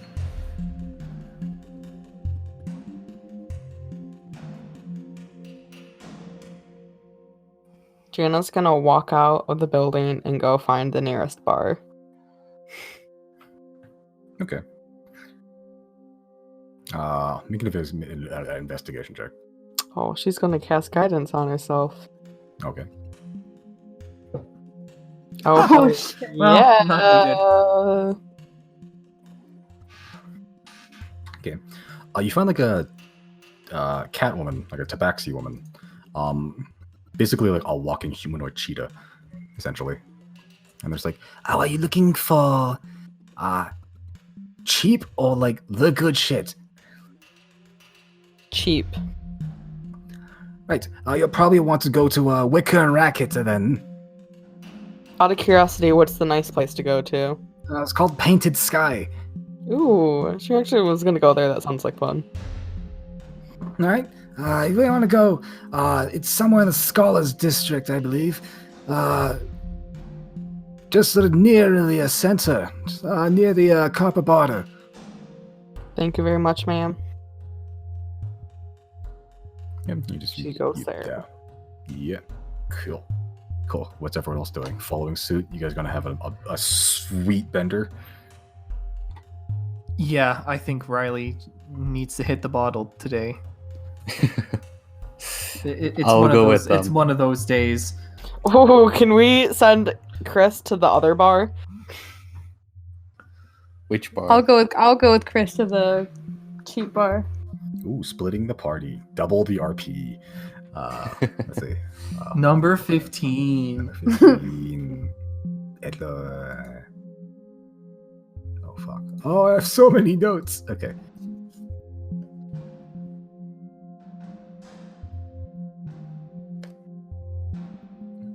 Maybe it would be best if we all just drink it out together. We need therapy. Yeah. Okay, so you guys going together then? I guess let's all go to the fancy one if that's okay. Unless, do we seriously get double RP if we split up? Yeah, I'd be forced to do 2 voices. Oh, but I thought my mind registered that as XP. Like, double No, I'm out at the as end. in I'll be 2 people in 2 separate spots. That's why. Sorry. Yeah, let's make it easy and let's go to one place. Okay, you gotta go to the fancy bar then? Yeah, unless anyone really wants to split up. Nah. I forgot that there's a fucking killer after us. God damn it. That's what we're going to go forget right now. Yeah. I'm gonna go forget whatever just happened in that jail. Okay, so you guys go with directions. Over the course of like an hour of walking, trying to find it. You're unfamiliar with the city. Blah, blah, blah, blah. Cool. So you get to like a very small, actually, it's a pretty small bar. It's almost like attached to like another building with like other shops on it. Like it's right between like a cake shop and like a tobacco store. Like it's right in the center of it.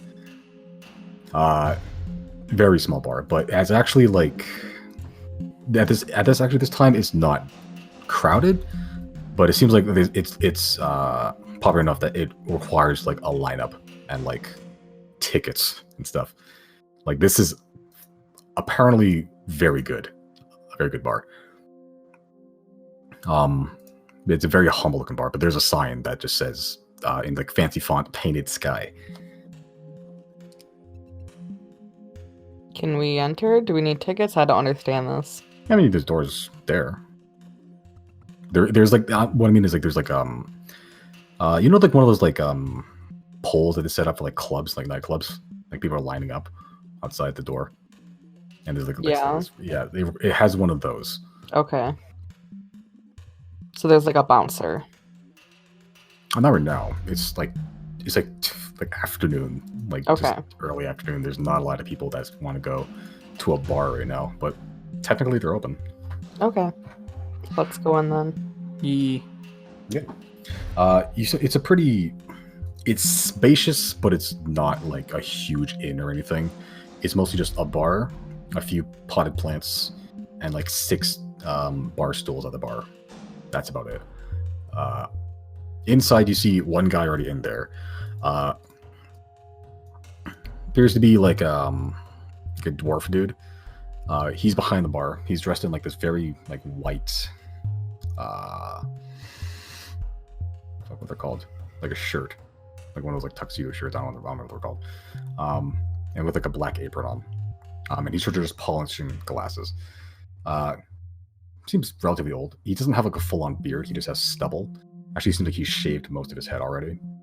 But he's looks pretty egg-like. But he's sort of staring there, looking at the glass, and just at the bar, sitting on one of the bar stools, is weird dude. He almost looks like an elf, but not really. Like he's gray-skinned, and it's almost like he's shifting in and out of races. If that makes sense. Is he a changeling? He is changing. If that. Yeah, he's just like one moment he's a dwarf, and then one moment he's a dragonborn, and then one moment he's a human. Like he's just shifting. Like he looks like a weird lava lamp of people.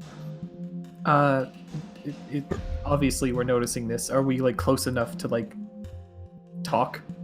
Yeah, you guys are like only like 10, 20 feet away from them. Okay, Reilly's gonna see this and he's gonna be like, is everything alright over there? Oh yes, just deciding the face that I want to wear today. How about this? And he sort of turns into like an orc guy, like a ripped warrior orc guy, like teeth just like jutting like so far up his face that it's like almost impossible. Like he's like a boar, like very dark green skin. How about this, huh? Oh, maybe this. And then he turns into like this very dainty half elf woman, and then just like fine features, like long ears. The thing is, his clothes don't change, so he's still dressed in like a suit. I mean, whatever floats your fancy, I suppose. How are you doing that exactly? Changeling. We're weird. Changeling. This is Reilly heard of them. Make a history check. History. You've heard stories of them. You haven't heard like the origin or anything, but like there are certain stories about changelings, about like they're mostly like folk tales, like they're the type like old wives' tales, like that you tell your children to scare them at night. Right. Mostly those ones. It's like it's like brush your teeth at night, or otherwise a changeling will turn one into your parents and kill you in your sleep or something. Wow, it's one of those. That's stories, definitely that's extremely German. Yeah. Yeah. It's the old Grimm's tales essentially, and then you heard like some like high profile stuff involving changelings, like some like apparently like a long time ago there's like some like Uber thief that was a changeling. Reilly is amazed. He's like, "Oh, you guys are real! I've never met one of you before." Yeah, well, exceedingly rare. I don't see them very often. I haven't met one yet in another one in city yet. How about you? What's his name again? How about you, Unik? And the dwarf who just says, "I don't give a shit," as he's just polishing off the glass with like a cloth. And the dwarf who just sort of lets out a sigh. What can I get you guys?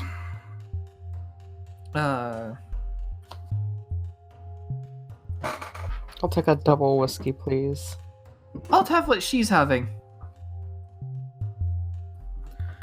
Sure, double whiskey coming up. And he's very begrudgingly, like he doesn't pour. Like he gives you like a shot glasses. They're very nice shot glasses, like one of those like almost like crystal like. He gives you one of those. He gives like one for each. I'm assuming all of you guys are getting the same thing. I'm not drinking. Okay. I'll get I'll have a gin. Just a gin and tonic, lime, no lime. Yeah, I'll get a gin and tonic. Cool. And he, despite how like unenergetic he is and just like how done with life he is, he mixes these drinks with like expert fashion. Like like he's flipping around bottles. He's like bouncing them off elbows and shit. He's doing the full theatrical the show. And he's just mixing one by one your drinks in perfect succession.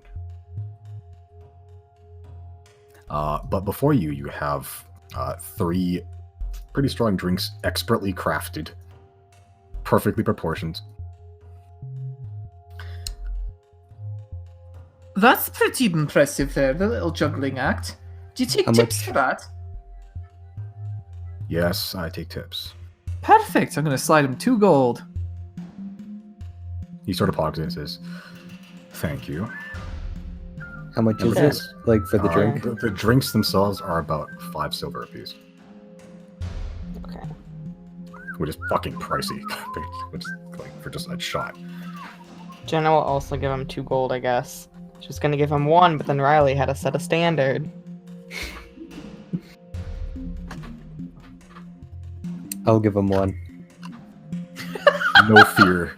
Social conventions. What the fuck?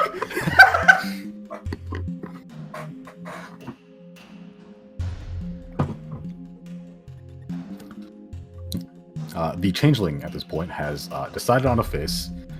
They're going to be a very tall gnome. That's an oxymoron. Yeah, it's like that thing. I'm a very tall midget. Essentially, he's just a very tall, short person. He's like dwarf-sized, which is like huge for a gnome. And I was like, I think we'll go with this one for today. I taught him everything I know. And the dwarf sort of goes, yes, you did. So you used to work here then? I opened the place, my boy. Oh, you're the owner. Yes, Solon South is the name. Solon? That's Solon South. Okay. Well, pleasure to meet your acquaintance. Make your acquaintance. Words are hard, don't worry. Yeah. Hey, what brings you to town? You guys seem like fresh faces. Where do we even begin with that one? Janna's just gonna take her drink in like 1 gulp and put down the empty glass on the counter. The dwarf-eyed guy is like spitting the whiskey bottle in his hand. Second round. Yep. Cool. And like with expert dexterity, he grabs another bottle with his fingers and then just pours both at the same time. And you have a perfectly refreshed. Feel like just drink for you. That'd be another 5 silver. Sorry, I have to do math. She'll put another gold down on the counter. These are expensive drinks, dude. And this one, someone's like, "You guys looking for work? You guys here for sightseeing, travel? What's up?" Oh, I can think of somebody who might want some work. Well, yeah, what sort of things are happening around this city? Depends on what you want to do. I mean, mostly, I recommend going up to the academy, maybe joining the gatherers. That's the easy point. Are you guys here for the, dangerous stuff, or are you guys making it look like a safe, easy buck? I just want to fish, honestly, but there's no fishing here. Oh, good fishing, at least. I sound like everyone else in the city now.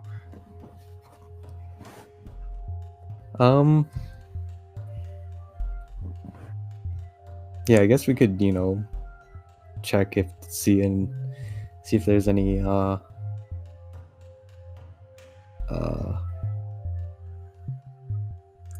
danger happening around here. Plenty of danger. How much would be paid for them? Don't know. What sort of danger are we looking for? Are there any bounties on anyone? Bounties? You guys bounty hunters on? No. I'm not sure where he's getting this idea from. I am confused as to your purpose in the city.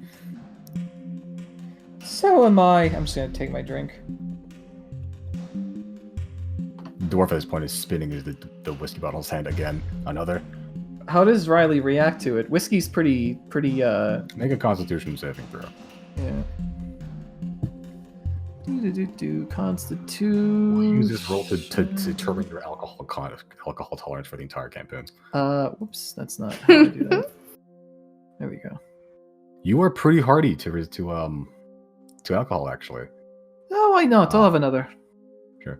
Yeah, we'll I'll use give that him the roll. 5 silver and the 1 use that roll gold. to judge your alcohol content, your alcohol tolerance. So from here on out, Reilly is confirmed canon as, when it comes to alcohol, built like a shit brick house. Yeah. Should I roll for me? Sure, why not? Okay. Constitution save? Yeah.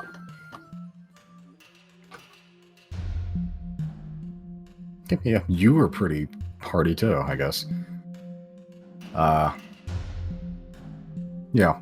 Mr. Prachal left some wine slaying around occasionally. He was like, ooh, don't mind if I do. Can I make a case that since Janna's been heavily drinking the past few days, she has a high tolerance? Yeah, I mean, I imagine you guys have a high tolerance anyway.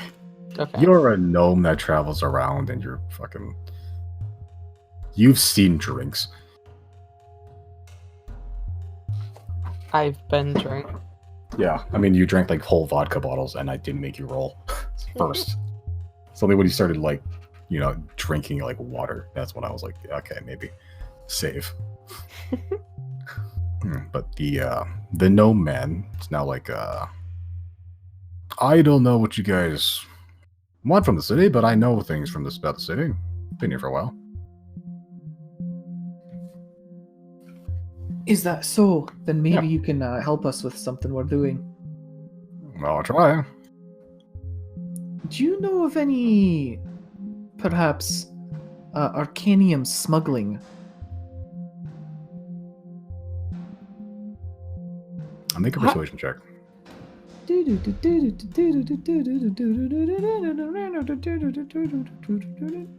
That's perception, my bad. You see that he's looking at you. Okay.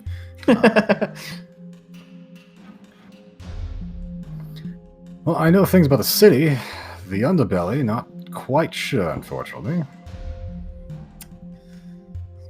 You see, we're on a hot pursuit of one such trade to shut it down completely. You could say that we're, I guess, adventurers with a purpose. That's course. rare these days. That operation is second to my own goals, but it's still important nonetheless. Yeah, what are your own goals? I want to fish! That's fantastic. Sounds noble and easy to accomplish. It's a lot harder than you think it would be. I guess. Haven't fished. Some ever. days you go out and you want to test out a new method that you're using, and you lose your fishing rod. And then other days you befriend a crab and he dies in the winter. And then when you try to bury him, he explodes. I've seen some shit. Try to bury him. You threw him out a window. It's a proper burial. You throw the crab back in the lake. Janna's gonna have another drink. Wait, where's Giorgio and the muskrat through all this? Are they just in the They're bar? at the bar with us, right? I don't know where else they would go. Man, we'll stay outside. Janna's gonna slide him 5 gold to be like, the bear stays in. Animals in here tonight. Thank you. And she's gonna have another drink. Okay. Again, Drinks are 7 silver? You said? 5. 5, okay. Yeah. At this point, he's Put spinning the one bottle. more gold again. down. Yeah, the dwarf is spinning the bottle again. He's looking at you.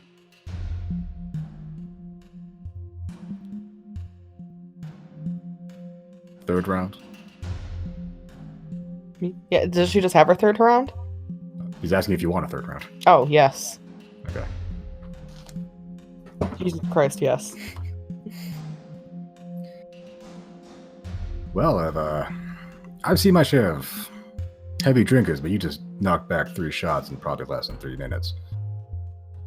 It's been a rough week. Hope I don't mind if I'm prying too much, but mind elaborating? My You ever been girlfriend attacked? died. Oh, that too. You know what? I'm gonna shut up and let Janna speak. Oh, you know what? This was actually what I've been waiting for the last session. Let me pull up the document that I never read off of.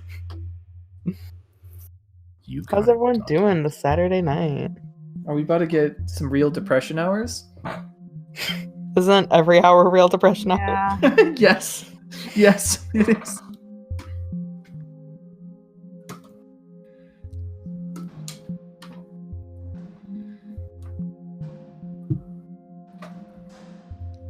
All right, this is a page and a half worth of text. Y'all ready?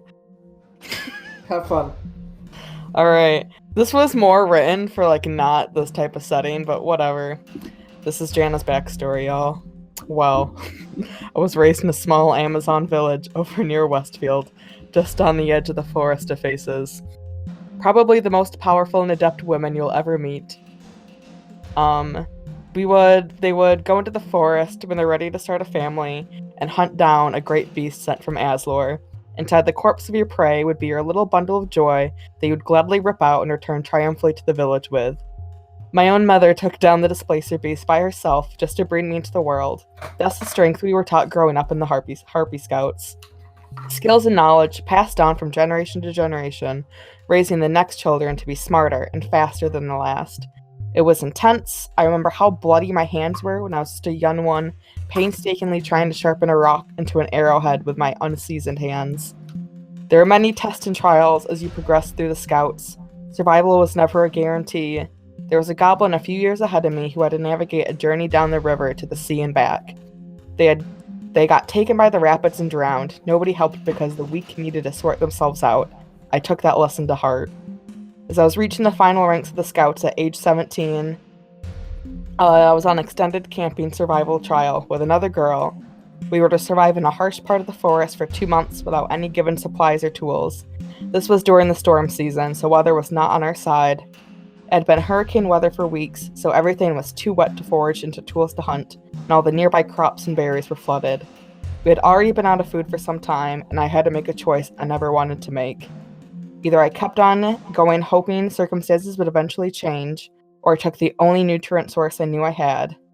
And I took that choice. I mercy killed my partner and ate their flesh to survive, and it didn't go very well. Immediately the trial was stopped and an emergency meeting was called before the head tribe. They ruled that I committed a sin against Aslor and he would never call for such a treacherous act.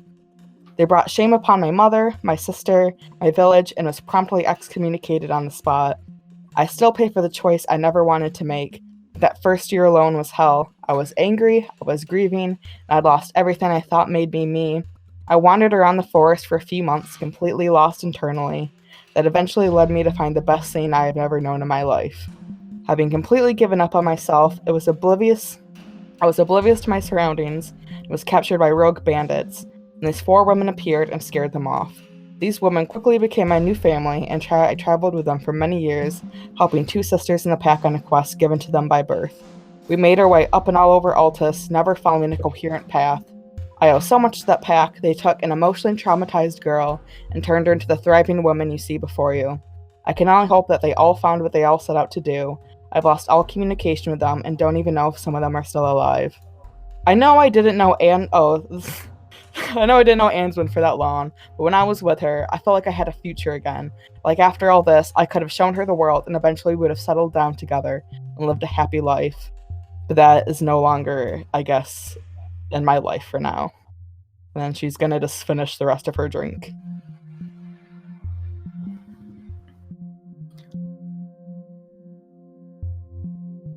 The entire time, Shit. the changeling dude, he shifts back to like his weird gray form and just sort of just like nods intently. They're just listening to like every single word that you're saying. At some point, after about like a few seconds of just palpable pause, Unik, give this one as many drinks as you need. Thank you, sir. At this point, the dwarf has already filled your glass again. She's gonna keep drinking, but it's gonna like go at a slightly slower pace now. Now that Riley's- you're gonna have free drinks. Riley's She's gonna still turn downing them. to the rest of the party and look at them like, do y'all know this? I did not know this. No one knows that. We're learning today.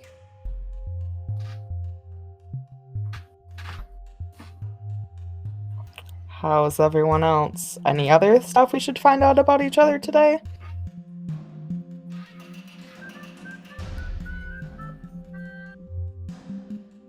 I got nothing.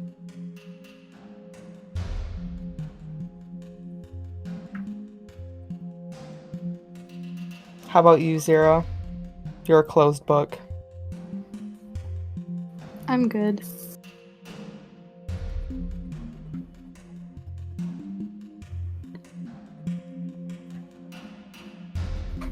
Oh, you guys all had, you seem like you all guys had some rough days. Stay as long as you like. We're open to pretty much till the morning.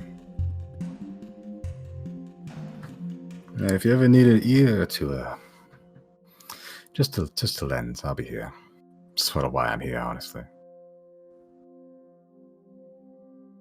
Thank you.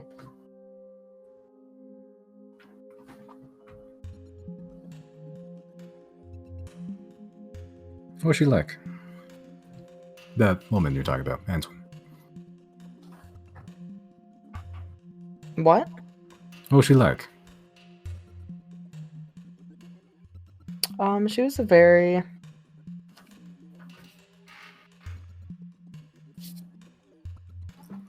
nice woman in the sense that I think other people took her for granted and didn't actually realize the worth that she had.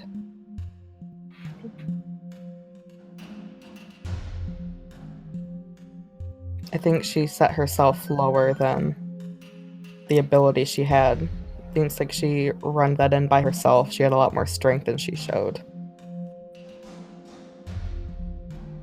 So it was kind of a real shame that it's had to end that way. I think she could have had a much better life. Sounds like it. Sad to see such tragedy in the world. Well, it's a harsh place. Well, it doesn't care if you live or die. But we make the best of it. Alcohol doesn't hurt either.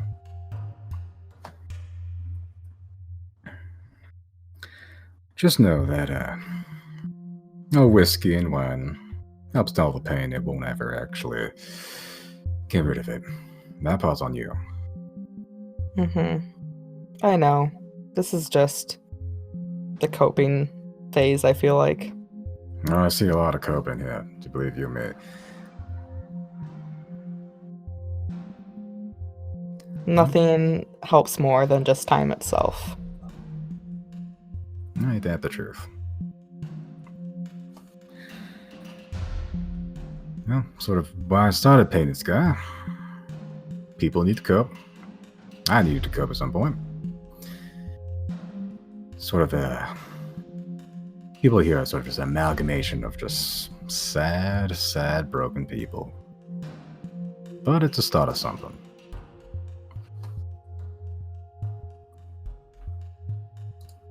What's like I don't know how to ask this, of like Altus, because like this area is different than, what's the lower part of the country called?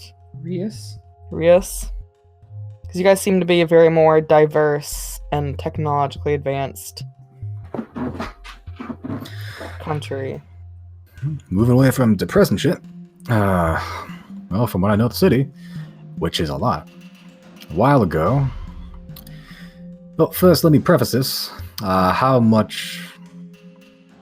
specific do you want me to get? Do you want just basic get to know, or the whole history of the thing? I guess whatever you're willing to share. I'm willing to share anything. It's a matter of how much you want me to share. I know a lot. Seen a lot, heard a lot. So people have loose lips when they're, 3 drinks in. Hey, and she raises her third glass up. I guess she's on her fourth now, I guess? Yeah. I guess you can just run the basics. Well, at some point, the Crucible War ended, and Altus gained the independence again. At that point, new policies, new government. It was founded on the ideals of progress and advancement first. The racial tensions were sidelines in the favor of community strengthening, if that makes sense. If you could work, if you had skills, you had a place here. If you didn't, well, there are people that did have work and skills to help you with that. It's very much community building, community type thing. Anyone, any walks of life can become anything here. Whether you're an old bandit from the Molten Horde, or just a drifter starting a bar. If you got skills, if you're willing to work for them, there's somewhere, some spot here for you. That's nice. That seems like a nice place to be. It is, but there are problems. People tend to flock here, and that makes housing difficult, and the needs get increased, and production gets ramped up. 10 years ago, the Poison Sea wasn't called the Poison Sea. It was called, I don't remember, honestly, but it used to be actually, fish there. Now they just keep prisoners in there. It's a bloody Different shame type of that is. Yeah. Used to be good eating there. Do you know what poisoned the sea? It's just whatever waste they're dumping from the metal foundry. That's what I was thinking. That's a shame. That's the price you pay for Advancement advancement. Is only as good as the good it continues to actually bring. You can't have good things and make other things worse. That's a good philosophy. Fortunately, it doesn't always work out that way. Granted, the government is trying. They're a good bunch. Good head on the shoulders, surprisingly. I've seen what the King of Abethus, King of Reis, doing. He's fucking eating grapes or something. Who is the king of Altus? Oh, the king. I don't even know what to call him. Name is Kirill Jarnhat. Gnome guy. He was brief history lesson. At some point, Altus was like a sort of, it's called a puppet state of Rias. When Rias started the Crucible War, they got their asses handed to them, and Altus basically put out a strike to stop metal production. This put the King of Rias in a tight spot. The man that put that man in a tight spot, Kirill Jarnhat himself. And that man single-handedly won Altus its freedom. So it's not a surprise when Altus gained its independence and they held the first election. He was the first one in charge. I just realized it's the story of George Washington. I never realized that.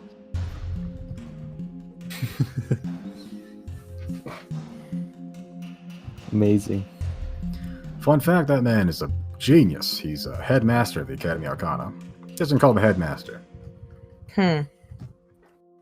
So he's the king and the headmaster. Oh, well, you can call it that. Making mental notes to not piss him off. He's a good guy. You can see him around town, actually, just wandering about, like any one of us. That's another good thing. Pros and cons, man. Yeah, other than the huge smokestacks and the dead fish in the sea, not a bad place to live.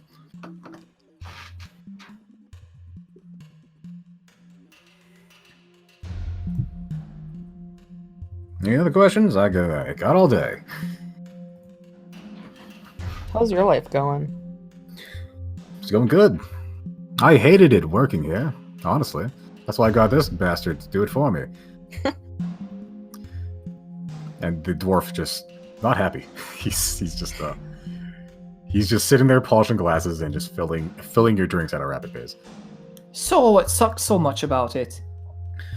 Oh, well, you have the customer service. That's what sucks about it. It's fascinating, I think, talking to people. I like talking to people, so I'm still here. And when people get drunk, they get loose lips, you get secrets, you hear things. Utterly fascinating. It's when you have to mix drinks and, you know, try to appease the customers and get the drinks right. It was just monotonous. Mm-hmm. What's the You have a craziest secret? thing? Yeah. Like, what's the secret you've heard? I'll make a persuasion check.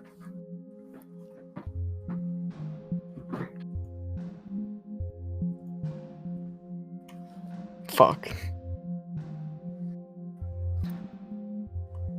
He just goes, Yep, secrets are two-way street, my friends.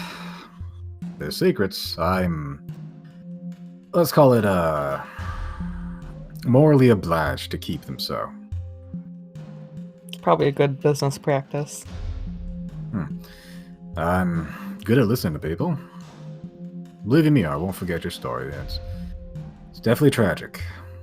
But out of respect for it, I also won't be shilling it out for a buck or, you know, telling it at a bar.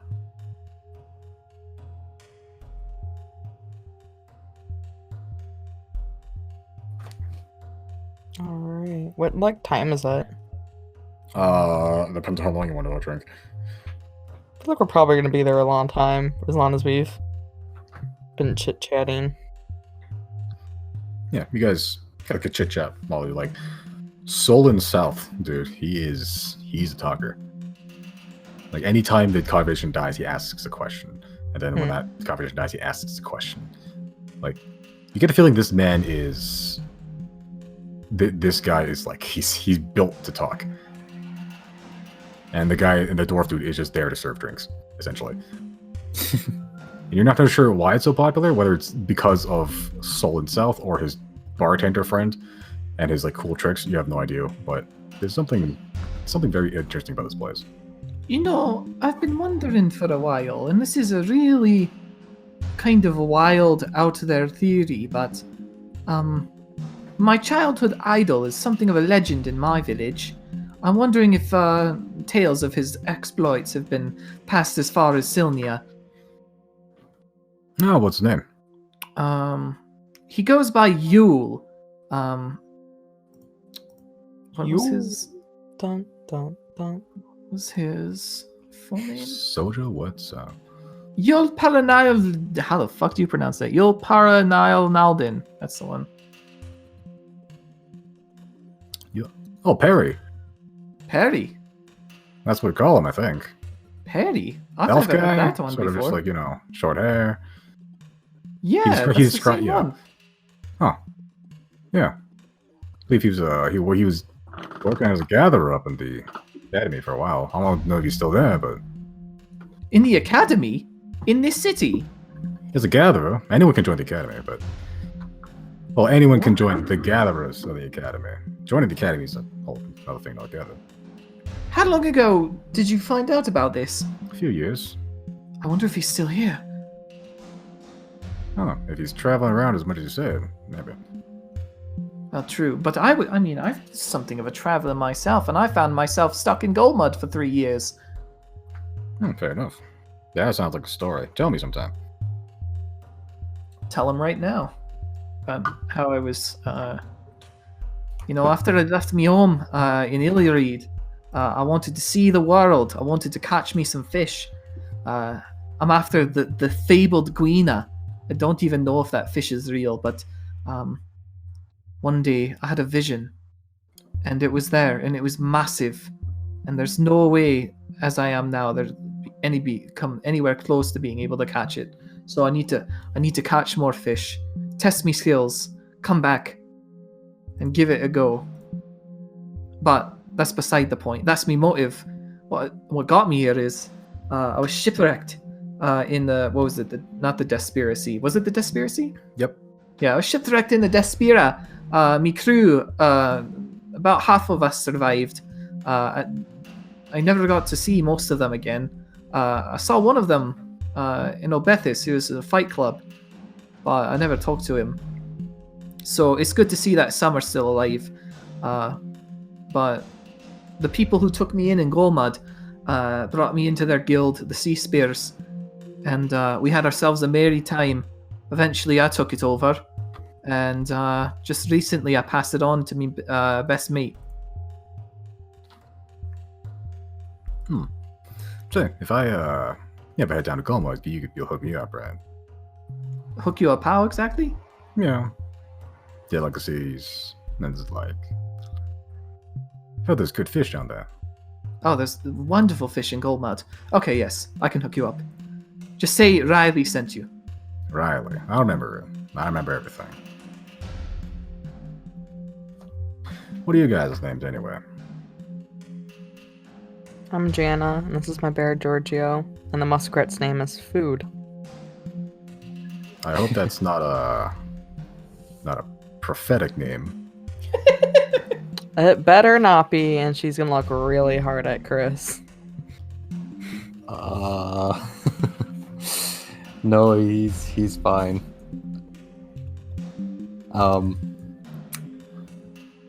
Chris,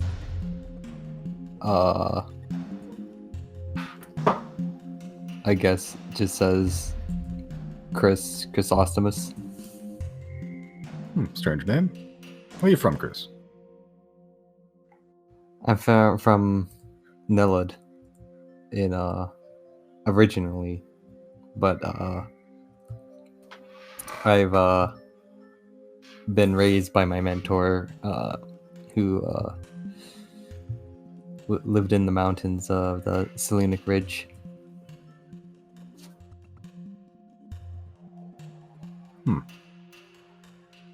That sounds like an interesting story. Imagine he taught you a lot. Sounds like a hermit in the woods.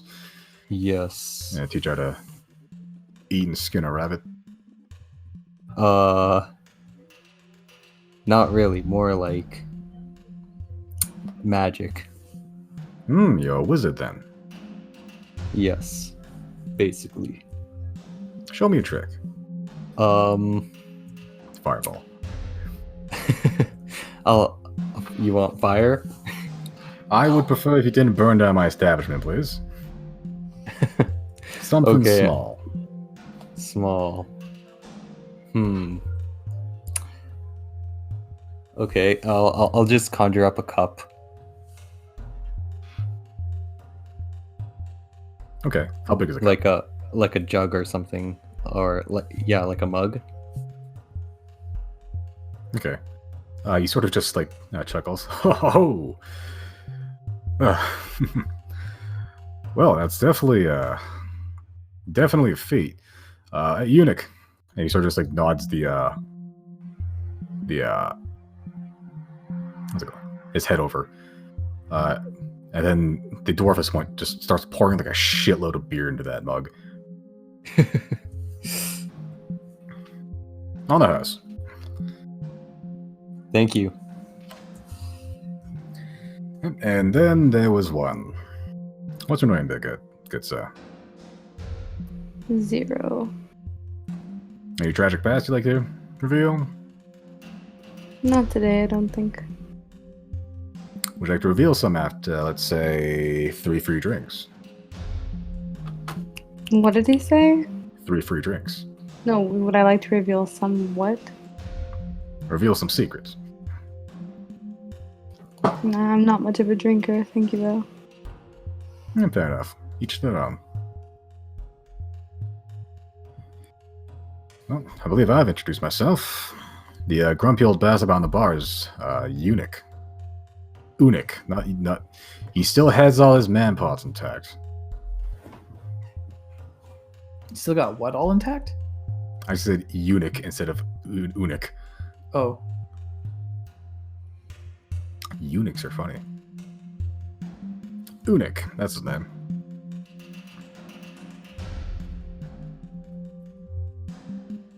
Well, we're well acquainted with him. Just gave him like 700 gold. Yeah, he has not spoken a word other than like business only. Like the only time he spoke is like another drink round, yeah, third round, yeah. Alright, eunuch. What would your dream job be? Probably the let's call it an overseer of a gold mine. Of the what? Of a gold mine. I'm pretty sure that's just code for a banker or just sitting on his ass doing nothing and making money. Something along the lines of that, yes. Well, at least they're honest about it.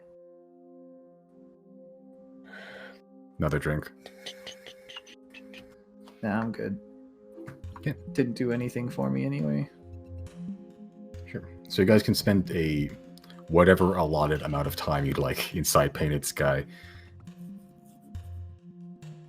I think Reilly is gonna wait for more clientele to come in and kind of listen in on their stories. Okay, you're going to be waiting a while. You got to be waiting till like the evening and like probably late in the night. It's fine. I'll take a short rest. Okay. Can I I guess I don't need one. I don't get my stuff back, do I? go to like You get, like, a bardic table? inspiration, that's about it. Can I go to like a table and cast detect magic? There are no tables in here. It's just the bar, potted plants, and some stools. Oh. Okay. Yeah, this is a very personal bar.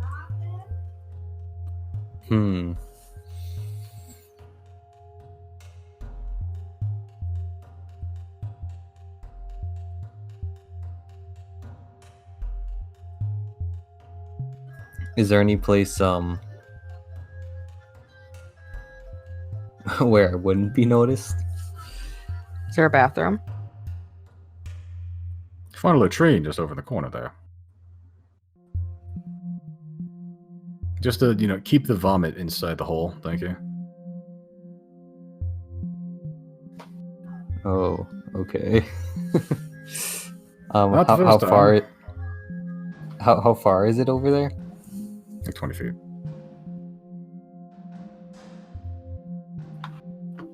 Okay, I'll go over there. Okay, he's casting Detect Magic. Yeah. Okay. Yeah, so 10 minutes roll by of you basically scratching some ruin into the floor. No magic within, 30 feet of you? Yeah. Yeah, so pretty much most of the room is just clear of magic.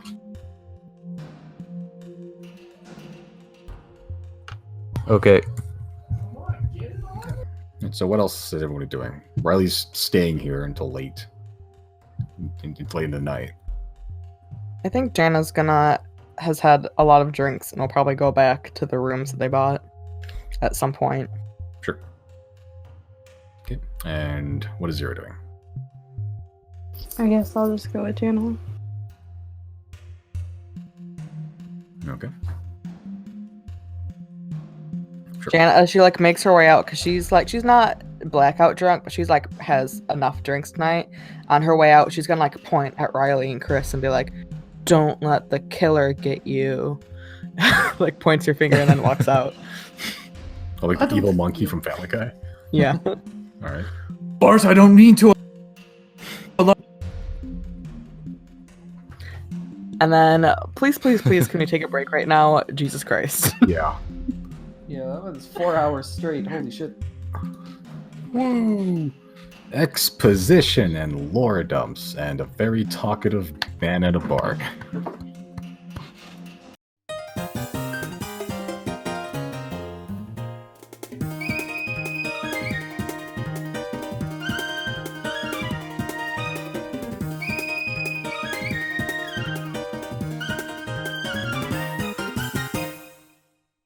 Yeah, I thought you were talking about this movie. Ooh, that also looks familiar. I think that's what I'm thinking of. Does that bed legs get really long? I think it does. Little Nemo bed. Yes! Oh my god, this is it. This is it, baby. It's like a fucking Baba Yaga. That man. Which whenever I get my cat, I'm naming it Baba Yaga. But yeah, that's the bet from Stardew Valley. It is too. Oh yeah, Stardew was the original conversation.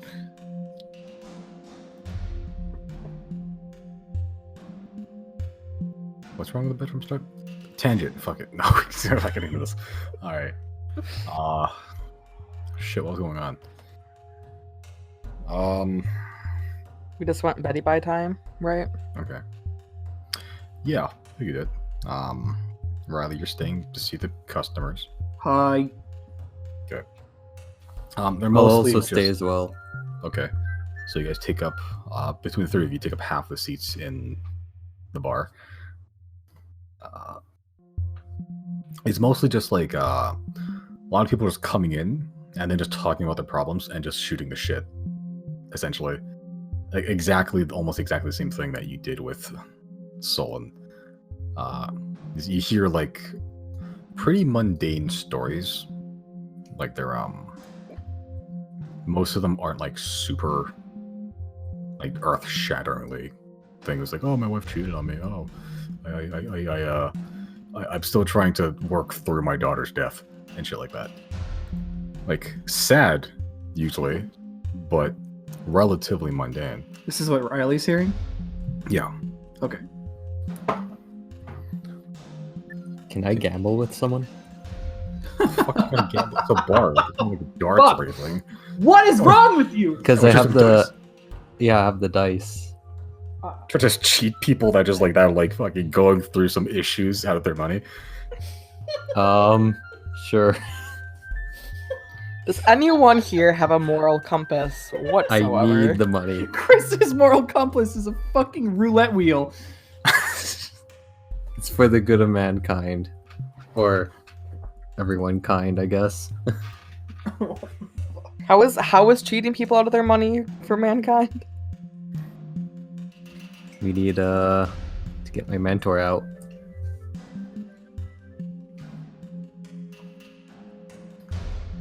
Well, at least now I understand the train of thought that led to this. Right. Make a persuasion check, Chris. With Okay. disadvantage because no one's in the gambling mood right now.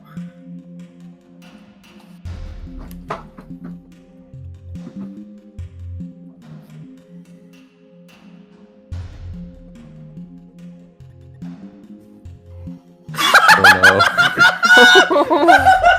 Yes! You become that guy from like one of those like anti-drug commercials, like, "Hey kids, want some weed?" And then like Solon at some point just goes up, like, "Let's put a cap on that."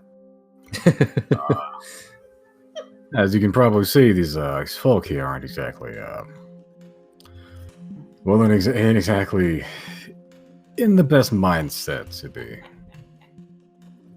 throwing the money on the line. Okay, I understand. Are you picking up what I'm putting down? Yeah. Are you retrieving what I've placed on the floor? Yes. Okay, good. Hard stop. For sure. That's gonna be a no from me, dog.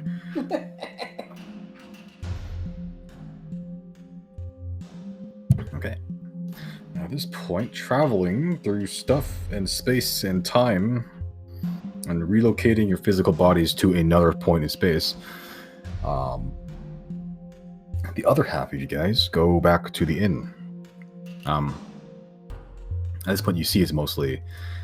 it's more packed. There's not like a super large amount of people in there, but there's a number of people in there. You see most of them are actually decked out in like mostly like heavy-ish armor. It's not heavy armor. It's mostly just like it's armor at the very least. You can see like padded gambesons. You see like some like chainmail, some like riveted chainmail. There's some like some half plate. Some are just decked out in like full plate armor. But it looks like most of the people here are either like old war veterans or fighters or like mercenaries or something. It's a rough and tumble place. Like back at the Eagle Point, there's everyone. Almost everyone here is at somewhere on the body is armed, and there's a big commotion going on around the middle of the inn where there's that little T intersection, and you see some kerfuffle happening in that direction. Can I go in that direction, I guess? You may go in that direction. You see like a load of people gathering around the center T intersection. And you see a couple people that are just like taking their turns shooting at the targets at the far end. You see a elf woman has like sort of long flowing black hair that's been braided on the one side. Some studded leather armor with just elements of wood, just dark olive skin. She seems to be shooting some sort of bow. You see a dwarf guy who's just decked out in just full plate armor, full beard, just big, bushy brown beard that just covers his entire mouth. A voice comes from somewhere in there. There's these big lines made of hair. He almost looks like a walking dandelion. And he's using a crossbow. And he sounds like some just cocksure human guy. He almost looks like a Fabio, the model. Just clean-shaven younger guy. There's just a black hair neatly swept back to behind his neck. Just perfect teeth. He's wearing some half-plate armor, and he's throwing some axes. But they're all just taking turns shooting targets this thing, and then there's whenever someone misses or someone hits, the crowd reacts. There's money being put on the table. There's some sort of betting pool going on. Oh shit, can Janna get a piece of this? You see that? Yeah, she'll really speak in third person, I guess. Nice. The dwarf guy sort of shows up. If you want to shoot, ante up. What's that mean? Means place your bet. Oh, can I like if I want to shoot, I have to bet on myself? Well, you ain't gonna shoot and lose nothing when you lose. Okay. How much do I have to put in? The buying's 10 gold. You go higher. You go higher, you win a bigger piece of the pie. She'll just do 10 gold. I'll just do 10 gold. She says both of those things. All right. Oh, let me just fucking. I have rules for this. Holy shit.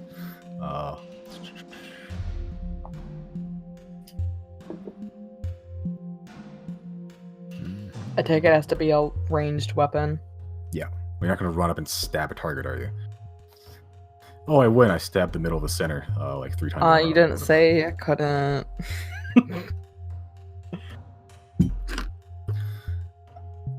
So they explain the rules. You see a single target. Well, there's multiple targets, but one's only set up on the wall right now, just directly in the center. You stand about 40 feet away, and on the target are 3 rings. The higher you roll, the more points you earn, essentially. Okay. After 3 shots, the points are totaled up. If you're using a throwing weapon, like an axe or a dagger or something, or like a javelin, those net double the points because it's harder to hit. Ooh. But you're technically also throwing a disadvantage because it's beyond the range. Okay. So you get a point if you beat 12. You get 2 points if you beat 15, and 3 points if you get above 20. And I'm shooting at disadvantage. Well, if you're going to be throwing something. If you're shooting with a bow, you just get normal points. Okay, perfect. Yeah. Hold on. Let me go. You guys are in a contest now. So minimum I need to make 12. At minimum, you need to hit 12. Okay. Xero's gonna get in on this too. Okay. Hell yeah. All right. We Xero's got gonna high-five ourselves a you. fucking battle.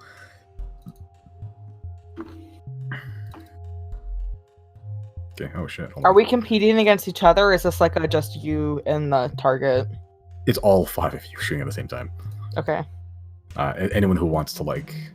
But on Be any in on this. individual. Yeah. Okay. Yeah. So it's like So it's like the people are like. So the people on top of the pot that already been put in by the people that are shooting. There's also like side bets from other people. So on the side. Sure. So hold on. Oh fuck! I think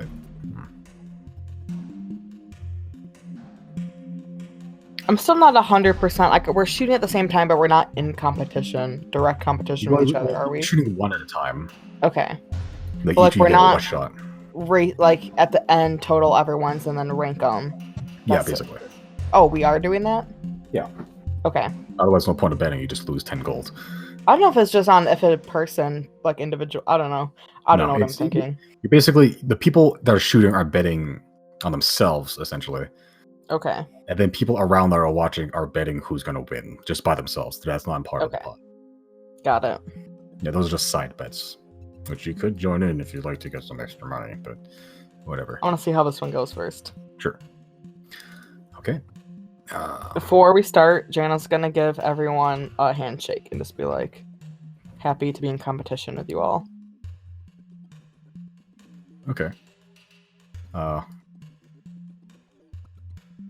Sure. Pretty much all of them. They have some modicum of respect, at least.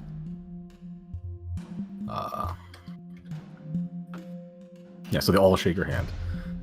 They seem very confused at the gesture, simply because no one. This is less of like a friendly duel thing and more of like a shit talking hot in your face type of Right. competition. Okay, but the elf lady's gonna go first. Okay. Sure. So she hits a fucking bullseye. Nice. Cool. The crossbow guy. He somehow hits even more of a bullseye. Like this is like pure deadly in the center. And the other guy's gonna throw. This guy gets okay. Oh geez, I actually have to keep track of this, don't I? Oh, I did not think this through. Oh, this is a horrible idea.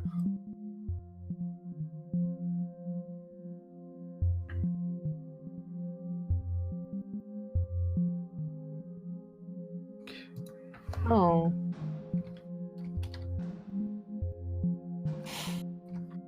Okay. So they all shoot. Like two of them hit bullseyes, and one hits very close to the bullseye, but it's just far enough away that he doesn't quite get to it. That was the guy with the throwing axe. Oh shit! There we go. He's still technically in the lead. Okay, so Janna, you can shoot if you'd like. Before you do that, can you double check the stats on both of my bows? Because right now they're the same bonuses, which they shouldn't be, and the damage on the Resolute Bond is just 1? Question mark? Is that right?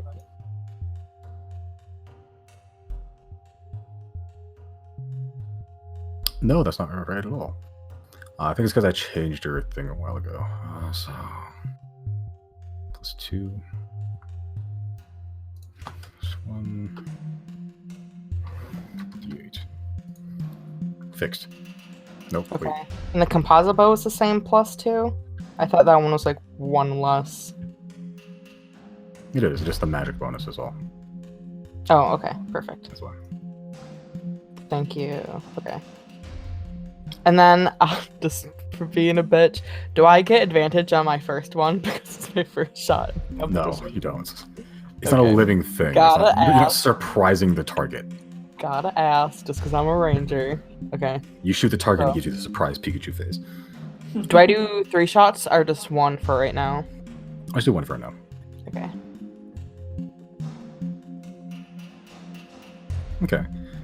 Alright. You're warming up. You hit the outer ring. You hear some chuckles in the back as, everyone else has hit either the bullseye or the second ring. So you get a point. Okay. Xero, you get to shoot. What are you using? Are you using the bow or are you going to use the dagger? I'm gonna use my daggers. Okay, so this would be a disadvantage because it's outside 20 feet.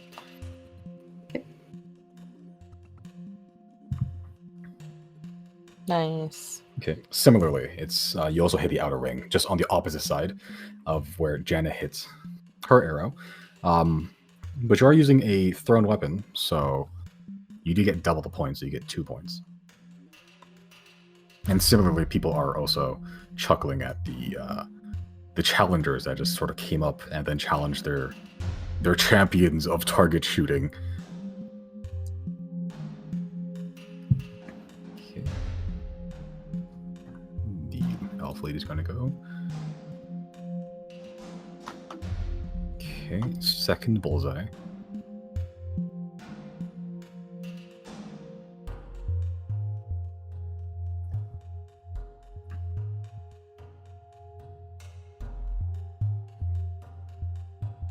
So the elf lady shoots.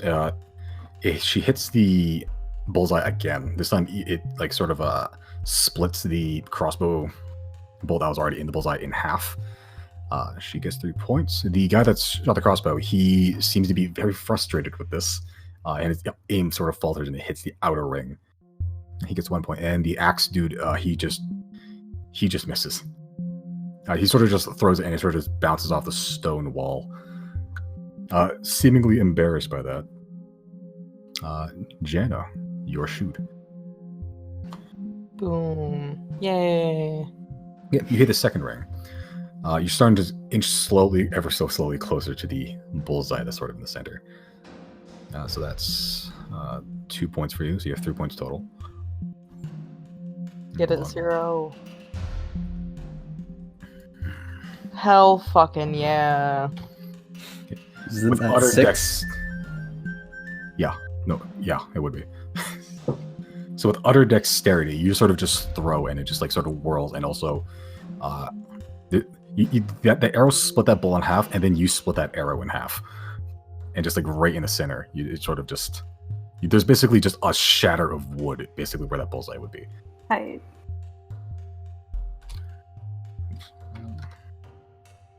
Okay, so you are at 7 points right now, actually. I'm not keeping track of your points because I keep forgetting, but I'll double check. Or was it 8? It's 3 points, so it'd be 6 points total because you doubled it. She got 2 from the first round, right? Yes. Okay. Right. The elf lady, seemingly almost intimidated by the skill of your throw, she sort of like just misses the mark of the bullseye, and her arrow almost skims past your dagger, and it just almost screams it almost. Okay, the crossbow dude.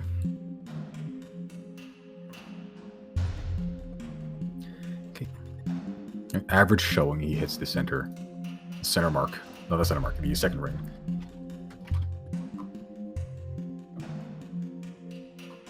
And the guy that's throwing axes. You know, he rolled at disadvantage. One of them was a natural 20 and the other was a 2. So that's pretty cool. Well, Yeah, with the skill of dagger throwing, he is, as the kids say, thoroughly shooketh. He sort of just throws it and just, again, bounces off the stonework, this time like knocking like a chip of stone from the wall. Shame for display. Janna, your shoot. pew pew. Hell Oh, yeah. This one, just a perfect shot. It actually beds itself very deep into the target itself. It almost hits the wall on the other side, basically, as the sort of like vines that sort of wrap around your arrows start spreading over the wood target. Haha, hell yeah. Okay, so that's 3 points to you. I don't know how many points you got now, but you should have 6, right? I think so. I got 1, Yeah. 2, 3, right? Yeah, I think so. Yes, you successfully creeped closer to the target. Xero, your last throw. Yeah. These fucking rolls. Jesus. Okay. And you throw your dagger again, and again in the bullseye, splitting the sort of vine arrow is in half, and it sort of just whips these little twigs and branches and plants just all over the place. Janna's gonna high five you. Xero accepts your high five. Is it like a low five because you're short? Oh, well, hers is all the way over her head. You have to low five her. Okay. Roll for high five. What is Strength that, a check? dex check? Sure, why not? Just Whatever. whatever you want to roll. Oh no. You missed the first time, but the second time you get it, you nail the second time. You're distracted by the height difference, the fact that Janna is about 1/3 your height. Okay, but with that, Xero, you are you put in 10 gold. You get that 10 gold back, and you get everyone else's pool as well, so you get 40 gold on top of that. I'm 50 gonna- gold total. gonna slip Janna her 10 gold back. Oh, thank you. Man, Chrys is probably beating himself over the head by now. That's like a fourth of what he needs. Yeah, that is 1/4 what he needs. Janna would like to give everyone a last handshake. Just being like, good job, good game. I don't know. GG Nori. GG WP. Yeah, the elf sort of just goes like, oh well, you win some, lose some.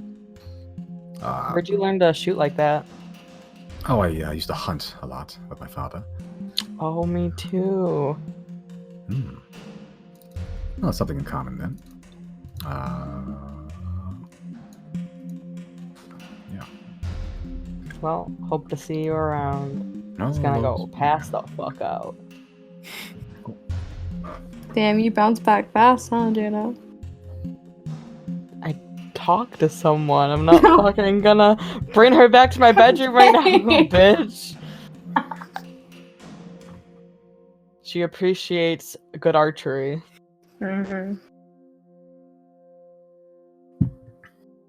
Shame for display from the guy throwing axes. Yeah. He's having a rough night. That's supposed to be their, like, champion? You get the feeling that they're here a lot. Okay. Xero, want to do anything else? Because there's like a bar downstairs, right? I mean, there's a bar. It's basically a single floor story. Single floor building. Oh, single floor. Okay, then yeah, I'll just hang back at the bar for a bit. Okay. I just want to kind of like read the room, see what kind of people are in here, like if there's anyone shady looking. It depends if you count mercenaries as shady. I don't know. I just want to see what kind of characters we got in here tonight. Make a perception check. Can I use one Janna of my suddenly charge- be there? What? Is this before Janna goes to the room? That's up to you. Yes, she's gonna put a hand on Xero's shoulder and give them guidance. And I'm also going to use one of my charges to get advantage on my perception check. Okay. You're about to see into the eyes of God. Fuck, I hope so. And then what's that? Plus D4? Okay. Shady looking. I mean, not really shady people. It's a generally jovial atmosphere. If it's jovial in the fact that people are shit talking to each other like constantly. It's that type of bar. Where it's like they'll run it and punch a dude, friendly punch a man in the face.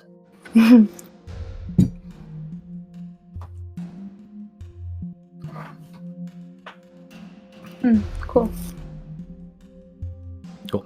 Also should note that it's a single floor building, but the rooms are actually downstairs in the basement. Like it's basically just it's a hatch downstairs, and then there's like a hallway to the left, and then it's just very small rooms. There's 6 of them. I'm gonna wait upstairs at the bar then until Chrys and Reilly get back. Okay. Before Janna goes to bed, she's gonna set alarms on both of the 2 jumbo rooms. Okay. And she will make it so that whenever Reilly and Chrys come through, they don't set it off. I think that's one of the Yeah, you can choose who sets it up and who doesn't. Yeah. Yep. Which Well, I Chris have to get is my- one of the rooms. Will I have to get my own room? That's up to you.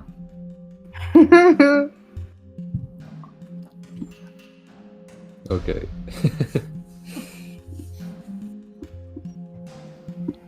If Reilly hasn't, found anything interesting from the stories of the public, he's just gonna head back. He'll salute properly this time to Soul and South. Is this Reilly's first salute of the night? It's his first proper salute. Wow. Character development. He learned. I learned from you, Dad.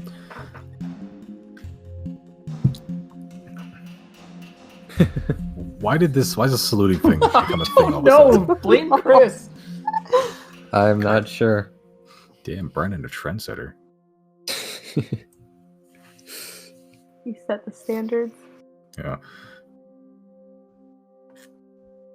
Okay, so I'm assuming everyone convenes at the Eagle Point Inn. Hi. Yes. Who was the it was an orc as a bartender? Yeah, orc. That's like 80% scar tissue. Right. Is this I'm the just- first night since being arrested? Yeah. You were arrested for less than 24 hours. You haven't even been a night in jail. It was like for 3 hours you were in jail. Yeah. You were just in timeout. Basically. It was like the ultimate slap on the wrist. Oh, what, you smuggled drugs? All right. Yeah, we'll let you go. Granted, he had a big ass bail, so Yeah. Yeah, he did. we should have let you sit there for a night. Actually, We should. Anyway, what was the bartender's name again? Rannon. Ranin, that's right. Right, okay. I'm just gonna pull him aside and say, so, we're a bit of a quirky group. It's not every day that, a shady force hires an assassin to come after you. So just be on your guard. He took us by surprise last time, and the entire inn we were staying at ended up dead. So just Would you tell him what the fuck are you doing right What now? would you tell him? I'm preparing him. So Kick us out. sorry. Oh my god. Am I hearing the this? entire inn ended up dead, you say? Yeah, it was they said it was a warning. I don't know if they'll do it again, but they say they haven't decided to kill us yet. It'll happen when we least expect it. And we don't know what that means. But they lurk in the shadows, which is particularly of interest. They call themselves the Gravekeepers. Lurks in the shadows? Sounds like a coward to me. Oh, big time.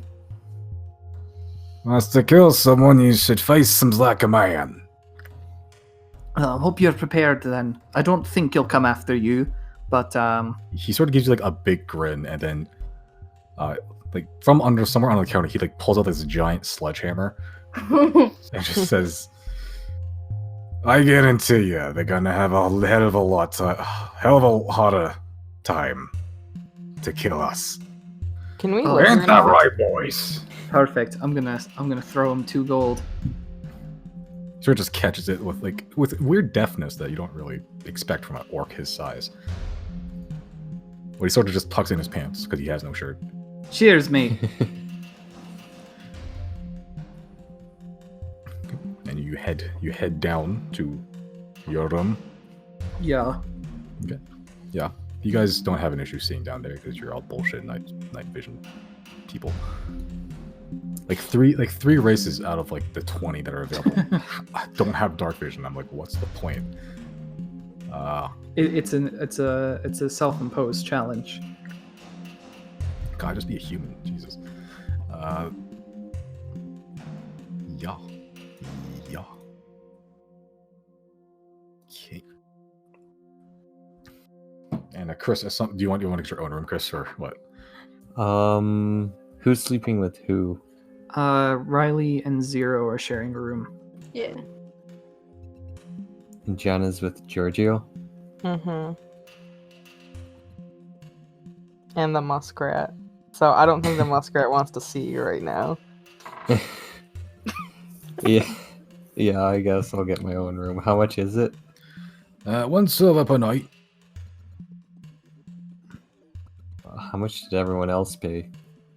One of you paid for a whole week, I believe. Yeah, I one did. of you paid for the night just as well. Okay, I'll pay for the whole week. For one room. That'll be seven gold pieces. Gold? Sorry, 7 silver pieces. Okay. My God, that'd be robbery. I gave him the 7 gold. Okay. He needs 7 silver. Okay. 7 gold is like, cool. Cool, but you got a room. Alright. Cool. It's still relatively early in the evening. So you guys have some time to yourselves if you want to do anything with that. Or just kind of go to bed and wake up the next day. Can I try and gamble with someone here? Make your persuasion check.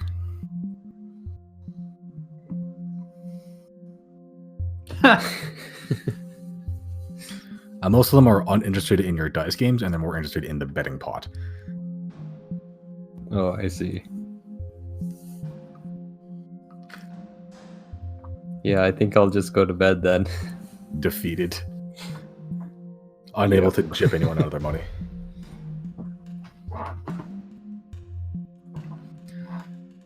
Okay, so morning comes. Right. They wake up relatively early-ish in the morning. By that point, you see you guys get up and get when you guys wake up, get up and get out there. You mostly see like 1 or 2 drunk blackout past like patrons. One of whom is the dwarf that was shooting yesterday, and one's just some rando. Yeah, it's a mostly overcast day today. It's cooled off slightly. It's still weirdly humid, just because of all the steam that's just sort of ambient. Yeah, the day is yours. Did you say the dwarf that we played against was passed out at the bar? Yeah. I would like to sleight of hand his 10 gold back. Aww. Sure. Make a sleight of hand check. Can Janna give you guidance? Do with advantage because he's fucking blackout drunk. Not that you need advantage, but you know, I just want to see how disgustingly good your roll is. Yeah. Damn, the first roll was like my lowest roll yet. Oh, you rolled a 2? I'm sorry for that 16. You basically salt-based his 10 gold back to him, but then all of them land perfectly in his pocket. You do it from like 6 feet up in the air, somehow. You just football spike a sack of 10 gold at him, and it just lands perfectly in his pocket. Cool. Yeah, what else would you like to do in the city? Can Janna find a blanket from her room and like put it on the dude who's passed out at the bar? Sure, you may. I guess the dwarf, not fuck the other guy. I don't care about him. Let me specify that. You can. And also, I think I need to recast animal friendship for the muskrat as well. Lasts for 24 hours, yeah? Yeah. Yeah, okay, you can do that. Okay. So to mark off a spelly slotsy. And you also notice your horns have gotten a little bit more pronounced. Is it poking through my hair yet? It is. Not very much, but they are. Ooh. Does Reilly notice? Probably. Zero My notice. passive perception is really high. I mean, probably. They're not like hidden or anything. There's like an inch or two of just like this weird rigid thing on her head. I'm gonna be like a kid and just like grab at them and pull them and see if they're real. They're solid. They're solidly attached to her skull. Nice. Janna's gonna go. You guys want to see something fucking cool? Hell yeah. Hell She yeah. turned into a bear now. What the fuck? In the middle of the bar? Yeah. You're wild. You may. Chris's jaw dropped. Honestly, this is probably like the least like weird thing you've seen in a while. But yeah, Janna just like just merged into a bear. That makes almost too much sense. Can I now fully speak with Giorgio? I mean, you could always speak fully with Giorgio. You didn't say that last session. Like, you can't say sentences. You can only use your feelings. And I was like, I thought you specifically gave me a thing. No, like with the Resolute Bond, you can just straight up speak to Giorgio. It was with the Muskrat you're trying to do that with. Because I was trying to tell him to unlock the door from the inside, and you're like, you can't do that. No, you were trying to communicate with him telepathically. Yeah. Fuck Giorgio. Yeah, talk to Giorgio and will Read his my mind. existence. Yeah. You're supposed to have my back, Misty. I'm sorry, I don't mean to correct you, but I listened to this session literally like 3 hours ago. Not 3, whatever, today. Yeah. You can just try to talk to Giorgio, but like talking to him through like a 7-inch thick steel wall that's been magically enchanted with your brain is another thing. I guess that's fair. What? I can't impose my thoughts on this bear anytime I want? What bullshit is this? Out of curiosity, now that I'm in bear form, can I not talk to like regular people now? Yeah. Like I lose my human language, right? Yeah, you can still understand it, but you're just like. Blah, blah. Okay, but I can't talk back. No. Bruh. Hell yeah. For all intents and purposes, you are a bear. If I use comprehend languages, would I be able to understand what she's saying in bear?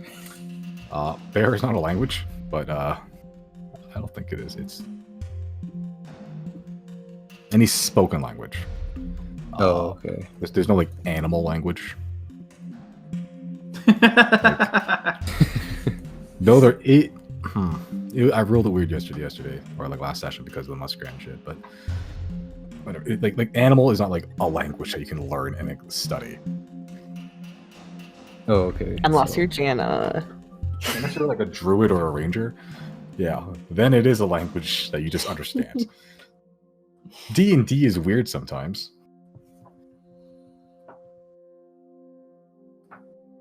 Yeah, she's gonna turn back into her gnome form. Okay, so mark Just off be like, a use of a wild shape. is that a spell? How does that work? I thought that was an action. I put it on your. Oh, I don't have it here. Interesting. Kind of wild shape. I thought I put it in here. How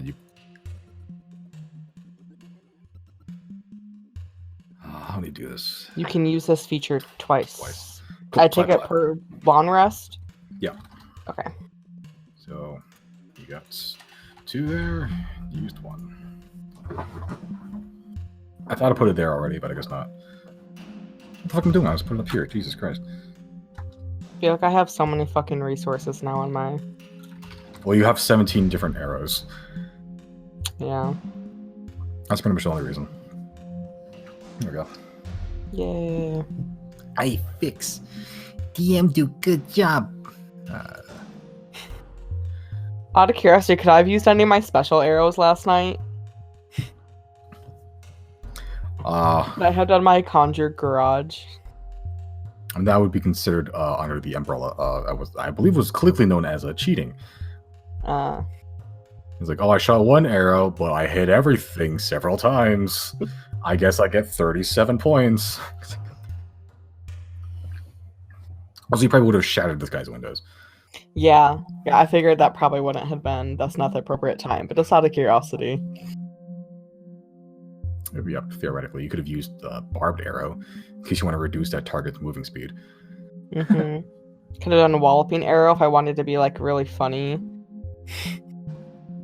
Just knock dents into the target. Speaking of dents in the target, Reilly wants a shot. Okay, with what? Ungvar's old trident. Sure. Make a shot with the disadvantage. It's using your strength modifier, so it's not going to be like... Then again, you roll extremely high, everything you have is super high. So I believe you just make an attack roll with disadvantage. Yeah, that makes sense. It's still pretty alright. Okay, you just barely missed the mark. Like, just barely. Like you basically skim the edge of the target, but it still hits stone. There's something about the weight of the trident that just it makes it feel heavier when you're throwing it, and it doesn't. It sort of sticks slightly to the stone before just sort of bending over and just like hitting the ground. That's not a magic thing. That's just you're throwing a heavy piece of metal thing. Yeah. No, that's fine. Well, looks like that needs some work yet. Alright. What you guys want to do? Getting my slots back, that's what. Oh shit, I need to prepare my spells. Thank you for remembering that. I believe you can prepare more technically now because it's you leveled up. Yeah, I get 3. Does anyone want to buy some potions off of me? What potions is that? Yeah, what do you got? I We're starting got to sell it to Potion the party. seller. I just said that. What are your strongest potions? I actually got a strength potion. Poison resistance, cold resistance, or fire resistance. What's that poison resistance potion? It's a green one. Resistant to poison?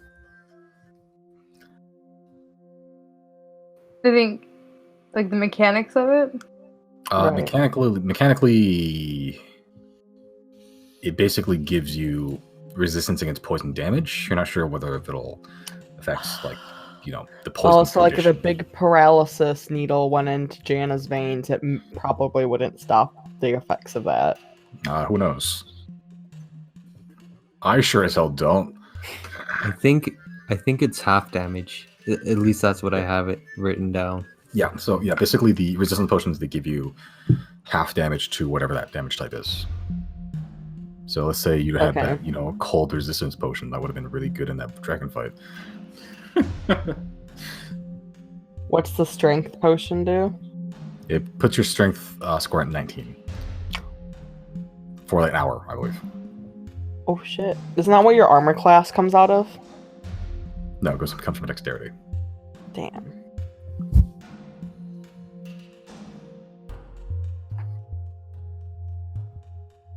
What are your other potions?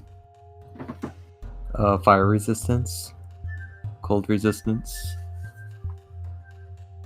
Cold resistance would have been great last session too. Yeah, I totally forgot about that.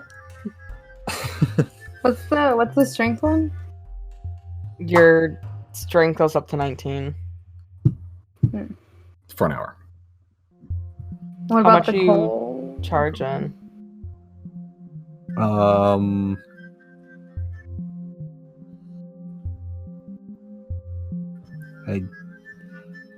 The cold one just gives you cold resistance for an hour, I believe. It basically makes you take half damage from cold damage. Let's say you drank that in the dragon fight session, Xero, you would have taken... If you failed the saving throw, if you had resistance, you would have taken half damage from that anyway. So it would have taken only 23 damage. Thanks for reminding me, Simon. No, just an example. You didn't have a potion, so you couldn't have done that. So, I actually totally forgot you had that potion to begin with. So, yeah, that wasn't me throwing shade. That was just me forgetting what the fuck you guys have and throwing an encounter at you. Happy accidents.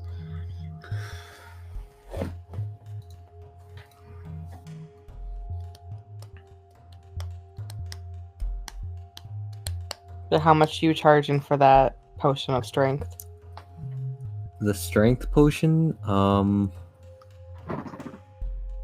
I'd say Ideally, how much do these potions go for? Usually. They could go for anything. Normally they're like, what's it called? Oh shit. Yeah, shit, you're making me Google shit. Make an intelligence check. Because you don't know off the top of your head, like, the market value of a specific potion.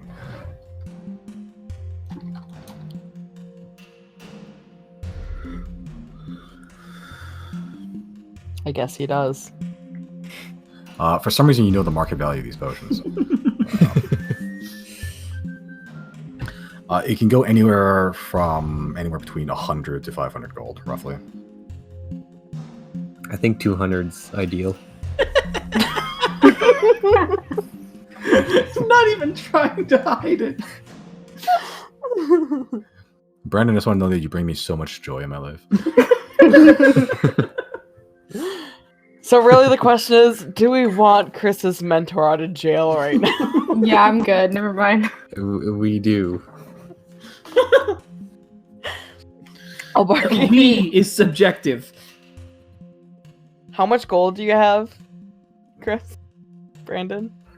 14. Oh god. This. Fucking hell. I'll give you 185 gold.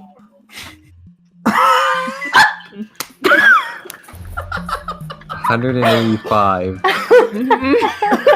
Fucked up.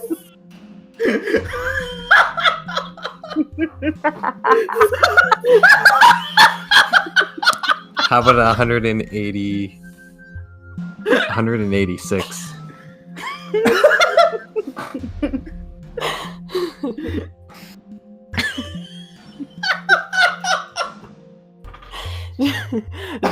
Just gonna sit there really hard and think about it. Can I make a persuasion check? Yeah, I was like, make a persuasion check. Is there anything like that would what would go against my persuasion check? Well, that's just whether you can either roll for it if you want to, or if you want, you can have a DC that you'd like to set. It's up to I'm you. gonna say It's- she's gonna say 185 or nothing. Ooh, gun merchant. You have to nice. find a way to get that 1 gold yourself. You have to learn the lesson of the value of money.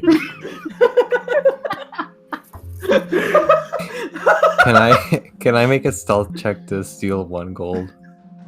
Oh From my who? god. Your party or like someone else? Or what?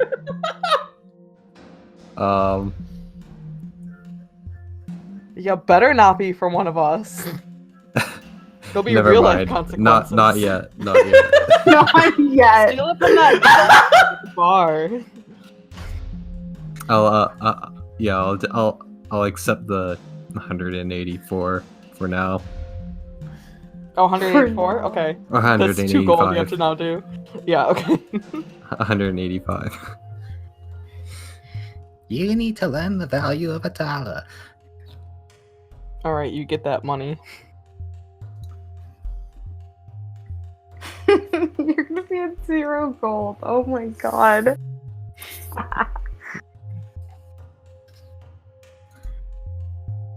I don't think I've ever seen someone this destitute before. Like, outside of being like very beginning of the game, like this is Chris is living in squalor right now. Yeah, I'm almost sad for him. Wizards are expensive. What the fuck did you spend all your money on? The bomb! Right, Oh, that's why. The bomb, IED. the bomb, Just gone. the luxury room, the Bag of holding. bag of holding. It all went to your fucking head, dude. It all went to your fucking head. The baguette. Right. The muskrat bones. Holy shit. Oh yeah. He's just all over the place. Dude. Fucking. The police would shit their pants if they see your receipts. Okay. But you're 185 gold richer, and now you need to find a way to learn the value of a gold piece.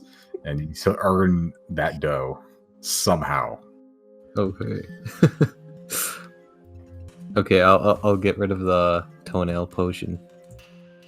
Okay. On my sheet. Ew, did you have to drink the Toenail toenail? potion? It has a Yeah. toenail in it, yeah. There's a toenail on it, yeah. Does that do anything, or is it just a bad potion? No, it's a toenail on it. It's for flavor.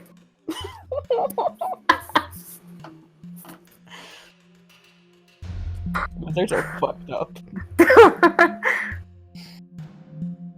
I'm sorry. Oh, sorry. Hold on. It changed your score to 21, not 19. Tight. Yeah. So you are technically above the mortal limits of strength. Not that it matters. You still have, the same strength score as 20, but whatever. Yeah. Cool. So, Janna, you can either mark off a potion of hill giant strength or a toenail potion. It's up to you. What the fuck does a toenail potion do again? It puts your strength at 21. Oh. I feel like that's What's the fourth difference time I've between said that and the other one? Well, It's the other the ones same. it's the same thing. Oh, but it just doesn't have a toenail in it? No, they're the same thing. It's just whether we like calling it a toenail potion or potion of hill giant strength. I'll take the not toenail version just because my inventory is already fucked up as it is. Okay. Do you still have Yeah, shit on you? What? Do you still have shit, like literal shit on you, or did you leave that No, in? no, I dumped Oh, that out. that's- But there's still, I have just the biggest list, I feel like. Yeah. Compared, I don't know what everyone else's sheets look like, but like I can't see the top of it at the same time. Yeah, I think you're the only one that keeps everything in one thing. I think most everyone puts like miscellaneous shit in their bio page. Yeah, I put a few. Oh no, things I in my love making bio. a big ass list. That's the only way I can. Why do I have a Minotaur bone? You picked it up I have from mi- the thing. I have Minotaur bones too. It's always funny watching the players like, what the fuck's this shit? I have a lobster shell. I have Solo. Minotaur bones too.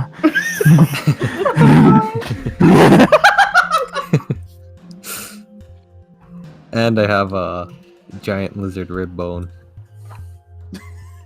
Oh, dude, you can do the same thing with those giant lizards too, honestly. Yeah, and the giant boar rib fragments. Oh, is that why you've been collecting bones? Is that... Yeah, I've been doing it this whole time. Jesus, I totally forgot you had that spell, and I forgot that was a component. I Now can't that everything believe it. makes This so is much the sense. plot of Fire Emblem He's 3 gonna now. have a bone gallery soon. The thing with Brandon is that he doesn't do anything without a reason. It's just his reasons are just like so like convoluted and like, not clear at all. Okay, so I forgot where we were. Yeah, so your potion still has a toenail in it. It's just you call the potion of Hill Giant Strength. Okay. That's I just put part of potion it, of yeah. strength. Sure. I have some jewelry that I want to get off of me. I have an emerald ring and 2 ruby rings. Okay, looking to sell that then? Yeah, because we're going to the market, right? Oh, we might as well. We have some free days. Yeah. Can I try and gamble someone? Or is anyone around? Where are you trying to gamble someone? Are you doing it on a street corner or like in another bar or like what? I'll do it on the street corner. Okay. Make a general persuasion check to see how many people come to you. Isn't it like early morning? Yeah. Okay. 5 a.m. Rise and grind. Get that bread. So there's people. There's definitely people. It's relatively early in the morning. It's like the sun has already risen at this point, but because of the walls, it's not quite light outside yet. There's still some faint bits of torchlight. You actually notice, like, as you're just walking around, there are like these occasional, like, fairly tall iron, like iron towers almost. Well, not iron towers, like they're like iron poles. That's what they're called. And almost like a lantern at the top with like a giant bonfire at the top that sort of gives light. It's like a roof as well. You're not sure how to stay lit. They're not torches. It's like almost like a house for fire. Oh, I see. Those are still active, and it's mostly just firelit outside right now. You get exactly one customer. Make a deception check to see how much you scam them out.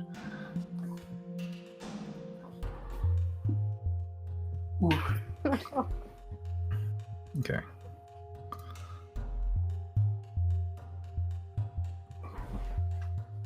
Okay. You get exactly 7 silver from this guy. Okay. He That tries pays once. my room. He does. He tries to what's it called? Like you scam him out once, and then he's like, "Fuck it, I'm gonna do it again." You scam him out twice, then he's like, "No," and he dips. And then for the next like hour or 2 hours, that's all you get. Also, I'm checking your character sheet. You can technically pay for your guy's bail now. You have silver, which can translate to gold. Yeah. Yeah, I was just trying to make extra money. It bothers you that you can't pay him exactly 200 gold. You can pay him 199 gold and then tells 10 silver, and that's the exact same value. Yeah. Yeah, I was just seeing if I could, get above, like at least have A Some single gold penny in to your inventory. name. yeah, like like at least like 20 gold after. You want to know a fun fact? You want to know the material components for detect thoughts? What are they? It's a copper piece, because it's a penny for your thoughts. Oh, I should probably mark off some copper pieces, huh? No, it Let's doesn't just- consume them. You just have to have them. Oh, okay. Never mind. Also, you can use arcane focus as a substitute for material components, as long as it doesn't consume them or something. So you technically, anytime you cast detect thoughts, well, actually no, any spell you're casting that has material components, you're technically using an instrument. Oh. Technically. And technically, you shouldn't be able to cast it because you're dual wielding, but I'm just letting that slide for the sake of smoothness in combat. Well, thank you. Yeah, I don't want to have to introduce like a bunch of like, oh, I have to draw this sword, but then you need both hands free. It's weird. Yeah. But yeah, I think now I'm just gonna head to the Black Harbor. Okay. Can I come before we leave the thing? Can Janna get her room for the rest of the week? Sure. So you pay another 6. Yeah, 6. You have a jumbo room. So it's 6 times 3, whatever that number is. 18. 18. 18 silver. Yep. You got a nice bench. And one The bench is actually more. very well made. Like it's one of those that are like bolted onto the wall.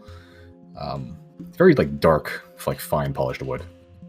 You're essentially paying for a slightly bigger room with a bench for an extra 2 silver. I mean, that bench is worth it, man. It's a pretty good bench, honestly. Okay. All right, paid for. Sure. So Chris is going to Black Harbor. Anyone else doing anything in the meantime? I would like to go check out the market. I'm gonna go with 0. Oh yeah. Yep, so just asking around. It's not difficult to find. Oh shit! I should probably reveal some of the stuff, shouldn't I? Okay, so you've already been to the steam line station. It's not difficult to find. Just asking around. People are very like generally amicable here. Amicable? Yeah, amicable. Like they're pretty nice. It's the Canada of the world. But they direct you to a place called the Copper Barter, which is they tell you as is generally the sort of central marketplace for just mundane bullshit, like food and like boots. It's the big purse of Solnia, essentially. Hmm. It's called the large wallet. Is it really? No. Gargantuan purse. All right. Sure. So, you guys buying anything? What are you buying? Is there like a blacksmith around? Yeah, there's a few. You've already passed a couple just on the way around and walking around the city. They're not like Alright. most of them aren't like swordsmiths or armor smiths. They're mostly just like making like horseshoes Oh, and nails. Never mind. There are some normally around the Copper Bar, honestly. There is something that Reilly wants to attempt. Okay. What are you going to attempt? I would like to fix the rust and crust off of Ungvar's old trident. Okay. Yeah, that's something pretty much any blacksmithing can do. They're just cleaning and polishing like a piece of metal. You hand it to like a younger, so like a blacksmith apprentice kid. He's like a some sort of like goblin based blacksmith, which is kind of weird. Because like it's you haven't really seen too many goblins, but then goblins are already kind of small, and then this goblin is like absolutely tiny, and they're just sort of just dragging the trident like across the ground, attempting like a giant hunk of metal across to the forge. Do you need some help with that? No, I got it. All right. Yeah, and he eventually carries it like one of those travelers, or like people carrying buckets of water, like just across his shoulders. But over the course of like 10, 15, 20 minutes or so, eventually they polish enough of the trident off. It's like with the brushes and like just heavy like rasps and such. They oil it as well, so it's like it keeps a little bit better, so it doesn't just rust again. You get a pretty like pristine, actually, Umvar's trident. You can see like before it had this like sort of green patina on it, like some elements have rusted off, and just sea spray and just years of being tossed into the lake. It sort of shows this sort of like a normal gray, like light gray, shining trident. Nice. Cool. And how much will that run me? Oh, it's cost 3 silver. Perfect. I'll give him 4 for a job well done. Oh, thank you kindly. You need any more blacksmith work, you come to me. Aye. Cool. So we can mark off Ungvar's old trident to just Ungvar's trident. All right. Cool. Xero, what would you like to do? Xero or Janna or whoever else. Are there any merchants around? I doubt it, because they have, just like basic stuff here. But there's no one selling like gems or jewelry around, is there? There are not as many jewelers here, but there are jewelers. Cool. Let me approach one of the jewelers and show them my rings and just ask how much they'd give me for them. Yeah. These are the rings that you got from... With the emerald ring I got from the jeweler in Fairhaven, and then the rubies I got from the train, like the caboose that I robbed. Oh, good. Okay.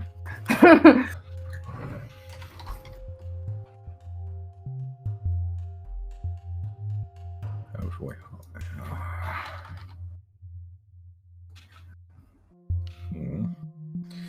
Oh boy, howdy. What up? I'm just looking at the prices.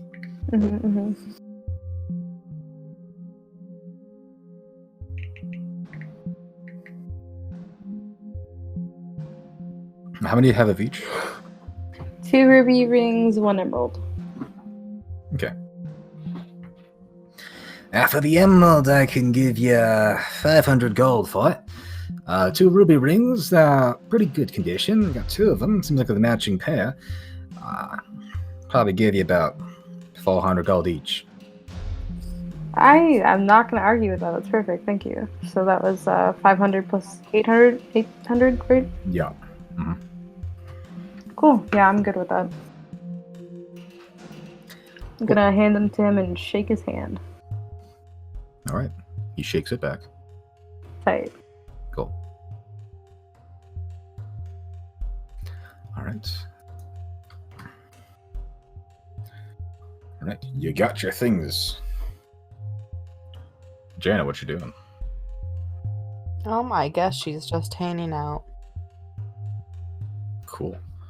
All right, Chrys, you make your way to Black Harbor. Yeah. Thanks, you bet.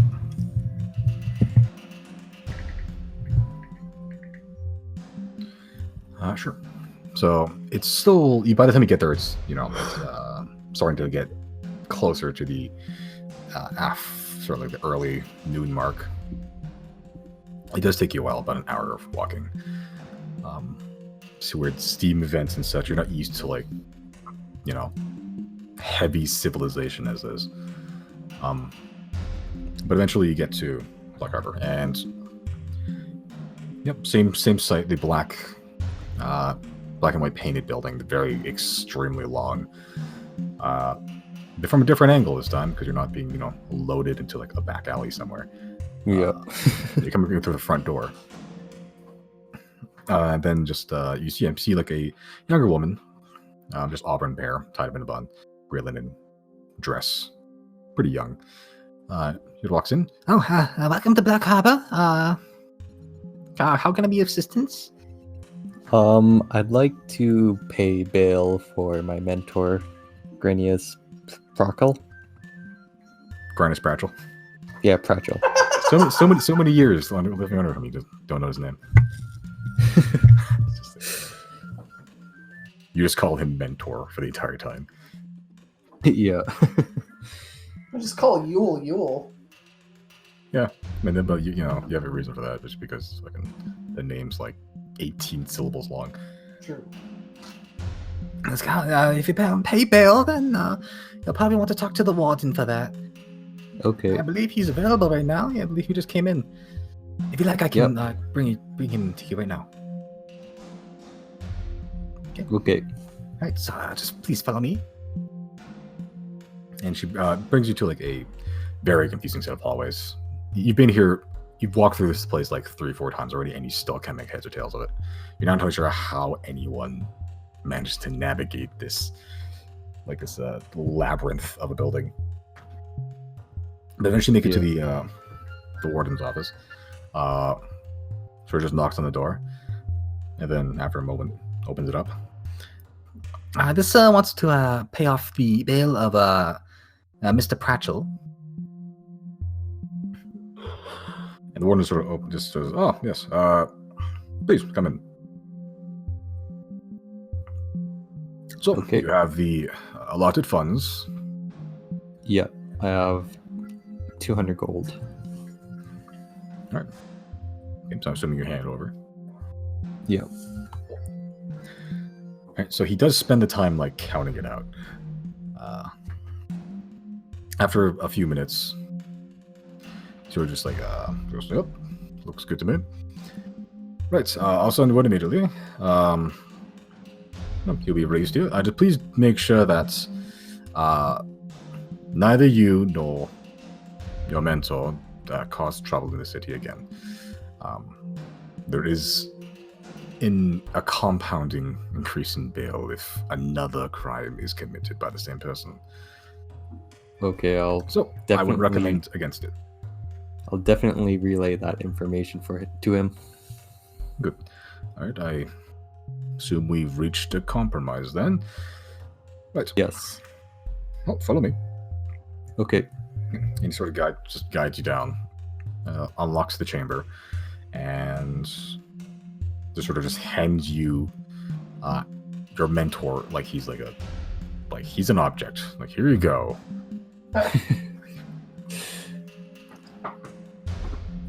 Do you need your stuff? What stuff? You didn't come here with anything? No! I have clothes and my hat. Well, I guess we're all set then. Oh, no, one thing. And he rushes back into the room and then grabs a half-eaten chicken sandwich. I am ready. Well, we can probably get you something a little bit better than that. But I like chicken sandwiches. Okay. Ooh, I'm out of the chamber. And he sort of he casts a spell which you've recognized as prestidigitation, which allows him to flavor food. Spicy. Ooh, nice. Looks good now.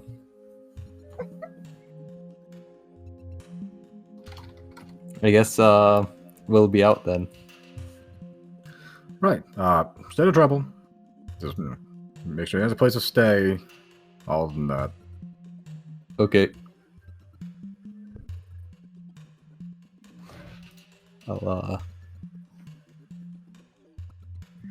I guess I'll take him out of the Black Harbor.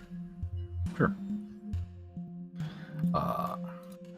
Oh yeah. So for the first time in a while, he's seeing sunlight. It's still overcast, so it's not like exceedingly bright, but he is like he's looking like he just ate something real sour. Oh. Like he's like, ah! Are you all right there? Why is it so bright outside? He sort of like it's, he puts his like wizard cap over his face. it's haze now. I don't like haze. Yeah, it's definitely hot compared to the mountains. Why did I come here? Oh, we need to go back to the Academy Arcana. Oh, what was it that you were looking for when you were there? Looking for a book about the history of the world. They must know something, anything about fallen stars or anything. Well, I guess we could go together, but I want to make sure that you're not breaking any laws, because I never broke any laws. well, I had to pay 200 gold to get you out. And if you break another one, then I have to pay an increasing amount. You can afford it. Well, I'll try if it ever comes to that, but let's try to avoid it. Fine. We'll do things your way, since you're oh so smart, Holy One. Okay. Well, I guess, you know, we could go to the academy now. Check it out. Fantastic idea.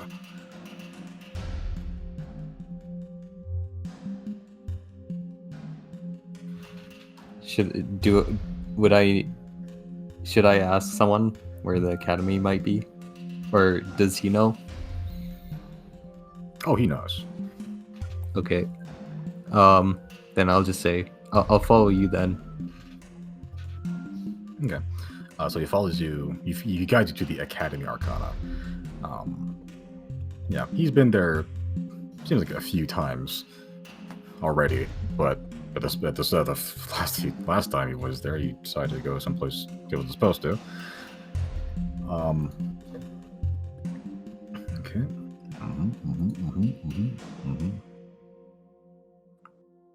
Okay. Sure. So you guys are going to the Academy Arcana. Anyone else doing anything in this meantime? I think Reilly would also like to go there for a totally different reason, though. Okay. What are the other two people doing?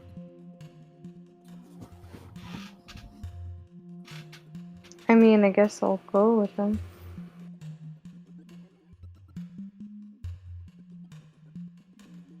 Okay. Jen, you're going with, or are you going to do your own thing?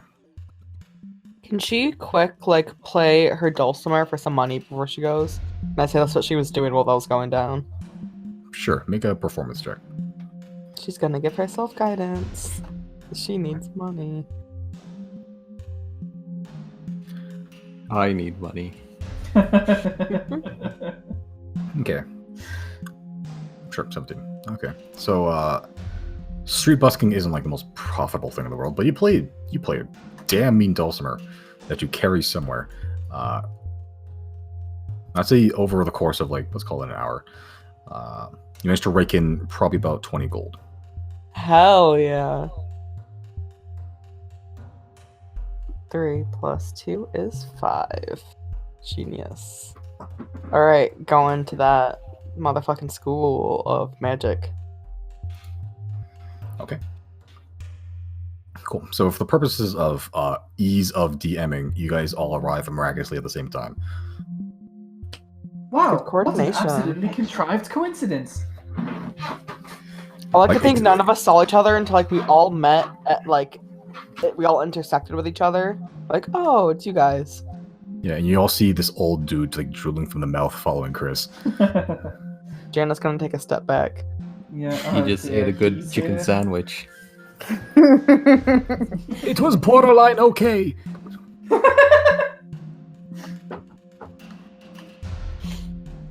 I What are you suggested- all doing here?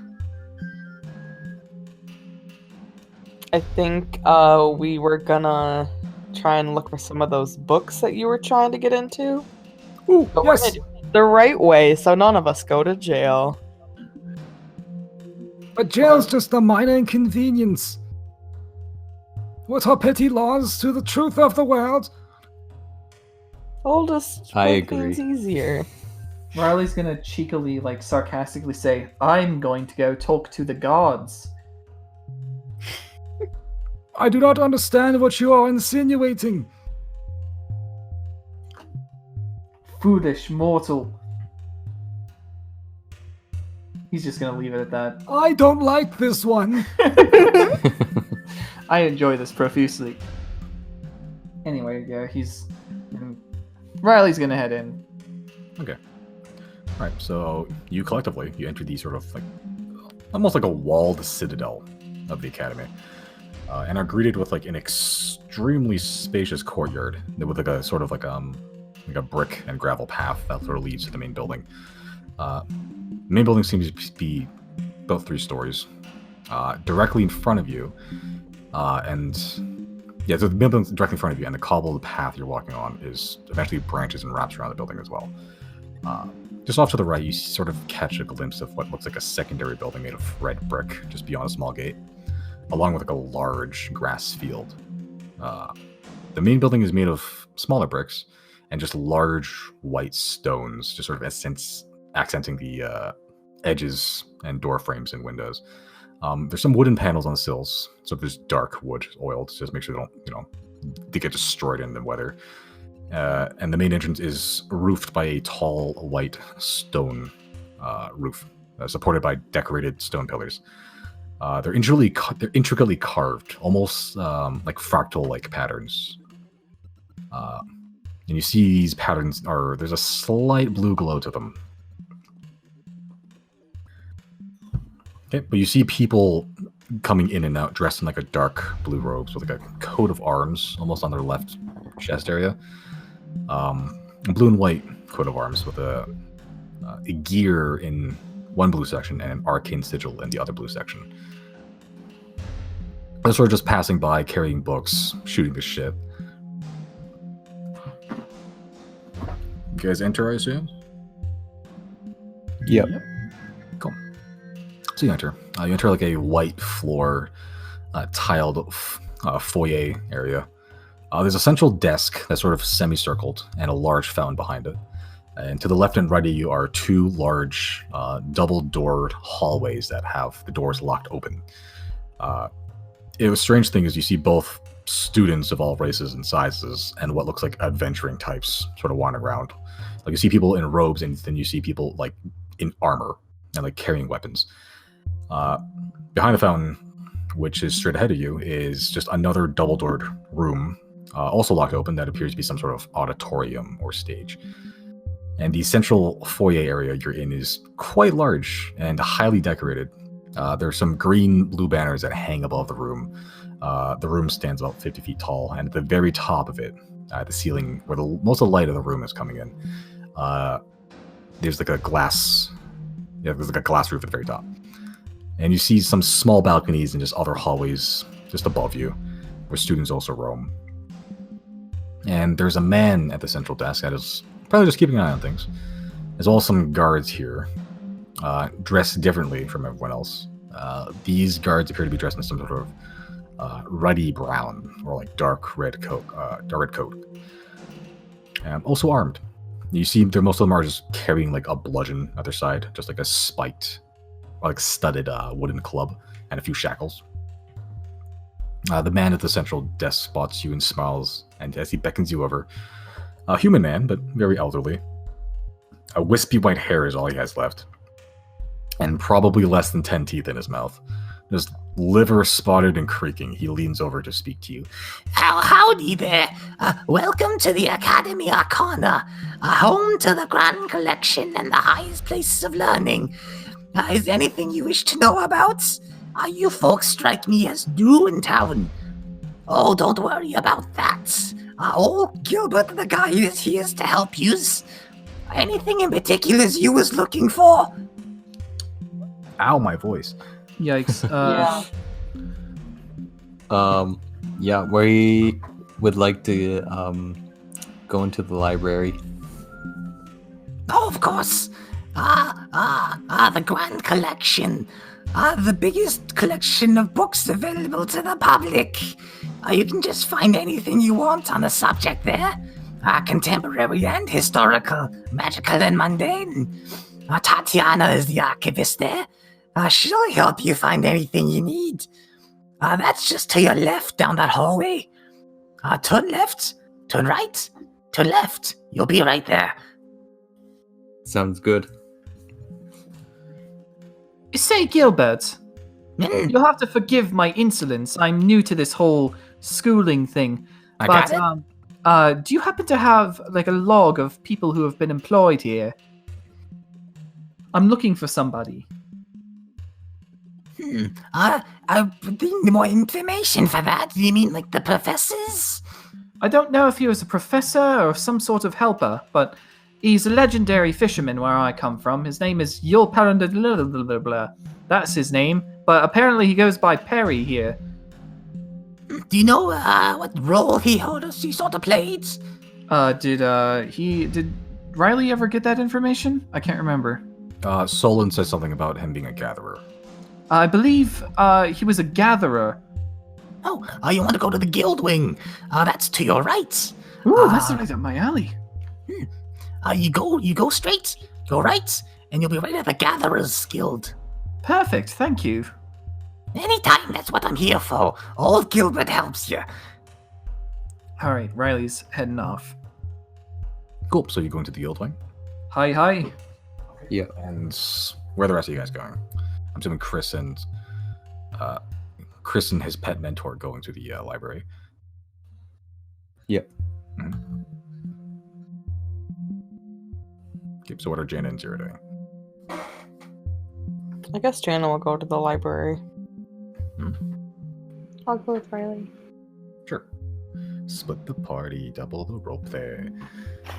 Double the XP. Double the fun. Number 50. Double the Number burger 50.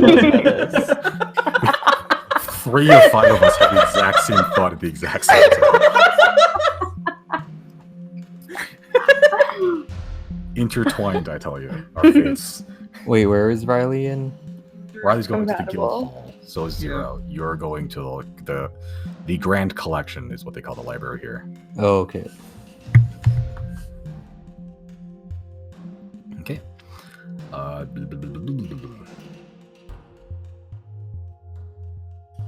Boy, do I have notes on here? Somewhere around here.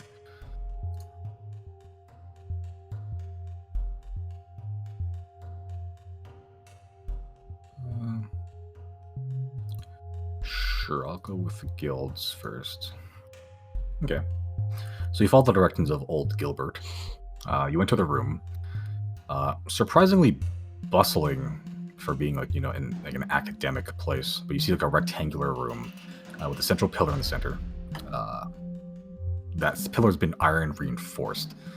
And at the far left of the room is a large counter or desk or something with a gruff-looking old man with like a handlebar mustache sitting behind it. Sort of taking and handing out sheets of paper. He is dressed for business, which is interesting. He's like dressed in like almost like a ceremonial plate, like just like a half plate. Like it's mobile, but it's still like visibly armor. And the far right appears to be what looks like refreshments, like an area for bars and just tables and people just like sitting around and shooting the shit. The wood that makes up the bar looks like it's newer than the rest of the older wood around. Like it's a different color almost entirely. And all around the room are various tables just placed around where people are apparently just sitting, having a drink, lounging about. Others are speaking to people in robes, which you recognize as like academy robes, just deep in a conversation. It's quite a busy room. At the top of the pillar, sort of in the center, is a gold inlaid engraving of a open gloved hand just sort of inside of a circle. But there is just people just wandering about. There are people in robes. A lot of them are in armor. You gather this is where most of the like adventuring-looking people gather. Right up our alley. Perfect. All right, I'm gonna go hit up the guy at the front. Sure. Okay. Oh boy. Okay, so you see he's a human guy. Older. Gray hair that's shoulder length, and he looks like he's lost most of it, so he's sort of widow-peaked. Still slicked back with whatever he has, just sort of like a salt and pepper handlebar mustache that connects to his sideburns. You see, like, closer now that he has like almost like a slate gray duster that's been like padded with some chainmail and plate, and what can be called as leather cowboy boots. She was just sitting there, just handing out, stamping stuff. Oh, can I help you there? You got a mission to hand in? What? No such thing. Rather, I'm looking for somebody. All right, shoot. I don't know if he's still here. This is new information, but there is a fisherman known as Perry around these parts, and I just happened to be looking for him. Oh, the guy with the long, complicated name. That's the one. Well, he was here a while ago. A few years, actually. He's been coming and going for a while, but then I believe after, let's call it 2 years, he sort of just stopped showing up.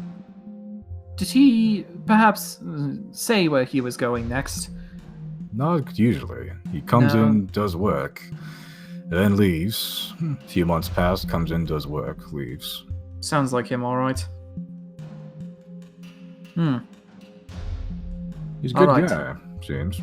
Oh, absolutely. He taught me everything I know. Oh, so you imagine to be quite as skilled as he is. Wait, what did he just say? Imagine you'd be quite as skilled as he is. Me, as skilled? Oh, absolutely not. I've got quite a long way to go yet.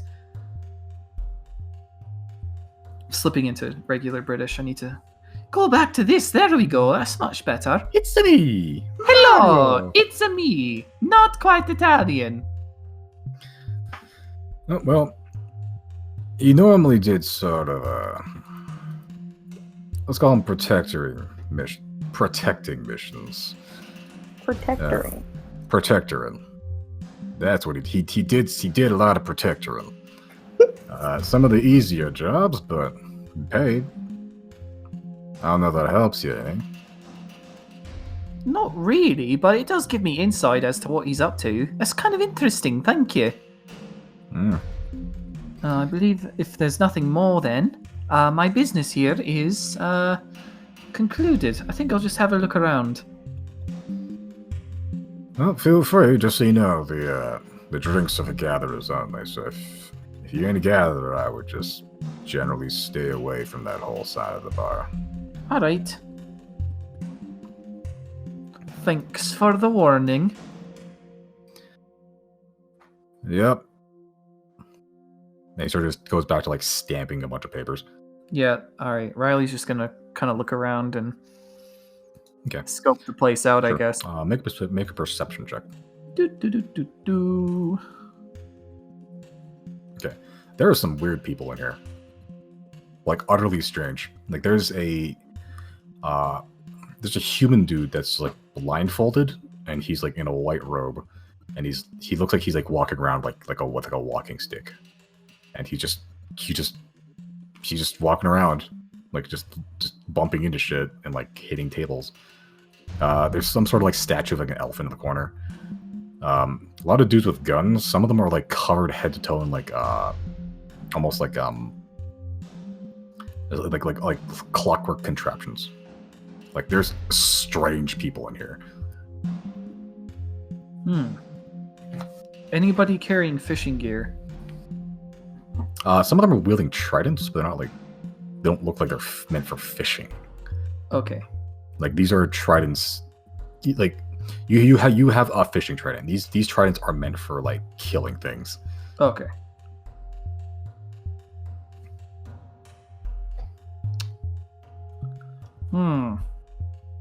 What would Reilly be able to do in a situation like this?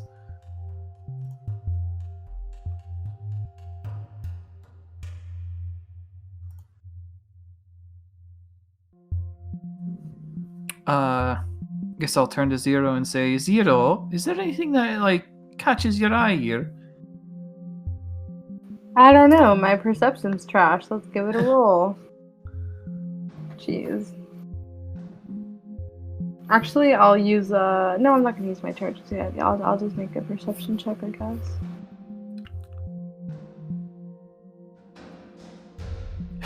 Nope, nothing.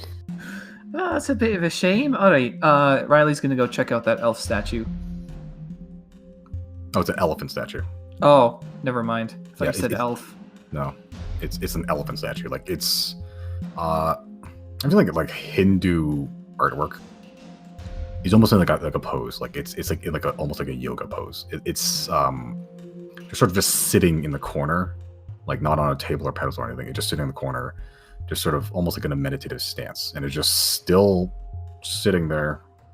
It looks like it's made of like any smooth carved stone or anything. It looks like it's made of like almost like dried mud cracked stone. It's Is there strange. like a sign that explains what it is, or is it just there? No, it's just chilling there. Huh.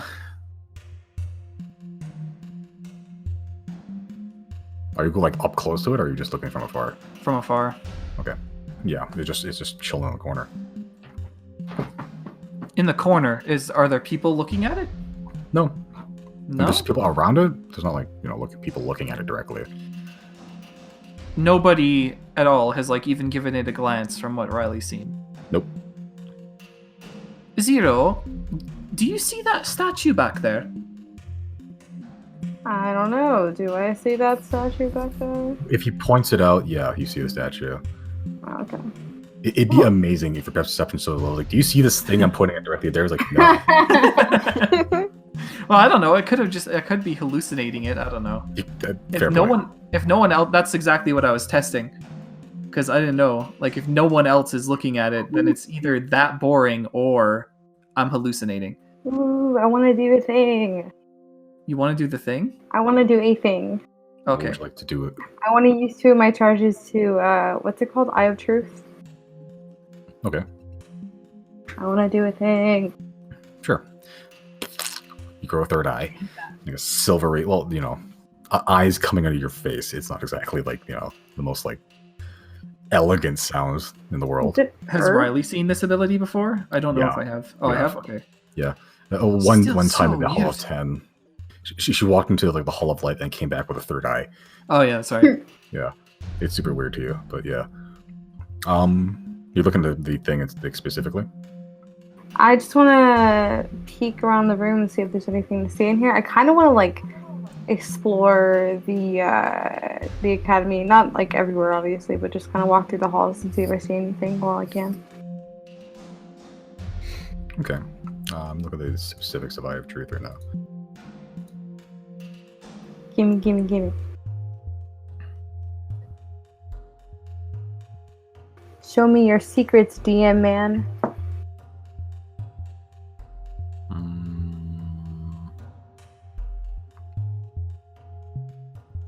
Okay, so you're just sort of just wandering around using Eye of Truth. You don't see anything strange or anything. So there's nothing invisible. There's no visual illusions or anything, as far as you're aware.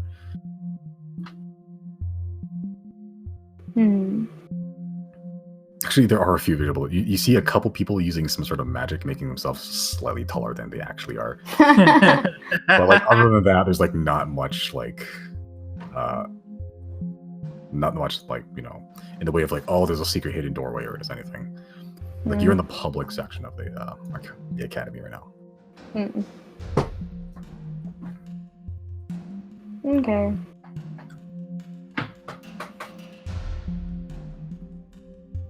Okay. So, Reilly, Xero, you guys do anything else? I'm gonna go investigate that statue. Okay. You're just gonna walk up real close to it? Yep. Sure. What do you do? Just look and see if anybody else is looking. Okay. When you approach it, they sort of just like look at you like weird, but nothing beyond that. Sorry, I'm new here. This is a very interesting site for me. Okay. They don't say anything. They're just like, okay, yeah. And there's no sign, nothing describing what it is. No, you're investigating it, just all up in its grill. Not really, not like detective, like eyeglass out, inspecting everything. Just kind of like standing there, you know, eyes kind of like trailing around it. Okay. After about like a minute or two of just like looking at this statue, just trying to see like what the fuck, just like from some voice around, you hear like a, "Can I help you?"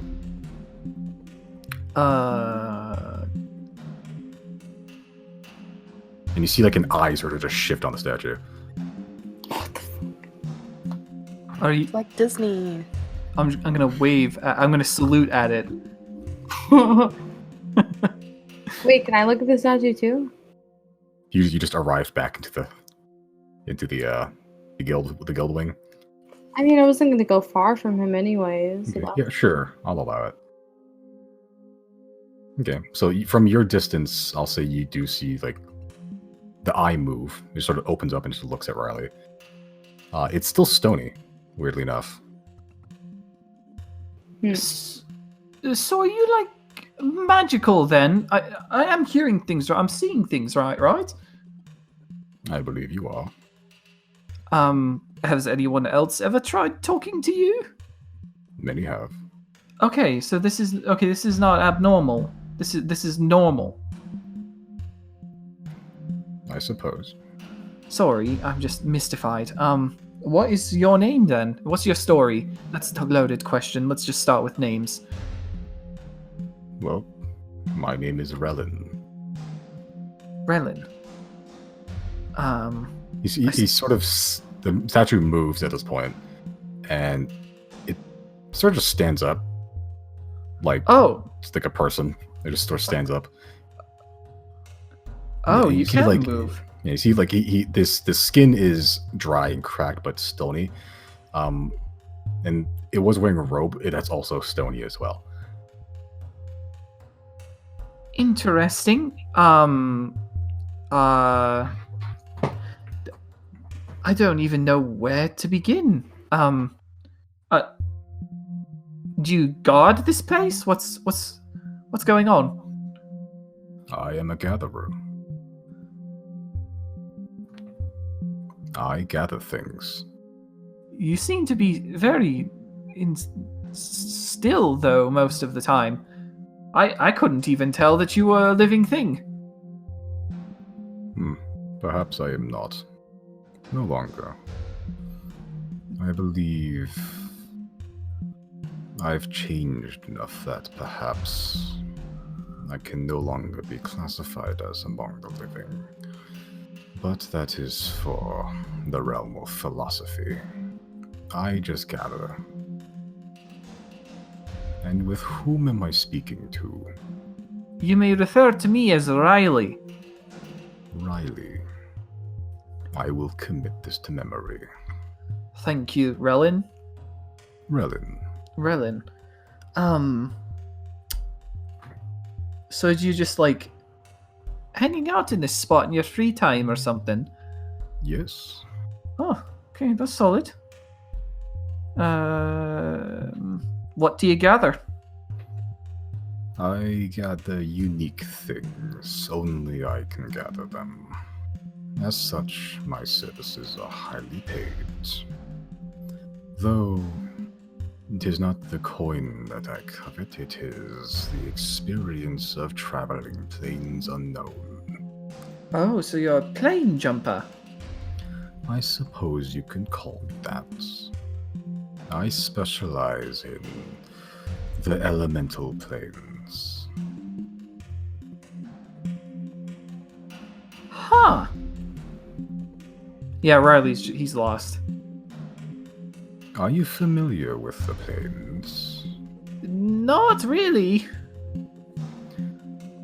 Well, the closest planes that we have to our worlds, outside of the Shadowfell and the Feywilds, are those of the elemental planes. Difficult to transit, but there are ways. I was attuned to the water plane as a child. Therefore, I was able to travel to it quite easily. At that point, the road sort of extended for me, and travel to the other planes became quite simple. It began with the earth plane, and that is why the texture of my skin is such. Then the air plane, and finally the fire plane. I gather materials native only to those 4 planes, and as such, I am the only one capable of gathering materials in those planes. So you say you value the experience. So what about it is fun to you? Well, these are places that no one has seen before. Completely uncharted territory, far from the conflicts and petty squabbles of this universe. A place pure, simple. Are there other living beings there? Oh yes. Some are friendly, most wish you dead. I found a way to coexist. Is that why you take on the form you do now? Oh no, this is something I do not voluntarily do. When as a young child, falling into the water plane, well, let's just say the elements have suffused with my soul. Magic runs through my veins. It is something I cannot part with anymore. He started just flapping his ears very slowly. Like, it's very strange talking to basically what is equated to a walking, talking elephant statue.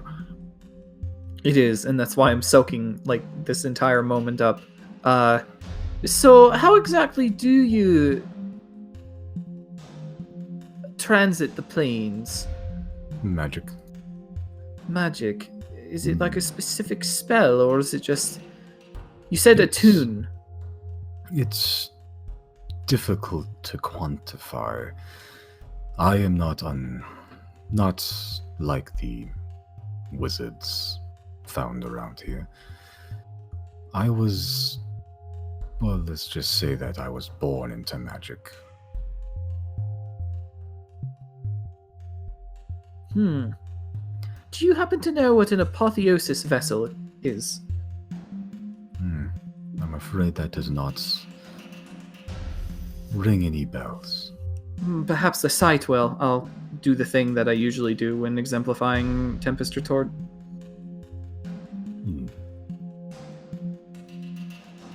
While similar to various crystals found in the other planes, I do not believe they are the same thing. I am sorry, though to be fair, you are standing in the continent's greatest source of knowledge. I'm sure there are others here that are more capable than I in your endeavors. That's a good point, actually. That reminds me, there is the Great Knowledge Hall. No, what the hell was it called? The Grand Collection.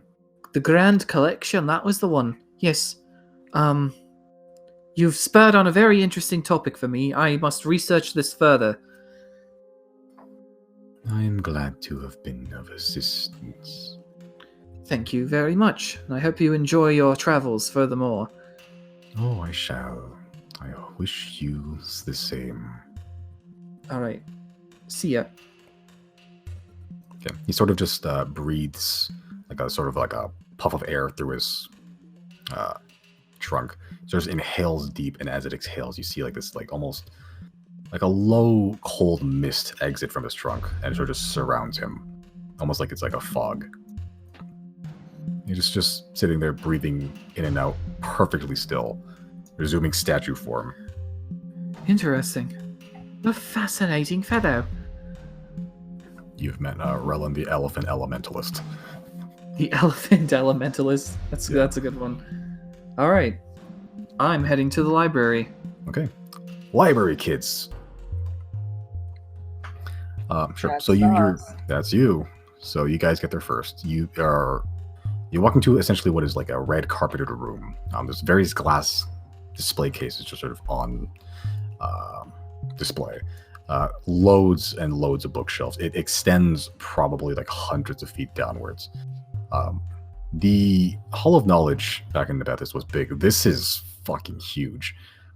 There's a first floor, and then there's a second floor with like sort of like a I don't know what they're called, but like there's like a second floor. There's like a hole cut out in the middle. There's like balconies that has even more bookshelves, and it goes down hundreds of feet. But eventually, you do see like just there are a load of people. There's a lot of tables, but mostly a shit ton of books, and you see the banners that you see in the foyer as well. A lot of books, like a lot of books. Yep. But you mostly see like a one that speaks that there's a lot of people just at tables reading stuff, but mostly the one that catches your attention is like a minotaur that's sort of just walking around with like a clipboard, just like writing stuff down, and then like taking books out, like noting something, writing something down, just walking back and forth, talking to like a bunch of what looks like attendants, dressed in like a oh shit, I need to find my stuff again. Like a bright purple robe that sort of just carries around, just covers her legs. She's wearing spectacles. It was weird. It's like a minotaur woman, like a brown, almost cow-like, but small horns. Slender for a minotaur, actually.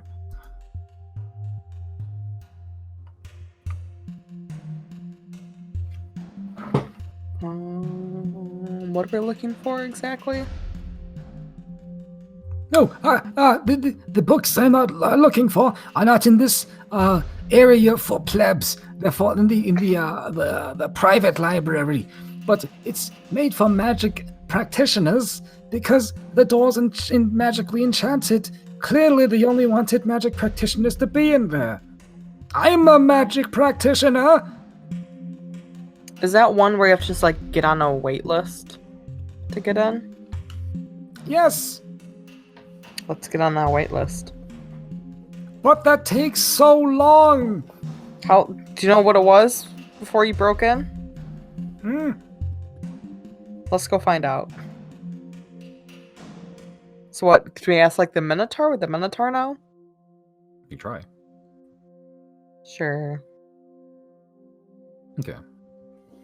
So you initiate conversation with the Minotaur. How do you do so? I'll just be like, hi, we're new here. I think we are looking for the restricted library, which I think we need a wait list for. We don't know how to get to that list. Are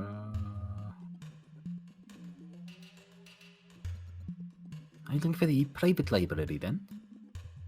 What? The private library. Yes. Oh, well, it's... Yes, there is a wait list, but it's only reserved for the people that are approved by the professors. After all, it is a source of great knowledge, some that can be used for ill. So yes, there's a wait list, but you'll have to talk to one of the professors to gain access. I apologize. Do you know how you talk to a professor then? Just talk to any of them? Well, possibly they do wander around, but only the public are only allowed within the first floor and the second floor of the library. There's a third floor that is the public library. It's at the private library that, unfortunately, most are not allowed access to. If you find a professor, you may speak with them. Sometimes they take appointments, but they only speak to those that they deem worth speaking to. After all, they're very busy. Okay. I'm gonna let Chrys handle this one then. Fireball. Although I keep saying fireball, he doesn't have fireball. It's just funny.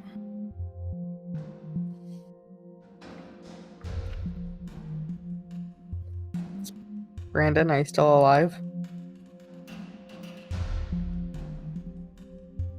Ooh, hard no. Rest in peace. He pass out? Oh, Oh, Hello. there he Oh, is. Okay. Yep. Hold and on. see Chris just pass out and then come back to life. It was on the spot. Like just like, rebooted. Yeah. I don't know what happened. I was muted. I was trying to say stuff, but Okay, this same shit happens to me all the time. yeah. I was asking, is there a Mr. Robbins? Mr. Robbins. Where does Mr. Robbins kind of character come from again? From the Dead Scholars Journal. I believe.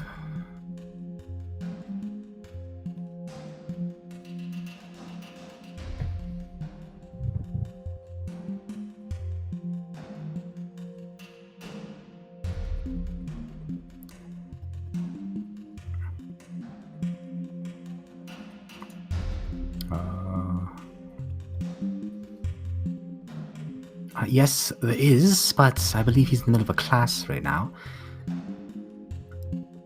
Oh, If okay. you like, we can wait till it's over, but it may take a while. Yeah, I think we can wait. He might be interested in what we have.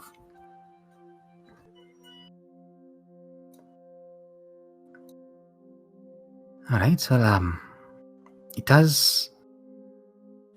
Oh shit! What time did it close? Like, I'm pretty sure it takes like fucking late.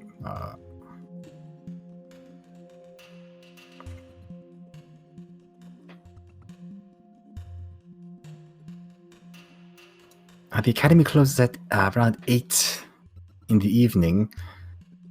So if you wish, you can wait till then.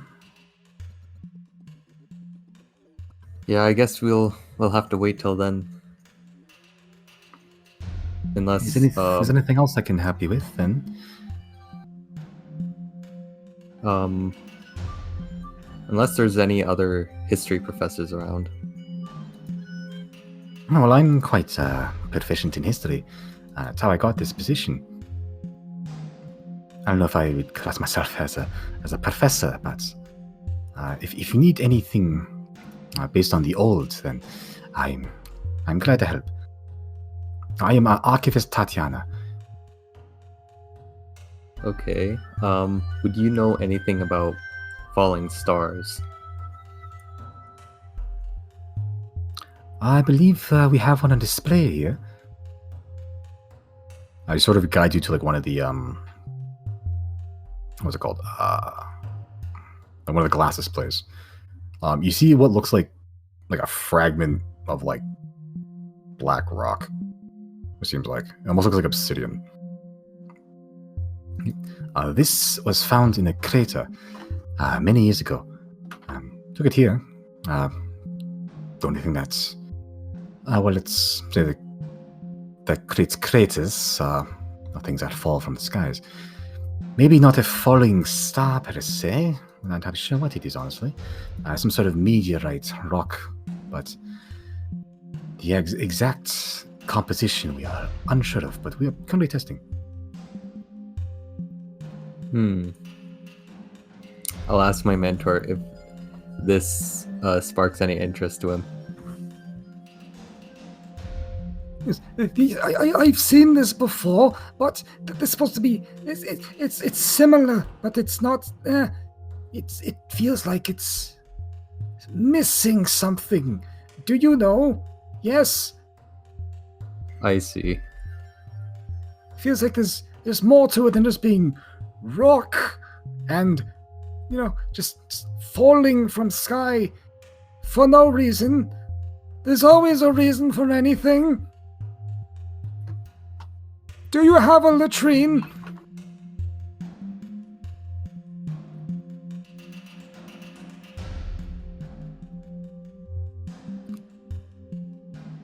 Do I have a what? Oh, he's asking if there's like a fucking bathroom in there. Oh, God. At which point the Minotaur is like, Yes, you can just turn down the hall to the left. I believe there is one there. And your mentor, Greinus Prachal, says, "Thank you, I need to take a dump." And then he leaves. Janna's gonna ask the Minotaur. Oh, sorry. No, go ahead. Janna's gonna ask the Minotaur. Do you guys have books on muskrats? Oh, yes, there is a nature. Sort of a nature section. Based on anything about alchemy, flora, and fauna. Oh, come, I can guide you to it. Perfect. Thank you. Cool. And simply from memory, she's picking out like multiple books that are like based around muskrat physiology, muskrat care, like the origins of muskrats and its evolutionary chain. You get like 4 or 5 books based around just like muskrats. Perfect. I'll take that muskrat care one and just give it to Chrys and be like, if you are gonna take this muskrat, you're gonna have to learn how to take care of it. And we'll see if you can pass a muskrat test if you can keep it. Can I speed read this? Do you have Speed speed read. reading? Is it a thing that you have somewhere on your character sheet? I can speed read muskrat books in half the time. I'm not sure. I mean, he can. Can we check? This is Janna asking the Minotaur. Can we check out books from the public library? Unfortunately, no. If you take out the book, then you have to read it here, and then it has to be returned to its shelf. After all, the knowledge is for everyone. Shouldn't be a monopoly on knowledge. Okay. I mean, the book will get returned, but okay.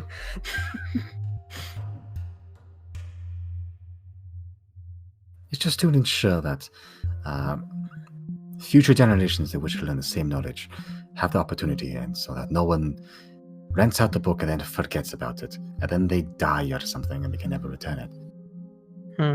Does that happen a lot? More than a few times. Yikes. I guess there's a lot of old-ass wizards checking out books that are near the end of their life. Yes, and sometimes they die horribly in some fatal accident attempting to prove something, or illness. There's many ways for people to pass. Is there anything else I can help you with? Any other books you would like to find? Would you have any books on falling stars? Now, there are a few astronomy books that we have, yes. Come. And she got to like another section, like further down.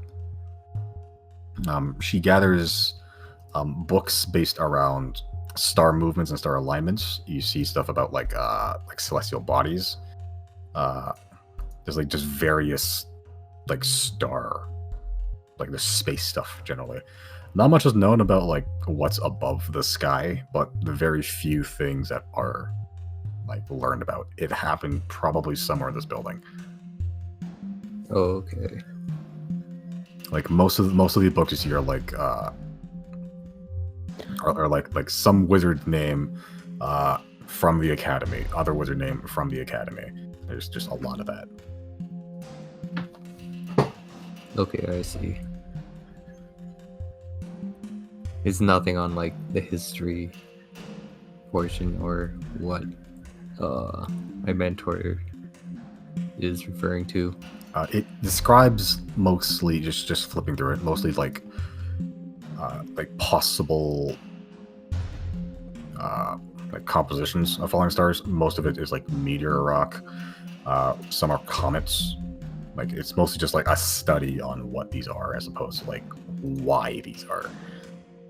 Oh, okay. Yeah, which is probably why your mentor decided to just teleport into a fucking private library to begin with. Yeah.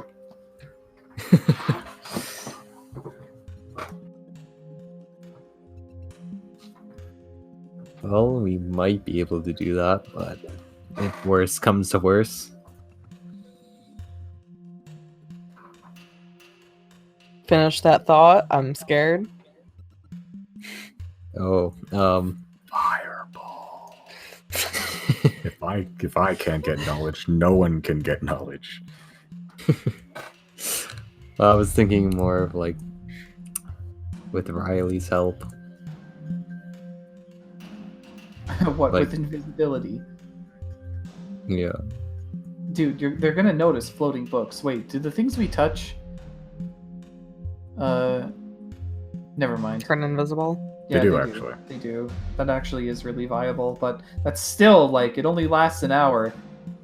And they're gonna notice that books are missing from the shelves. Well, let's try to do it the proper way first. Yeah.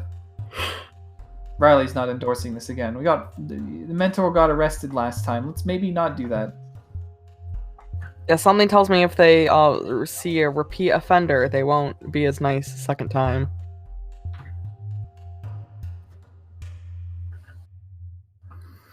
If I'm afraid I couldn't help you more than what you were searching for.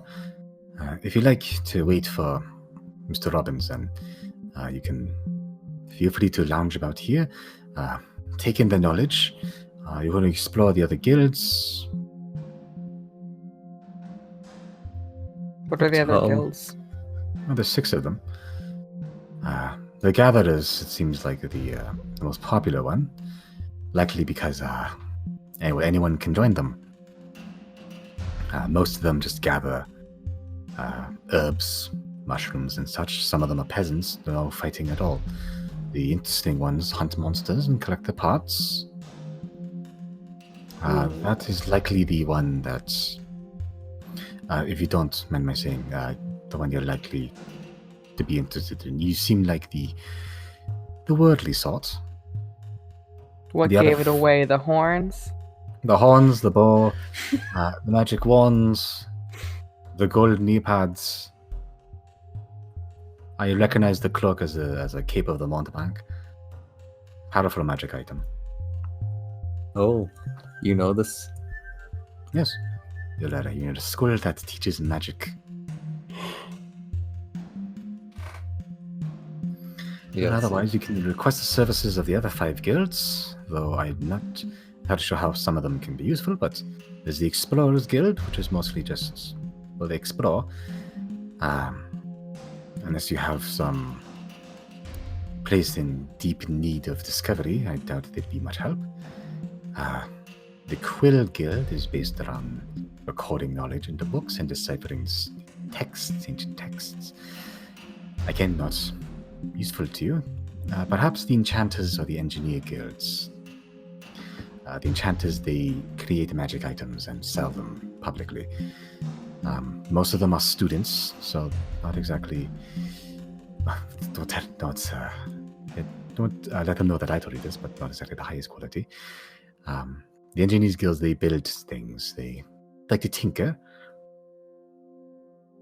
You can probably request a commission for them to craft you something if you need to. And the Bombardment Guild is where we train elite soldiers and sort of guards of the city.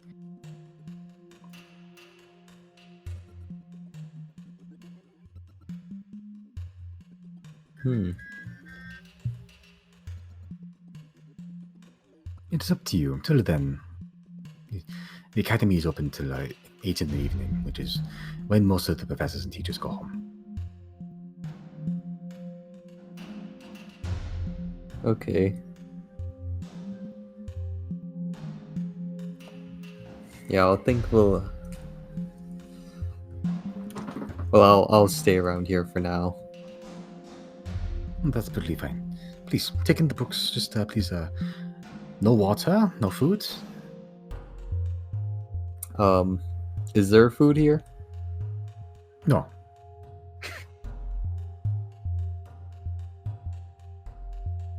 Oh, is that just a reminder? No, we don't. We don't serve food in the academy. Nearby restaurants that most people eat at, but yeah, please not bring any food within the library.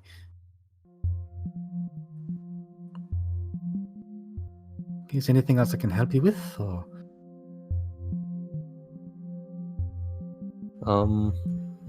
I think that's it for now. then please let me know if you need anything else. And Xero just walks off and starts picking up books that people left on the table and start organizing them back on the shelves. There's probably like hundreds of thousands of books in here.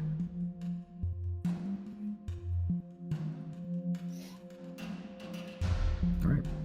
So you guys are waiting for Mr. Robbins. The other people have finished exploring the Gatherers Guild. Yeah, you guys got some information on something about this crazy dude yelling about history being wrong or whatever. Let's call it there for tonight. All right. Yeah. Okay. Solid sesh. XP. XP. Calm yourself, Christ alive. Jesus. Vultures for XP. I think we did enough to get to level 8. I will say not. Yeah, probably. Didn't we just hit 7? Yeah. Okay. It's a joke. I know, but I was like, It's a goof I was that I do not try- find amusing. I was trying to remember, like, did we just hit 7? Yeah. I'll give you 3,500 XP. That is a... Oh, cool. Oh yeah. Is a double 6. It's because we split up a lot of the time. No, it's because backstory divulging and talking to NPCs and not killing the whole prison to free your friend. Yeah, we deserve 1,000 just for that.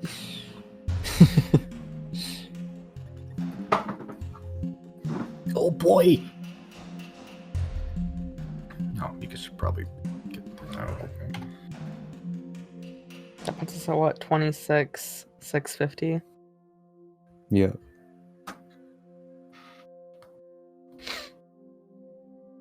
That's what I'm at. No combat. Again, Another I'm no bad at this. I mean, the cities are relatively safe places. They are. Well, we can go monster hunting, so. Yeah, I mean, they told And you Yeah. the gatherers, so.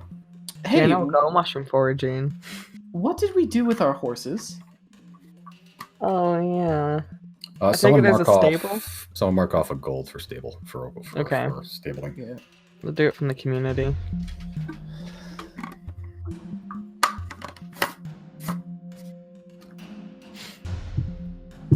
Okie dokie, artichoke.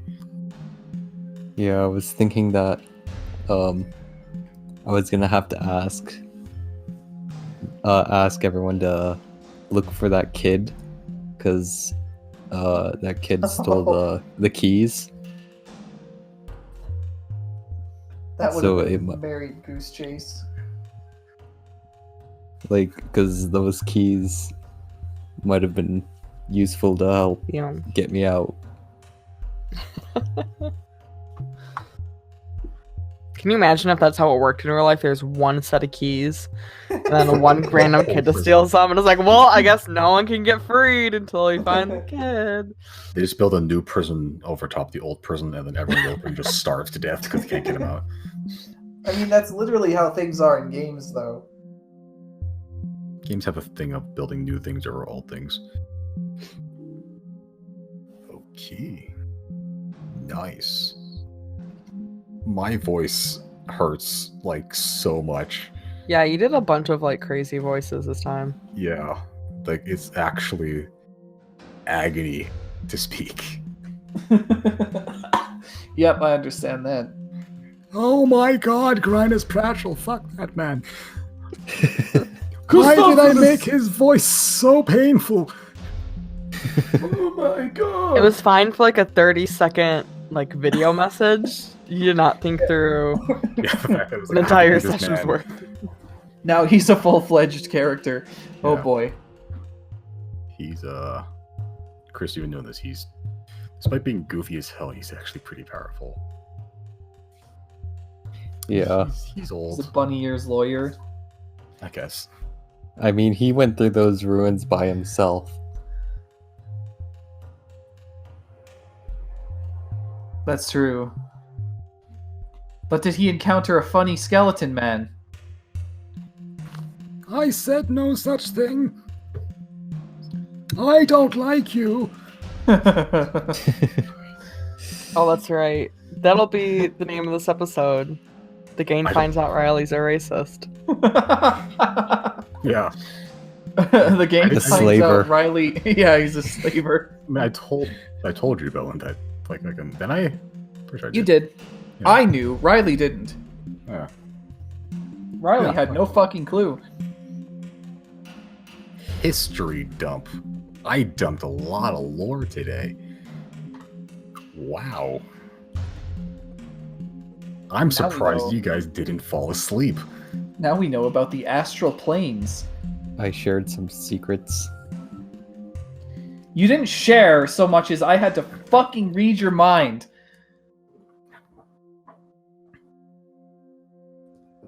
I'm trying to find that GIF that I saw.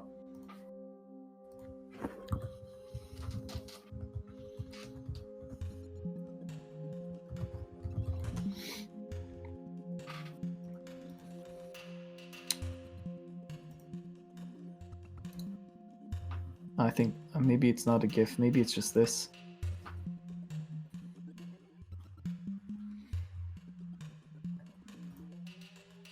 Yep. Okay.